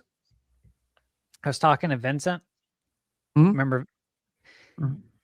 So he had told me, send him an email if I was going to Summer Game Fest, and I had let him know that at the time, I was like, no, Matt, I don't have any intentions of going. I said, we'll be at PAX, the crew. And then, of course, that changed, and I ended up emailing him. And I had asked him if he's going to be at the mix because I saw they were having one. Yeah. He's like, actually, yeah. He's like, I'm the director. I'm directing the whole thing. I'm like, oh, shit. So maybe he'll be doing the same for PAX. That would be nice. That would be cool. But I thought you guys liked to hear that. Good little because Vincent's a cool dude. I was like, oh, nice dude. I've met him many times. Yeah. He's a cool. Yeah. Guy. All right. All right. Yeah. I think we can just get to the Q&A. Get the shindig going. Hell yeah. All right. So we got Joey Pitts coming in saying DK64 on NSO June 4th. Yeah, I saw that announcement during the show. Same. Finally, by the way, most people surprised we didn't get this last year. But hey, better late than never. Finally. I'm excited. One of Rare's last great games. Yeah. 1999. Demonic Brawler. Got to keep it going. NFL Blitz, NBA Jam, NHL Hits. Got to keep it going. Man, I was thinking about that today. Because Exactly. Summer Game Fest posted, like, what game do you want to see most? And I was going to reply with NBA Jam. But I'm like, oh, if I reply with this, I'm probably going to get a lot of people commenting on how the NBA is rigged. And, like, I don't want to go into those conversations. I saw that same thing. I thought about posting just did NFL Blitz. Just come on. But I didn't. I need to stir the pot too bad. Yeah. True dude. Just dropping some emojis. Member for 10 months. Nintendo Prime drink, which isn't going to show because it's a custom emoji. But then, is that supposed to be like represent us? Socks for Eric. The bird for Birdman. Those are swords. The swords for who? You? For me. Sky Okay. Swords Alyssa. Okay. And then, And then I'm the like, kiwis for 11? Kiwi. So who the fuck am I? It's Oh, a I'm, kiwi. I'm the Nintendo Prime drink emoji. Yeah. That's why. I was confused. I'm like, where's me? Oh, I am there. I'm the emoji that doesn't show up because they use the custom one because they're a member. All right, got it.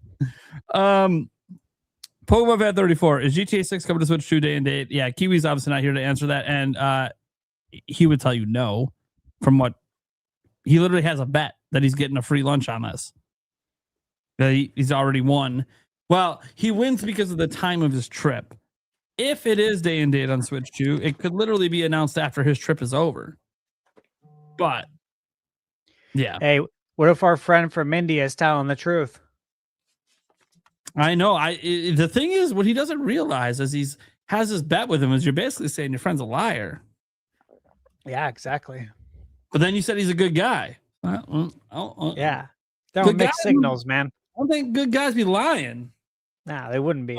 But to be fair, he did say while he's there, and he knows multiple devs that work for Rockstar India that he will press a little to see if more of them will confirm this whole Switch 2 situation. But because it is possible that might have been the part of Rockstar that would have been working on the port, and that's why they knew. But we don't know. He's only got a single source on it, and he's getting a free dinner from them because it hasn't been announced yet. We'll see. New member coming in, Christopher Colaza. Thank you so much for that. Then he said, let's go. Best Nintendo podcast out there. Yes. Hell yeah. Hey, all right. He's looking very 80s, 90s in his picture, too. I know. I feel like that's the crowd we're trying to hit on. Yeah, way to rep. Now, maybe when I'm 60 and doing this, I might need to start trying to find a way to get the younger ones in because our audience might be dying off. Literally. Yeah, literally, Yeah, I'm really glad you enjoy the show. This is honestly, like, I know earlier we were talking about our YouTube stuff. I didn't talk about the podcast, but this is my favorite thing I've ever done. Literally. Like, even setting aside all prior podcasts, like even just the fun we had at PAX West was built off of us being a podcast. Like, this is awesome. I love this shit. Yeah. It's great.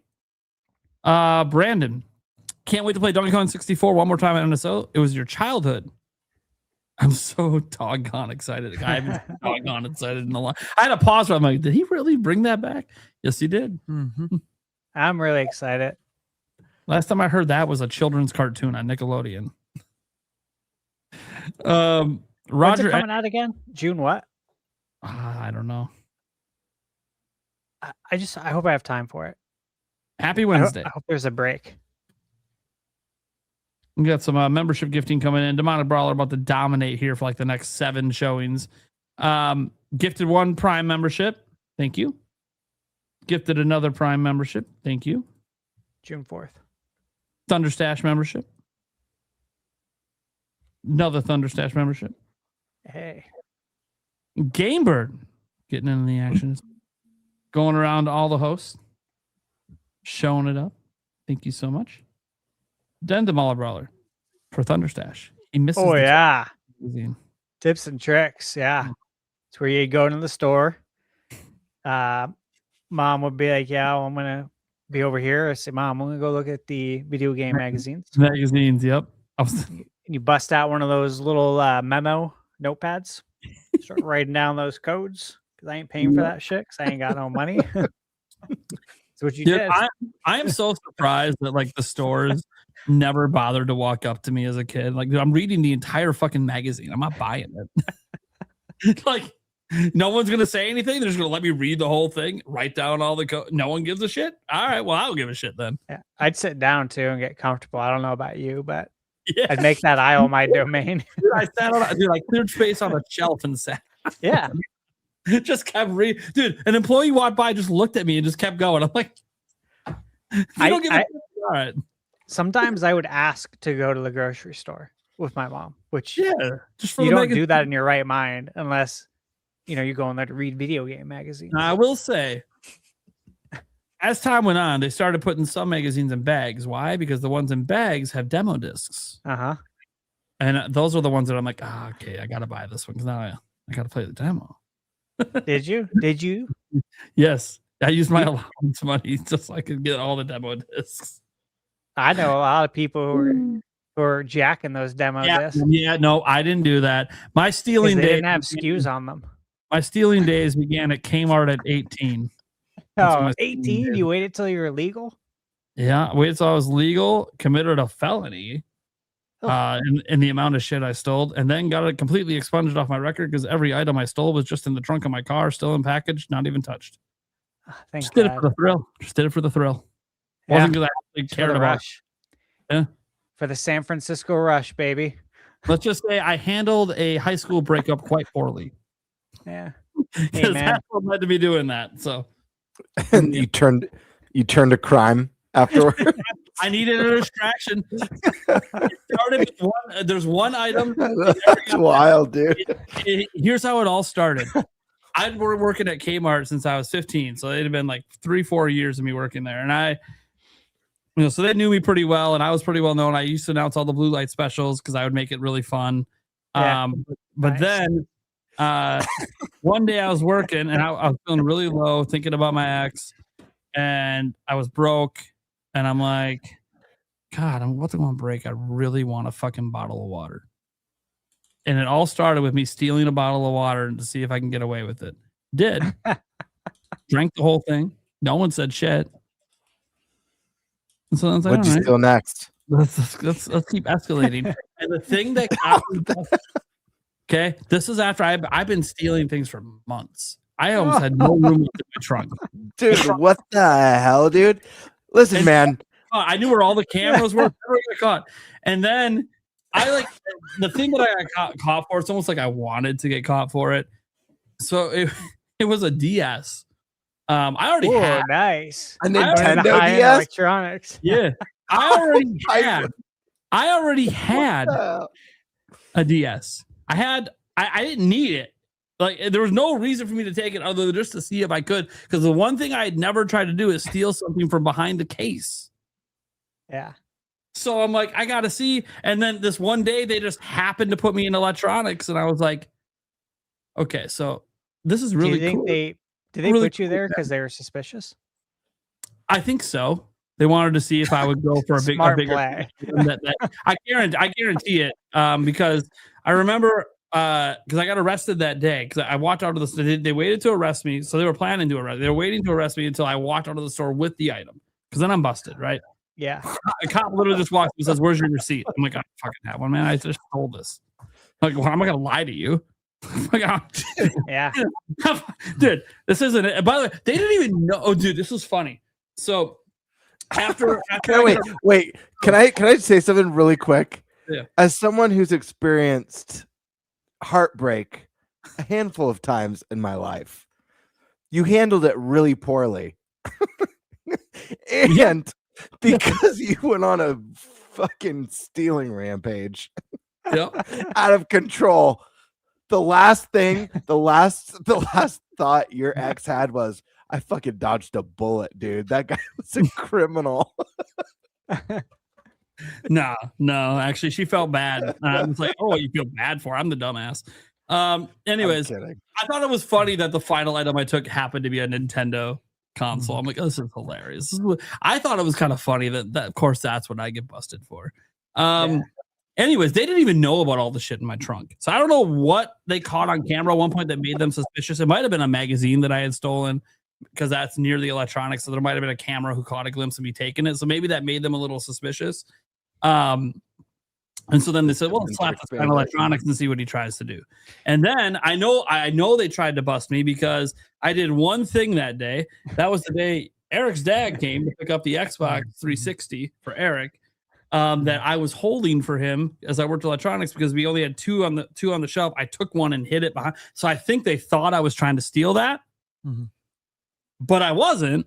I was waiting for his dad to show up and buy it. And then, I sold it to him. No problem. I didn't care about that. It was after that is when I decided to take the DS and then, got busted. The funny thing is after I was arrested and did all that thing and I wasn't really even crying about it. I'm just like, yeah, I know what I did.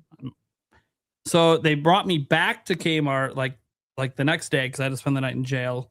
They brought me back to Kmart the next day to meet with their HR person and with the cops in the room, because they hadn't really decided how hard they want to press charges and what they want to charge for. And then I'm like, well, guys, they said, can you give us, tell us anything else that you stole? I'm like, I could do better than tell you. You want to see it? So you let them in on it. They're like, well, what do you mean? I'm like, everything I ever took, well, minus that water I drank, is literally in the trunk of my car that's still out in your parking lot. All of it's out there. Every single thing unopened. You can literally put it back on the shelf like it never happened. That said, the shitty thing is you walk out there and all of a sudden somebody stole it from your trunk. So this is just supposed to be like a misdemeanor. You walk out there, pops open the trunk, takes all the inventory. He's like, dude, this is a felony. You took so much shit. It's a felony. I'm like, well, damn. Yeah, leave it to me to fuck my future. That's cool. So were you trying to give it back? Like trying to see if maybe they would be like, hey. I brought it up to be like, hey, look, guys, I literally wasn't like giving this stuff away or selling it. Like it was a thrill thing. The thrill's over now. I'm actually more worried about my future at this point. I knew the thrill would come to an end at some point. Wish it would have happened before it was enough to be a felony, but so and then they just said, well, how did you do it? Like some of the stuff, like how did you? I'm like, well, dude, you guys have, your security camera system sucks. You have like 3 in the whole store. How the fuck do you think anyone steals anything? I have to work here if I wanted to steal this shit. That's how easy this was. Like, you guys just gotta step up your shit. But I'm really sorry. I always meant to give it all back. I just didn't really know how do I go up to my manager and be like, hey, so I've been stealing from you guys for months. But I have everything in my trunk, so we're cool, right? Or what was I supposed to do? Be the dumbass that tries to sneak it back into the store and put it back on the shelf? Yeah, what's done is done. Yeah, it's like what is done. It's like whatever. Anyways, guys, all of that said, really shitty time of my life. It got expunged off my record. Now, why did it get expunged off my record? Because in the courtroom, they're sitting there. There's the Kmart people and their people, and there's me with no lawyer. I was going to ask, did you have mediation or were you able to call Saul? It was just me and my mom. They made my mom step back because she just wouldn't shut up. And they said, hey, you didn't bring legal representation, or you find to represent yourself. I'm like, I'm guilty. I don't know what do I need representation for to tell you I'm guilty. Yeah, I did it. I didn't lie about it. They have a full inventory list of stuff from my trunk. I'm guilty. So whatever the punishment is, I accept it. I'm going to be in jail for a while, if I'm going to have to just pay huge fines, both. I don't know. This is wild, dude. I was just so calm because I was like, what do you want me to do? Like, if you want me to cry and feel remorse, I do feel remorse. But you have to remember the circumstance. It was just for a thrill. It wasn't because I actually cared about any of that shit. And I gave it all back. So they lost nothing in the end except an employee. And they're just like, well, that's a pretty cocky way to look at it. I'm like, I mean, they got everything back and they lost me. So I was one of their better employees. Sorry to toot my own horn. Although I was the worst employee for stealing, but the best employee for working. I don't really know how to. I was the best they had. Your trunk just filled with shit. You can go check out my times at checkout. I was number 1 in the store. And ladies and gentlemen, the moral of the story is that's how Kmart fell apart. Yeah, that's how Kmart fell apart. No, It was all because of Nate. but what I said had nothing to do with getting my record expunged. So what happened is, they asked my mom one question. As the parent, what are you going to do about this? He's 18.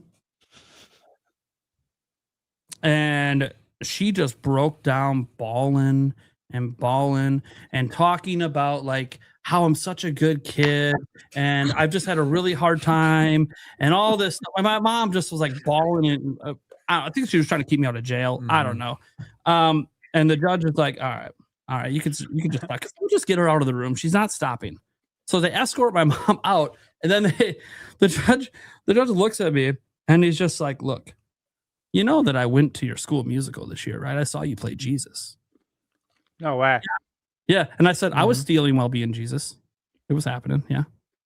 And he's like, did you ever feel guilty about it? I'm like, every day I was thinking about how can I admit to this, give everything back, and I guess maybe just get fired. You should have blamed. No, I'm like, I knew it was a crime. I knew it was wrong. But I just said, have you ever done something that it felt like a thrill? And then when you did it, it didn't really feel like anyone was harmed by it. That's kind of what it felt like to me. Sure. Every time you TP a house. Yeah. Yeah. Yeah. And that, yeah, it can be. We didn't egg the house. We just TP'd it. TP's easy to clean up. Every time I watch that scene in Beverly Hills Cop. Watching egg outside. Banana in the tailpipe? Anyways, the point is the judges looked at me and he's like, I know you're a good kid. And I know this is out of character. And you know what? You're going to look back on this one day and even this breakup you had and laugh about how pathetic you were in handling this, because it's going to end up seeming like not that big of a deal. But I understand the way it goes with teenagers, and you have a perfect record. You've been an outstanding member of the community. I've seen you at volunteer things. Hell, you were at a soup kitchen last Saturday. I'm like, yeah. It's like, I also thought about giving some of the homeless people some of the shit I stole, but I'm like, hey, if you don't want it, just anyways, hawk it on Craigslist. The point is, long story short, is in the end, he just said, look, we're going to expunge this off your record. You're free to go. You're not going to have to pay any fines. But just so you know, this is a one-time thing. You so much as steal a candy bar, and we're coming down hard on you. Damn. Haven't stolen since. Good story. You should have just blamed your job. That's what I would have done. Like, you guys hired me. Canada. Maybe you should maybe you should take a look in the mirror and think about your choices. When you looked at me, you didn't see international jewel thief. My bad. Should have just tattooed it on my forehead. Anyways, kind of funny how that story's come up multiple times throughout my channel history. It's always weird what brings that story up. But anyways, let's see here. They're adding DK. Yep, got that one. Except that one's a new person, Demonic Brawler. So is Metal Gear Solid 5 coming to Switch 2? I know you meant for that to hit Kiwi. The reason I didn't show that while Kiwi was here, not just due to limited time. I don't think when he was bringing that up, he was meaning that it's coming to Switch 2. He was just bringing like examples of things up. For whatever we were discussing at the time. I can't remember if it was the 1 to 10 scale or whatever we were talking about, but it wasn't meant to be like a leak or anything, the way that he phrased it. What he did leak is there's an OMG game that's a bigger deal than the WTF game coming next year to Switch 2. He did say that. Well, we know it's not GTA 6 because he doesn't think it's coming. So I just go like, what could be OMG? I have no idea. Another Sony game? So DK64 again. Lots of people excited for DK64 coming. I'm happy to see that. Kartkun says Banjo-Kazooie reboot. That was just voted like the there's an Xbox poll that they did. The game you want to see the most. It received the most votes. I just saw this like yesterday. And I'm like, nice. Yep. I didn't vote on that. Like, doesn't mean glad you guys voted correctly. Yeah. Doesn't mean it's going to happen, but nice, guys. Thanks. Giving it a shot. The Polito Dojo says, I hope the Dragon Quest devs make another Pokemon Mystery Dungeon game in the future. They made the early Mystery Dungeon games. Would be nice. We'll see. Warren Bowman says, hope we don't get another gaming crash. Nintendo needs to keep Nintendo Switch 2 at $500 and hopefully a 2 Lite at $400. Sadly, PS6, Steam Machine, and Helix are screwed. Yeah, and I saw someone today after the price increases on Steam Deck. There was somebody who has been reliable. I can't remember. There were a content creator that said, oh, well, I had heard months ago that Steam Machine's pricing was going to be north of $1,000. And it's like, and that was months ago before they delayed it. So it's like, damn.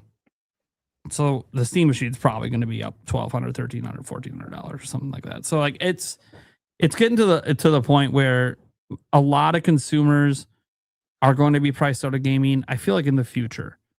I say in the future because I think people that have their gaming PCs, they'll just hold on to it for longer. PS5, I think the generation is just going to get extended, and there's already 95 plus million people that own it. So just keep extending it until you can maybe get PS6 to an okay price. Xbox, they don't have a choice. They just have to move on. They just have to. They need to get Helix out, and then just hope they nail it. I don't know what that means for them to nail it. I don't know what their sales goals are, but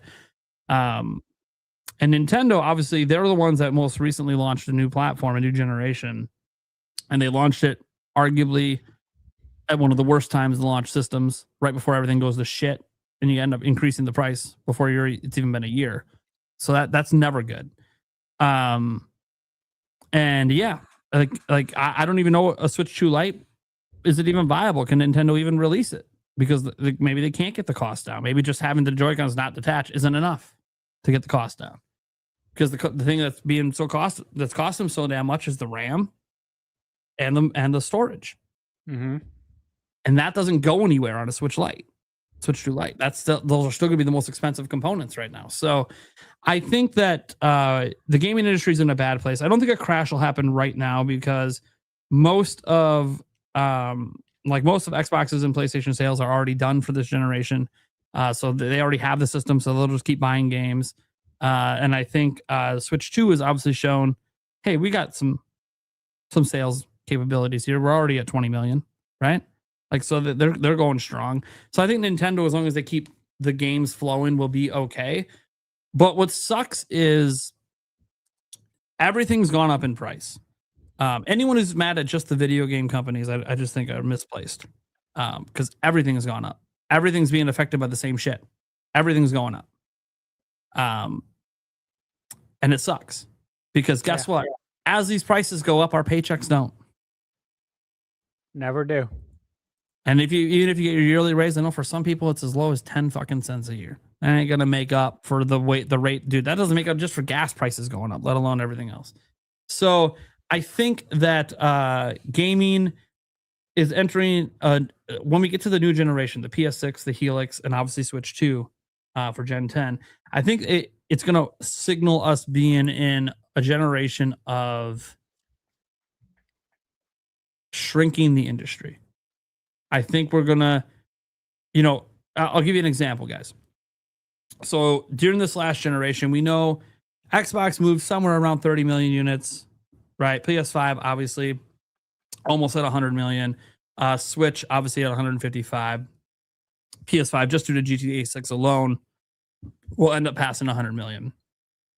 I think that when the Helix and the PS6 launch, it's going to end up being the first generation in a while where everything gets smaller. Like, I don't think we're going to have two platforms moving 100 million units. And obviously, you guys know, I think Nintendo's platform has the best shot to do it because they're the cheapest. But will they pull it off? I don't know. Will they go back-to-back 100 million? I don't know. I think PlayStation 6 is going to have a very hard time getting to 100 million, despite the fact that they've always been able to basically do it outside of PS3. But that's because the realistic pricing they're going to have to charge is just so high. You're looking at PS5 Pro starting pricing, and that's not good. That's going to price a lot of people out. So I think, it sucks because we used to live in times when you could get, a handheld gaming console like a DS or 3DS, and then the games are $40, most of them, and relatively feels kind of cheap.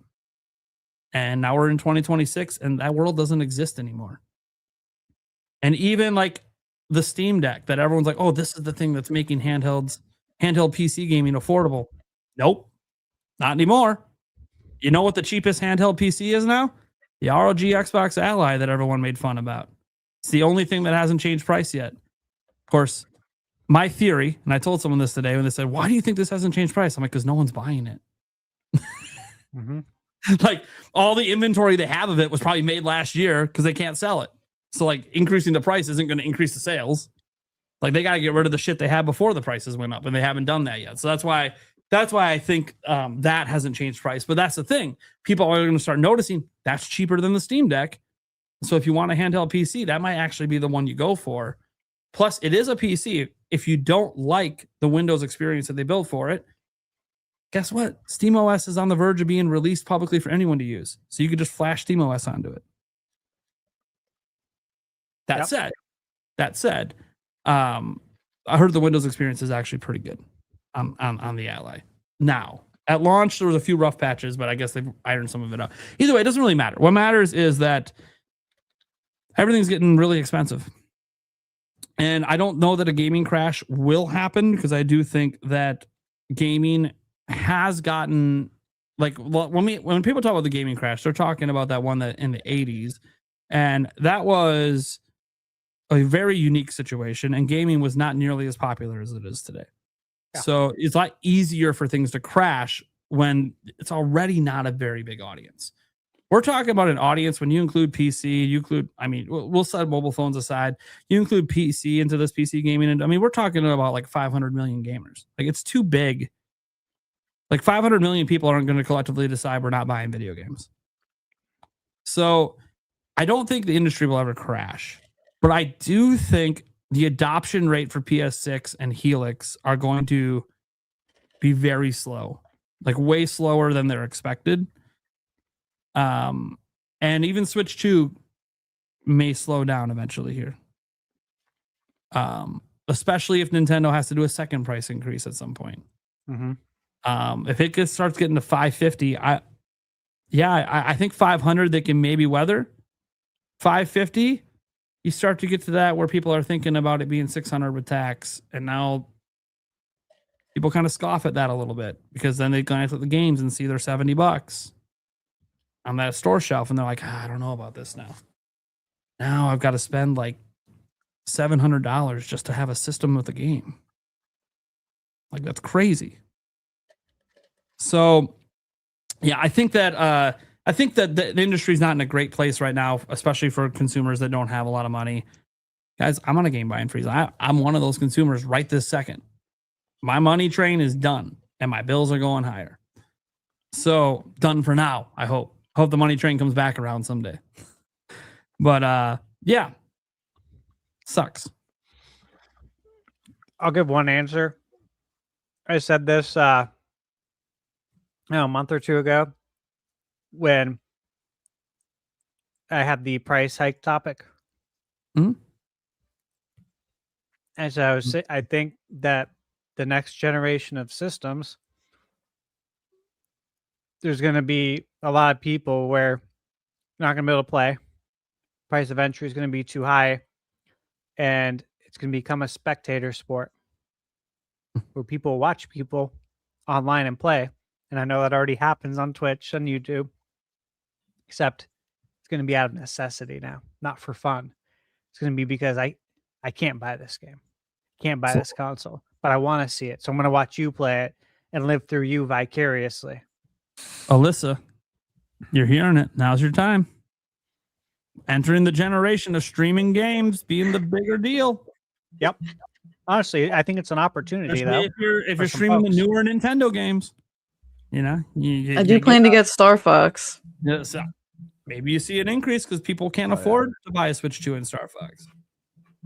Not that I want that to happen, but neither do I. No, we don't want gaming to be. I'm not saying you guys do either. But I'm just saying. Outpriced for the industry. Like, even as, like, you know, I've been saying since before launch that I felt like Switch 2 is worth the price they're charging, but that didn't mean that I'm not sitting there aware that, like, at launch $450, obviously going to $500 now, that that isn't a crazy expensive starting price for consoles to be at. Like insane. A Nintendo console's starting price $450. Like that just doesn't sound right. But it is. And yeah, I thought it was worth it. And I still think it was worth it. Again, in 2023, I spent $350 on a Switch OLED.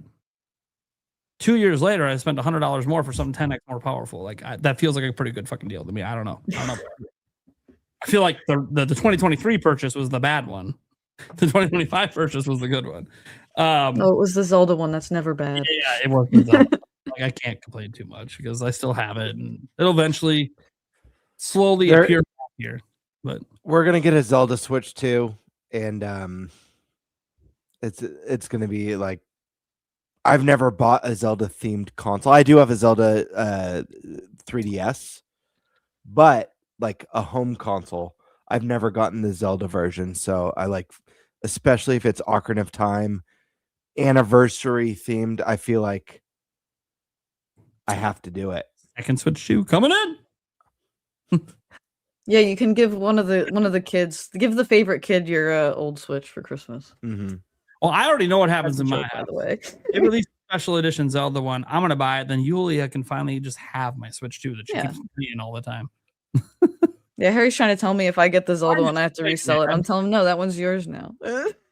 Well, and Yulia said, "Why did you buy a second pair of the Joy-Cons? You don't ever use them." I'm like, "Because I knew you'd use my Switch too." Like, what do you mean? I'm like, "Well, you remember what you did to my Switch? Went through like 6 pairs of Joy-Cons because of you. So you're a little hard on the sticks, hon. That's all I'm saying. And it's fine that you're hard on the sticks. You're learning." She gets really hard on them in FPSs because she's trying to get good at them. Sometimes it's good. Yeah, They're hard on the sticks. Sometimes, but Nintendo Switch was not the case. It means you're really immersed. And I didn't trust them with Switch 2, so I bought a second pair just in case. Now, I will say, my launch pair hasn't had any problems yet, but I did buy backups in case because I was like, I know that I'll clean the warranty, but while the warranty's going on, I still want fucking controllers for my system. Yeah, I mean, if it warrants it, you should. Yeah. Mm-hmm. And I'm glad I did it since now I'm on a game buying free. So if the controllers went bad now, I'm stuck playing in DOP mode all the time. So well, there's always a stick fix. So it's true. Yeah, I think I got discontinued. I don't know. For when you go really hard on the stick. I'm gonna stop. The kind of jokes coming to my mind, I would get in so much trouble for. Karkun. I mean, not with you guys. Private Gamer. Think of you and me walking down the street talking about cream. Okay, some of that conversation. No, I don't want to. This happened last year. Some of that conversation. Tell me what to think about. As you admitted to me editing the vlog, some of that conversation not appropriate on the internet. Those are the kind of things coming to my mind that I'm like, yeah, okay, when we're offline, maybe I'll say some shit, but not now. And my audience is probably shocked, like, dude, you've gone pretty fucking far. How far is it that you don't? Dude, Gamebird knows. He was there. There were other people there as well, and they were not liking our conversation. The look on his face. I can't. Every time he looks like scared, almost like what the and what do you have to say about that? And he just like absolutely disturbed. Yeah, dude. I bet you that entire time that he's listening to us, he's like, dude, who the fuck is Josh friends with? he just projectile vomits. All right. LCC Gaming says, I wouldn't be shocked if the Switch 2 version of Witcher 3 is revealed soon and then confirmed to be getting next year's expansion. So, yeah, we have the Witcher. I mean, literally tomorrow is the Witcher 3 event. I plan to be live streaming it. So, because I really enjoy The Witcher. And obviously, there's every reason for Nintendo channels to pay attention because Witcher 3 is literally on Switch 1. So, in theory, this DLC could be coming to Switch 1. I'm venturing to guess probably not. So when they announced the DLC, they also updated the minimum PC specs. So I feel like the DLC might need a bit more oomph, which it happens. By the way, like Cyberpunk didn't get the DLC on PS4 because didn't have enough power to do what they wanted to do with it. but we did get it on Switch too. So I do think that it will come to Nintendo. It will just come to Switch 2. And in order to do that, they first got to update the original game for Switch 2. So either announcing a Switch 2 edition or announcing a free patch update, or which would be ideal, or if they report the damn thing all over again, whatever. So yeah, one of those three needs to happen, and I think they will. And who knows? Potentially it could be announced tomorrow. That is also the potential. They could announce the DLC's coming and then also, hey, for Switch 2 owners, you guys are getting a big update coming this summer. You know, yada, yada. We'll have a Switch 2 edition physical available at even a later date, blah, blah, blah. Like, they could do lots, because I'm, by the way, the only reason I'm saying the physical part is it's CD Projekt Red. They fucking love physical. Yeah, I mean, CDs in their name. They love compact disc. So the point is that, like, that's why I think, yeah, okay, if they do a Switch 2 update, they'll probably re-release the game with a cartridge for Switch 2. Yeah. So anyways, so basically what I'm telling you, LCC Gaming, is we might have confirmation as soon as tomorrow. But we also know that expecting Switch 2 logos to show up in any event that's not a direct is it's I used this analogy earlier with Burr, but I think it's even more appropriate now. It is like a solar eclipse right now. Like that, when we had Indiana Jones at opening night live last year with the Switch 2 logo, the reason it shocked everyone is because we don't get Switch 2 logos in any of these events yet. Yeah. That's what I'm hoping changes with Summer Game Fest this year, by the way, that we just get a bunch of these games confirmed for Switch 2. Chrono Trigger, deep and respect your time, must play. There you go. TARDIS says, assuming June General is real, when can we hear more on it? Did Nate the Hate drop his podcast on the matter yet? I really hope for Animal Crossing or Pokemon MD and, of course, 3D Mario. And you just got off work. I'll just answer the Nate the Hate part because this one we have information on. Nate the Hate's planning to drop his podcast this week. Last week, Friday, him and MVG decided to delay it due to the holidays. They had plans. So they're going to drop it late this week. We don't even know if it's about a direct. He has not indicated anything about what the show is about, other than it will not be a direct prediction show. But he hasn't said what it will be about. So my guess is it's probably about all of the upcoming events and some expectations. And then maybe somewhere in there he updates people on the direct situation, since he hasn't outright denied Jeff Grubb's claim to there being a direct in the middle of June. So maybe he will update us, but we don't know. There's no guarantee. I'm trying to say there's no guarantee that there's an update from him. That being said, do you guys want to answer the rest of the question? Yeah, I didn't even know they were coming out with a Pokemon Doctor game. So does this take place in like the Pokemon Center?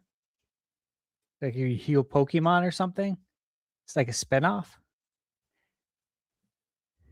I had no idea. I mean, I know Dr. Mario, but I didn't know we were gonna get Pokemon MD. I think it plays a little bit more like Trauma Center. Ah, okay. Oh, I like play those as games. Pokemon operating on Pokemon trainers. Oh, sick. It'll probably give some people trauma. Well, I don't play Pokemon games that much. I'm so glad that I'm like well versed in them to know that this is bullshit. 'Cause listening to this, I'll be like, oh yeah, they're making a Pokemon Doctor game. That sounds interesting. To seriously answer the question, yeah, I think it's going to, be about everything, all the showcases. Again, Nate mentioned that. I agree with him. It's about the showcases, Summer Game Fest. Naturally, Nintendo will come up in it, but this is not a Nintendo Direct Predictions podcast. Yeah. As I said, he might give an update on a direct thing just because of the Jeff Grubb stuff, but it'll just be like a thing he spends like 5 seconds on, because he does that sometimes. And he'll give like little updates, but he doesn't spend a lot of time on it unless the show's about it, and the show's not about a direct. He'll probably make that later when a direct's actually going to be happening. Wise Guy Gaming says, being 47, I've seen most of what gaming is offered. N64 days when games were 70 to 80 pounds each. At least the consoles were well priced. Best Nintendo podcast How about guys? Keep it up. Well, thank you so much for the multiple super chat compliments. Thank you guys. Thank you. It's because Alyssa's here. We all know. Yeah. It's also because he's a wise guy. I mean, he is a wise guy. It's true. Beyond I've his heard it's 47 why years. you enjoyed the NintenByte podcast every Wednesday. Yeah, people tend to forget when we talk about, like, it was funny. So that this RGB guy that's barely better than that Tripster fellow on X, like this is like last week. He asked me a question, and he said, "Hey, Nintendo fanboy, when was the first game to be $80?" He's trying to like pull the whole Mario Kart World thing out, and my response is like, I don't remember the first game, but I will say there were a number of $80, $90, and $100 games, and I could show you proof of this back in the 90s. So I'm not sure. And notice how none of those prices stuck around and didn't start a new standard, because his argument was that Nintendo will be starting a standard because they had an $80 game last year, despite there being no standard $80 game since. Suddenly, when the next one does happen, it's Nintendo's fault. And it's just sitting there like, dude, we used to have $80, $90, $100 games every fucking month. Well, Yeah. Switch 2 launched a year ago with an Yep. $80 game. How many $80 games across all the platforms have there been since launch in the last 12 months? When it comes to like just like a basic version of a game, none. Yeah. So I guess they didn't. Yeah. They didn't Well, set the standard. It's funny too, because like it's like, yeah, okay, well, what if they do an $80 game? You know, what if there's a new $80 game this holiday? It's GTA 6. I'm like, okay, cool. You know what a standard is? Everybody's doing it. If a majority aren't doing it, it's not a standard. Nintendo, An exception. It's like, an exception. Others said like Nintendo hasn't charged $80 for a standard edition game since then, so it's not even a standard at Nintendo. I feel like Grand Theft Auto is not a fair game to even use as a comparison. And correct me if I'm wrong, but I feel like Grand Theft Auto, there were already discussions online about the game potentially costing more than $70 well before we knew any price for Mario Kart. Am I correct? Yes. So I feel like the budget of the game is for a long time. Yeah, astronomical even compared to other high budget AAA games. That game is an exception and an anomaly, and like you said, Prime, standard means it's kind of universal across the industry. Yeah. A one-off is not a standard. That's an exception. Guys, it's a perfect example of a standard.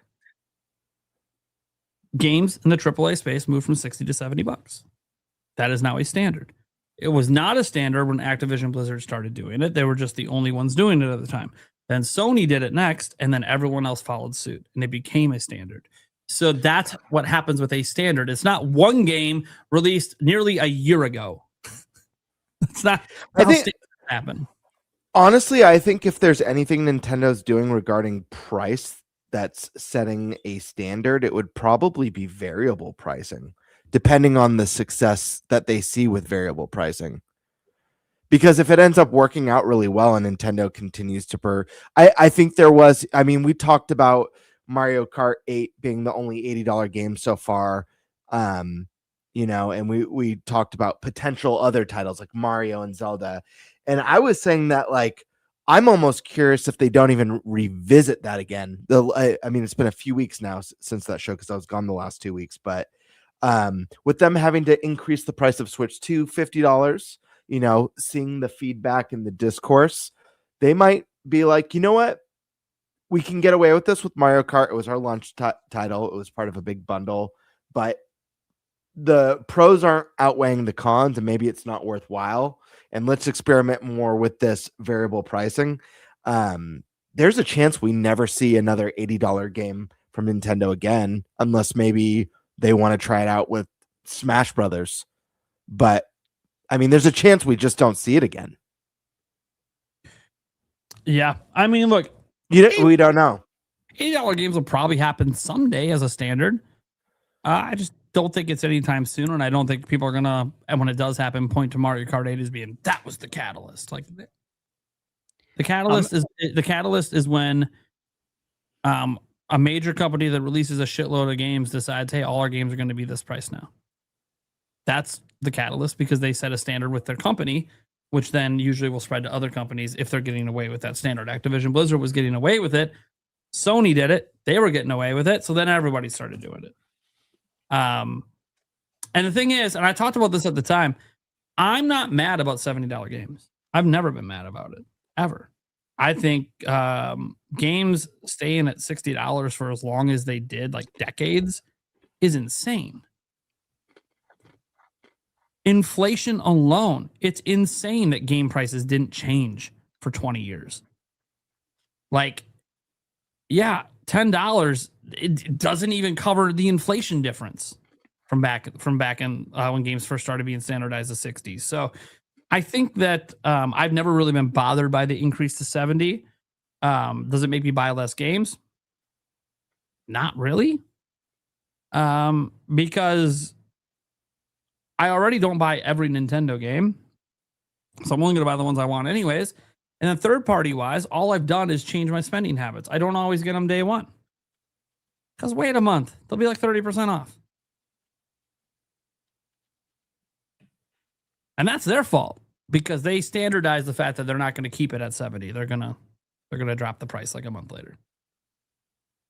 No, they'll come back to it. Like I think Witcher 3 on PS5 is 70 like right now, which makes no sense for how old the game is. But it's because they just put it on frequent sales. That's all. It just makes the sales look better. Like if they lowered the MSRP, then the sale being 40% off when it's, going from $50 to $40, that's no longer 40% off. Doesn't sound as good as going from 70 to 40. Sounds like a better deal to the consumers. That's why they keep the MSRP still high, even if they run sales a lot. A couple more to get to here. The Pluto Dojo says he's playing Chrono Trigger for the first time. Hell yeah, dude. Enjoy. Dude, enjoy it. One of the best. Take it in. Yeah. Savor Don't it. rush it. First time through is always just, it's a magical game. Yeah. Really Slow is. dance it. That's why people want it to get remade or something with it so badly, and hasn't happened because they're probably afraid of fucking it up. Because it is considered such a masterpiece. It is, you don't want a Final Fantasy Crystal Chronicle remaster this shit. You want it to be done proper. And this is, by the way, this is a fear people have with Ocarina of Time getting remade too. Such a masterpiece, it's really easy to fuck it up.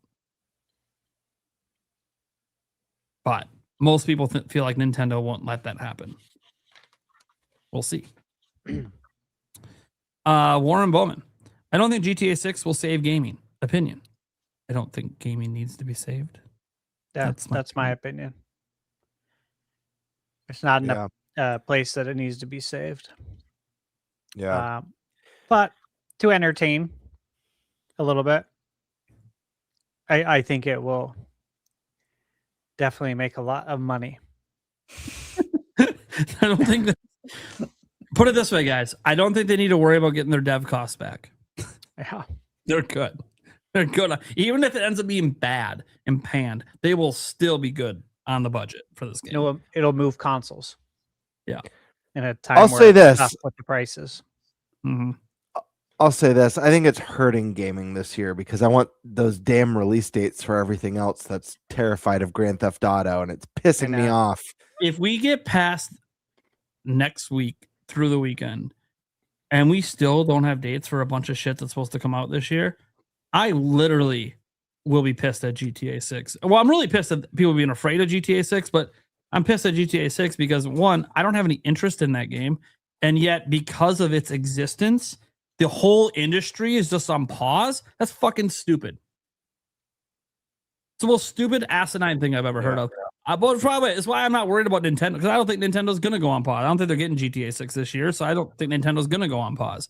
But all these other guys running away, like even the Witcher 3 DLC, right? All the rumors were supposed to come this year. It's coming next year. Are they running away? Well, I guess we'll find out tomorrow if it looks complete. I'm sure everything, all the fear is heightened too, just with like record like studio closures. It's like, I'm sure some of these teams are like, if we release too close to Grand Theft Auto, will our studio close? And it's a matter of just waiting a few months to survive. But it is crazy.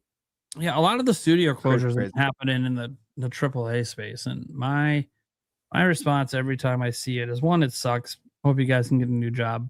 Two, hey, maybe we should fix the game budget problem that's been plaguing the AAA industry for, I don't know, 25 years. Like maybe we should stop spending $500 million to make a game. You know, bigger budgets than blockbuster Hollywood movies. Maybe we should just not be doing that.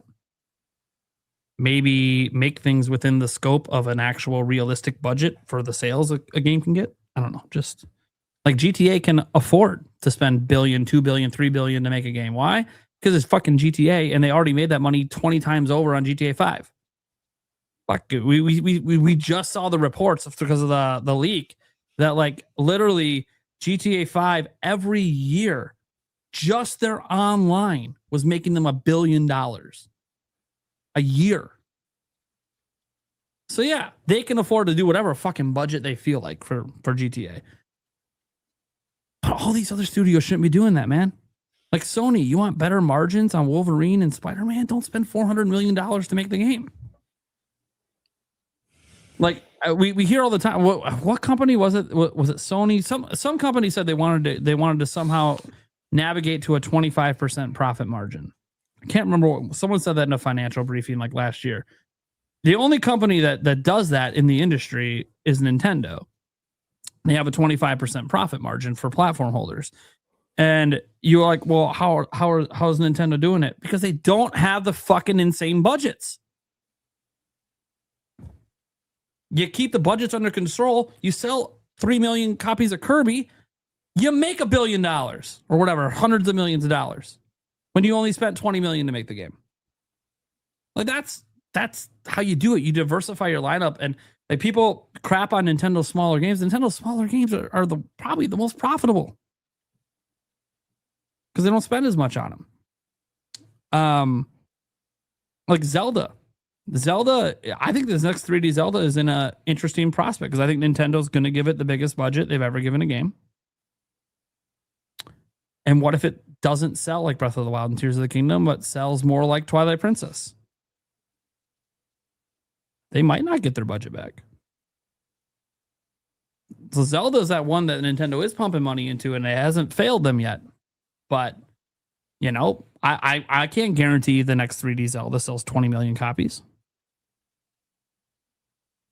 It's only happened in 2 games, and that era is over. There's no guarantee that era ever repeats. Like that Breath of the Wild, the next 3D Zelda might not feel as special. It might not capture people's attention as much. That said, the industry's in a place where I don't view it as in trouble. I think more of the trouble is next generation. But even then, gaming's bigger than ever. I think this idea of saving gaming is overreacting to there constantly being negative industry news. And I'm just going to tell you right now, if you get off social media, you'll stop realizing that maybe there's as much positive stories going on as negative. Mm-hmm. But you're just not hearing about it because social media pushes the negative. Because that's what sells. So I feel like a lot of this gaming needs saving stuff comes from social media and just not actually having a full picture of the industry. And if you want full pictures of the industry, pay attention to things like Circana. You'll see that spending's been going up, game sales have been going up, hardware sales have been going up, this is going up, and that is going up, and this is staying the same. And this is only 3% down from last year, which was a record-setting number. Like none of this, there's not a single factual statistic out there that indicates gaming's in trouble at all. We just assume it is because the prices on the consoles keep going up. And that will stop someday because either the AI bubble is going to pop, which is what a lot of people think is going to happen, or if it doesn't, it will settle down where it no longer requires every fucking RAM chip that comes off the assembly line. Like they won't need to constantly keep building the networks. When you're first building out all the infrastructure, yeah, you need a lot of shit. But eventually, once the infrastructure is built, you're not upgrading it every year. It's not the way these server farms work. They're not upgrading hardware yearly. So eventually, it'll get to the point where it's reached maybe the saturation point of what the demand is for it. And at that point, prices will come back down. The scary thing about consoles is if a console is selling at a given price, let's say PlayStation 6 launches at $800, and within 1 year, they sell 21 million units. They even beat out Switch 2. They sell 21 million in that first year. Somehow they have a banger lineup, GOTY games. Everyone's got to get one. Cool. When the bubble pops after they sell the 21 million, do you think they're lowering that $800 price now that it cost them way less to make the system? Of course not. They just normalize you paying $800 for a year. They're just going to keep it.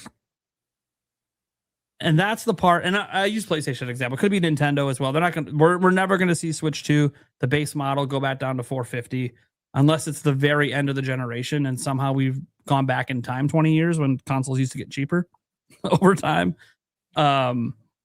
So yeah, I think that gaming's fine. We're just in a little bit of a rough, a little maybe sticker price shock is what's happening right now. You know, you see $900 systems on the shelf. It's wild. Makes the PS3 look like a bargain. At $600 at launch. So, last one we got here is from Warren Bowman as well. So that I don't think GTA 6 can sell $1,000 consoles.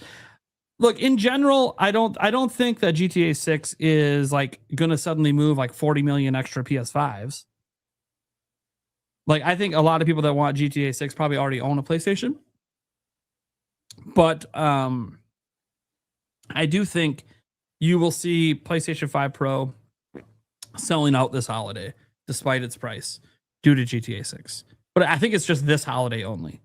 I don't think you're going to see this be an extended thing for years to come. What about just PS5? Yeah, PS5 is the thing that I don't know. Digital edition 600, disc edition 650. Yeah. I think GTA 6 can move Sure. $600 consoles. I think this holiday PlayStation's going to sell really well regardless of what price they're at, because GTA 6 is a big deal, and Yes. there are plenty of people Very that well. will spend $1,000 for GTA. There are people upgrading their PCs right now for GTA 6, which isn't even going to be on PC for like another year or two. So people will do it for this game. It is such a popular game. People will buy whole consoles, whole PC upgrades just to play it. So, and people love the graphics. People love talking about graphics with GTA. That's why people go for that PS5 Pro. But the base PS5, I think it's all going to sell out this holiday. I think PlayStation's going to have a very big holiday. The question is, does it keep selling like that afterwards? And that's where I think it'll slow down. I think they'll get that initial rush for GTA that leads to a big boost in sales, end up having a record-breaking holiday, and then it all kind of slows down after that and gets back more to, okay, the GTA launch rush is over. Now what?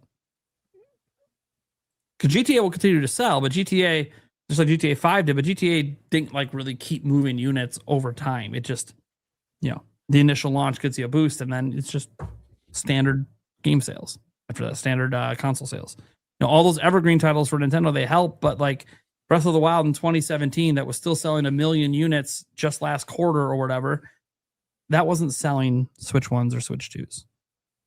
It's just people who already owned it that hadn't picked it up yet. They bought it for something else. So yeah, anyways. I again, a lot of hypotheticals because we don't know. All I'll say is, man, think about this. At launch, GTA 6 is only available on PlayStation and Xbox. Do you think a lot of people are going to be picking up Xboxes instead of PlayStations to play it? It's the only place you can play the game. And we're talking about trailers that get hundreds of millions of views every time they drop it. So like the level of interest in it is more than PlayStation 5s have sold. And I love Stash laughing at the idea that anyone would buy an Xbox to play it. Series S, baby. It's gonna blow up this holiday. By the way, I wouldn't be shocked if because PlayStation sell out, Xboxes kind of sort of start selling out too. One, they'll have less stock, but two, just sort of the residual, people don't want to wait to play. Yeah. If they can't get a PS5, they might buy Xbox. So Xbox also might have an okay holiday. A really good holiday for them. Yeah. I think anyone who can stand to benefit from GTA will obviously do better. Yeah. Like, I don't think Nintendo's winning this holiday season when it comes to sales. Even if they have Ocarina of Time and Dust Bloods, and even if 3D Mario was coming out, honestly, I don't know that it would push more than GTA can push on its own. But who cares? I care just about the fact that GTA, its existence, is leading to us not having fucking release dates. And that's what pisses me off. And I'm not. And the thing is, I don't even know who to be mad at. Like, I'm not mad that GTA exists.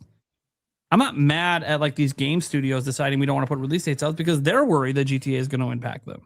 And I can't look them in the face and tell them it'll have no impact. I don't know.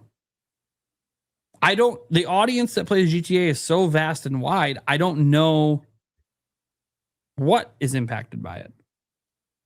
Is Call of Duty going to be impacted by it, or is that a completely different player base? I don't know. We're going to find out. Because they're not skipping Call of Duty this year, so we're going to find out. Plus, the Call of Duty game's got to be good, to be fair. Yeah. Every now and then they release one that's a dud, and then the sales are lower. Like, still, guys, when we talk about the sales being lower, it still usually is the number one selling game every year. But relative to what Call of Duty can sell, yeah. All right. Let's go around the room, let people know what we get going on, where they can find us. First, shout out to Kiwi Talks. Go check him out. Links are down in the description for that. Great guy.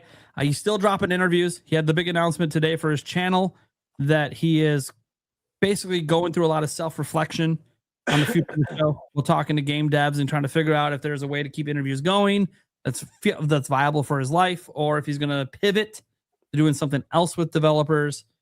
He had actually one really good idea that a developer told him that I hope he just does it anyways, even if he keeps doing interviews, because I think adding live streams to his channel with developers is also a highly unique kind of content. One that we got to experience firsthand, having the Mina devs on. Now imagine someone dedicated to doing that. That's awesome. So, yeah. Then let's go to Skysword Alyssa. What do you got going on? Where can they find you? Hey, as Nate said, I'm Skyswords Alyssa here on YouTube. I stream games. Right now I've been getting through Resident Evil Requiem. I think I'm going to do another stream of it. It's getting really stressful. It's been pretty entertaining for the chat, though, so I made a few shorts of that. So if you like scary, I recommend you checking them out, because my reactions are a bit ridiculous, I'll admit it. Nate was there for part of it, for the first one. More than just the first one. It is very fun. I'm traumatized, but it's also somewhat thrilling to like get through it. I'm like, look, I'm capable of doing it. Even though you guys are helping me, I'm still doing it. I do have a goal for 710 subscribers. We did 420. Can't leave out 710 to do Skyward Sword in an entire start to finish of that one, which should be pretty fun. But the big best announcement for tomorrow is I'm starting Split Fiction, and I'll have a new guest on each week. Tomorrow we have the lovely Birdman, Game Bird Classic himself, coming on. So look forward to a little Sky Swords and Game Bird collab tomorrow. Hell yeah. Yeah, that's what I got going on so far. Nice. Not that I ever have time, but I own the game. Not that I ever have time to actually do these collab streams, but it sounds like a really fun idea. It like makes me want to make time. But don't ask me, because I don't. I'm not gonna say don't. I'm kidding. Yeah. I might find a way to make it work, even if it's not like one of my stream nights. I'm like, I'll just stream too. Whatever, screw it. Be fun. Yeah, I'd definitely like to work something out with you sometime. I just know you're really busy, and I get a little nervous trying to ask you stuff sometimes. I know a lot of people get nervous asking me because people have started to realize how busy I am, and it's like, look, just ask. This is what I tell everyone. Yeah, you like a girl and you're afraid to ask, just fucking say something, because in the end, look, you're in the same position if you say nothing, and that is that nothing happens. So just ask. Who cares? Worst that happens is a no. Well, I guess worst that happens is I hate you. Or you just leave me on red. Yeah. That's even worse than a no. That's ghosting. I'm like, actually, no, ghosting's where you read it and then didn't respond, right? Yeah. So unread first. Unreads were because they probably did see it in their notifications and they decided to ignore it. Didn't even click on it. They were like, they don't need to know that I actually saw that. Yeah, as you're looking at your phone and the text message keeps saying one unread, and you can just know subconsciously he's never gonna. That one unread's gonna be there on that phone forever. There's a third that's worse than being left unread. It's when you just give a one word, like really vague response that doesn't answer the question. So if you just responded with interesting and that's it, and just left it at that. Dude, I want that Yulia if she wanted Thai or Chinese, and her response was maybe. I like those odds. Yeah, like I don't really know what to do with that. They're like, maybe I should get you food, or maybe you can't decide, or are you having the same conversation I'm having? I'm like, maybe. I get really confused at times with some of the one-word responses that she gives. She doesn't do it often, but usually I'm okay. She's playing a game. She's just fucking distracted. She barely read the text. All right, Game Bird. What you got going on? Where can they find you? What's up, guys? Yeah, I'm back in the saddle. Had a fun little live stream last night on Game Bird Live. Got to hang out with the chat, kind of catch up with everyone because I did miss a week or two. I don't even remember. I've been so scattered, but a lot of fun. I also did my first Let's Play last night. I did the first hour and a half of Opus Prism Peak, which is a really, really neat indie game. One of the, I think, up there for one of the highest rated of the year. So dropped a little bit. It was at like a 90. It's at like an 87 or 88 right now. But it's a nice little game so far. Has a very emotional and thoughtful intro, followed by some mystery and mystique that it's entered into the fray. So looking forward to jumping back into that game soon. And I've got the little collab rolling out tomorrow with Sky Swords Alyssa. That should be a lot of fun. I absolutely loved It Takes Two. I have yet to play Split Fiction, so I'm really looking forward to this one. I think it's going to be a fun time. Other than that, guys, I'm working on myself right now. That's really what I'm working on, is myself. But that being said, I'm glad to be back on the podcast, and you guys can look forward to more Game Bird Classic coming at you very soon. All right. Stash Man. Please go check out my review for Mina the Hollower. Guys, don't sleep on this game. Very special. Just check it out. Comes out it's out tomorrow, right? Friday. I guess technically right now for us. Yeah. Well, no, it's the 29th. Yeah. So it shouldn't be out yet. Okay. Should be out Friday. Friday. Yeah. Gonna be a fun Friday. So I'm gonna try to get as many reviews as I can before heading out to Summer Game Fest. Let's see some of the games on the docket. Let me just read these off real quick. First, I reviewed Forza Horizon 6. If you're interested in racing games, check it out. The biggest takeaway of Forza, even if you don't like racing games, this game's really fun. I stand by that. All right. And then Tales of Arise Beyond the Dawn Edition for Switch 2. Reviewed that. All those reviews are up. Incoming. Final Fantasy VII Rebirth. Rebirth, yeah. Comes out June 3rd. Embargo's June 2nd. So plan to have that out in time for the embargo. Little Nightmares 2, Switch 2 edition. Be getting my review copy tomorrow. That's coming out soon. The 29th, yeah. So thankfully it's not a long game. I should be able to knock that out probably all tomorrow. Have that ready. 007 That's the other one I'm working on. If I get anything else outside of that, it's a major bonus. So some of those games are long. Yeah, it's gonna be a lot. So that's it. I'm just getting ready for Summer Game Fest. I'm really excited, and I'm sure we'll talk more about it next week. Stash, are you going to review Bubsy by any chance? I did. Oh, you did already. Did. Okay, I'm gonna have to watch that one. I'm curious your thoughts on it. I know it's some of the reviews have been a little mixed, but I'd be interested to hear I'll your tell you thoughts on what. that. So I had my Bubsy review right at embargo, and this happened twice this week, right? Clicked off, was on social media, getting ready to go do something else, and I see like advertisements for other places review a Bubsy. Just pops up in my feed. And the advertisements I saw, they were just talking mad shit about Bubsy. I'm like, did we play the same game? This is so, like, it was just mind-boggling to me. And that's why when I was playing Mina, and, same thing, I post the review right at embargo, I click off, and I'm just like, I hope this doesn't happen again to where people just don't get it.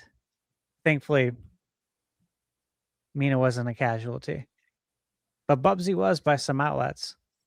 I saw some weird stuff, man. I also read some of the highlights, and I think it could be defined as a skill issue.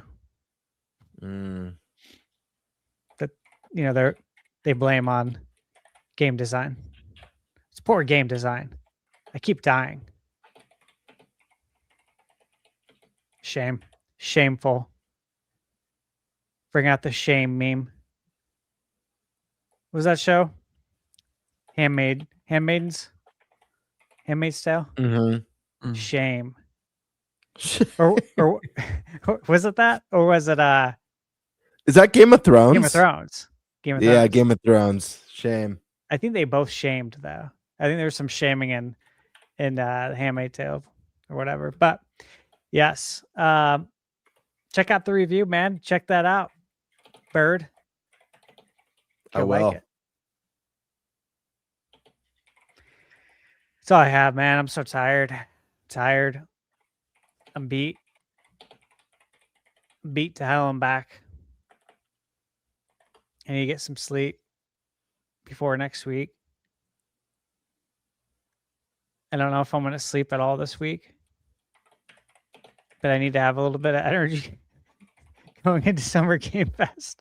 I'm going to be working nonstop, as you guys know. That's what we did at PAX. We went hard the whole time. Mm-hmm. Hardcore Holly. Hardcore Holly. You remember him? Oh my God. All right, we cannot start talking about wrestling. Yeah, no. We gotta get out of here. Eric, what you got going on? Where can they find you? Yeah, you can find me here, the Clips channel, and the audio podcast. Other than that, I got nothing else going on. There you go. Work. Yep. Classic.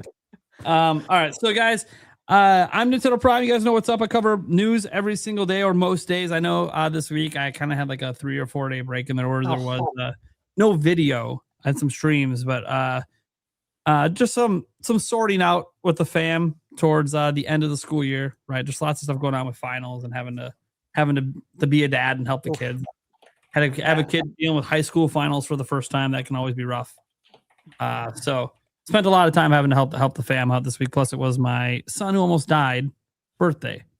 So lots of stuff that I just had to prioritize over work. But that said, back, baby. I got a video out today. Should have one out tomorrow. Should have a stream tomorrow as well. Things are kind of slowly working back to where I want to be. I will note, though, guys, that in terms of stuff coming up, I know normally I just say, hey, whatever the news is, that's what's coming up. Well, actually, there is a bunch of streaming events coming up, a bunch of showcases. I plan to live stream a vast majority of them. Some of them,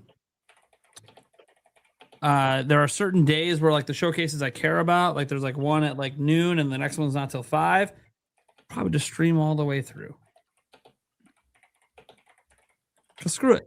Why not? Won't be the first time. We can literally have fun in between. I know it's not Prime Gaming Fest, but we can have some fun. It'll be fun. We'll do some stuff. I'll make sure the streams are fun. And yeah, there may, I don't want to promise anything. There may be some giveaways during these streams as well. I'm just saying may right now, working out some stuff that I don't know if it's going to come to fruition, but if it does, I'll know. Hopefully I'll know before the Sony State of Play. All right. That's it. Thank you guys for tuning in.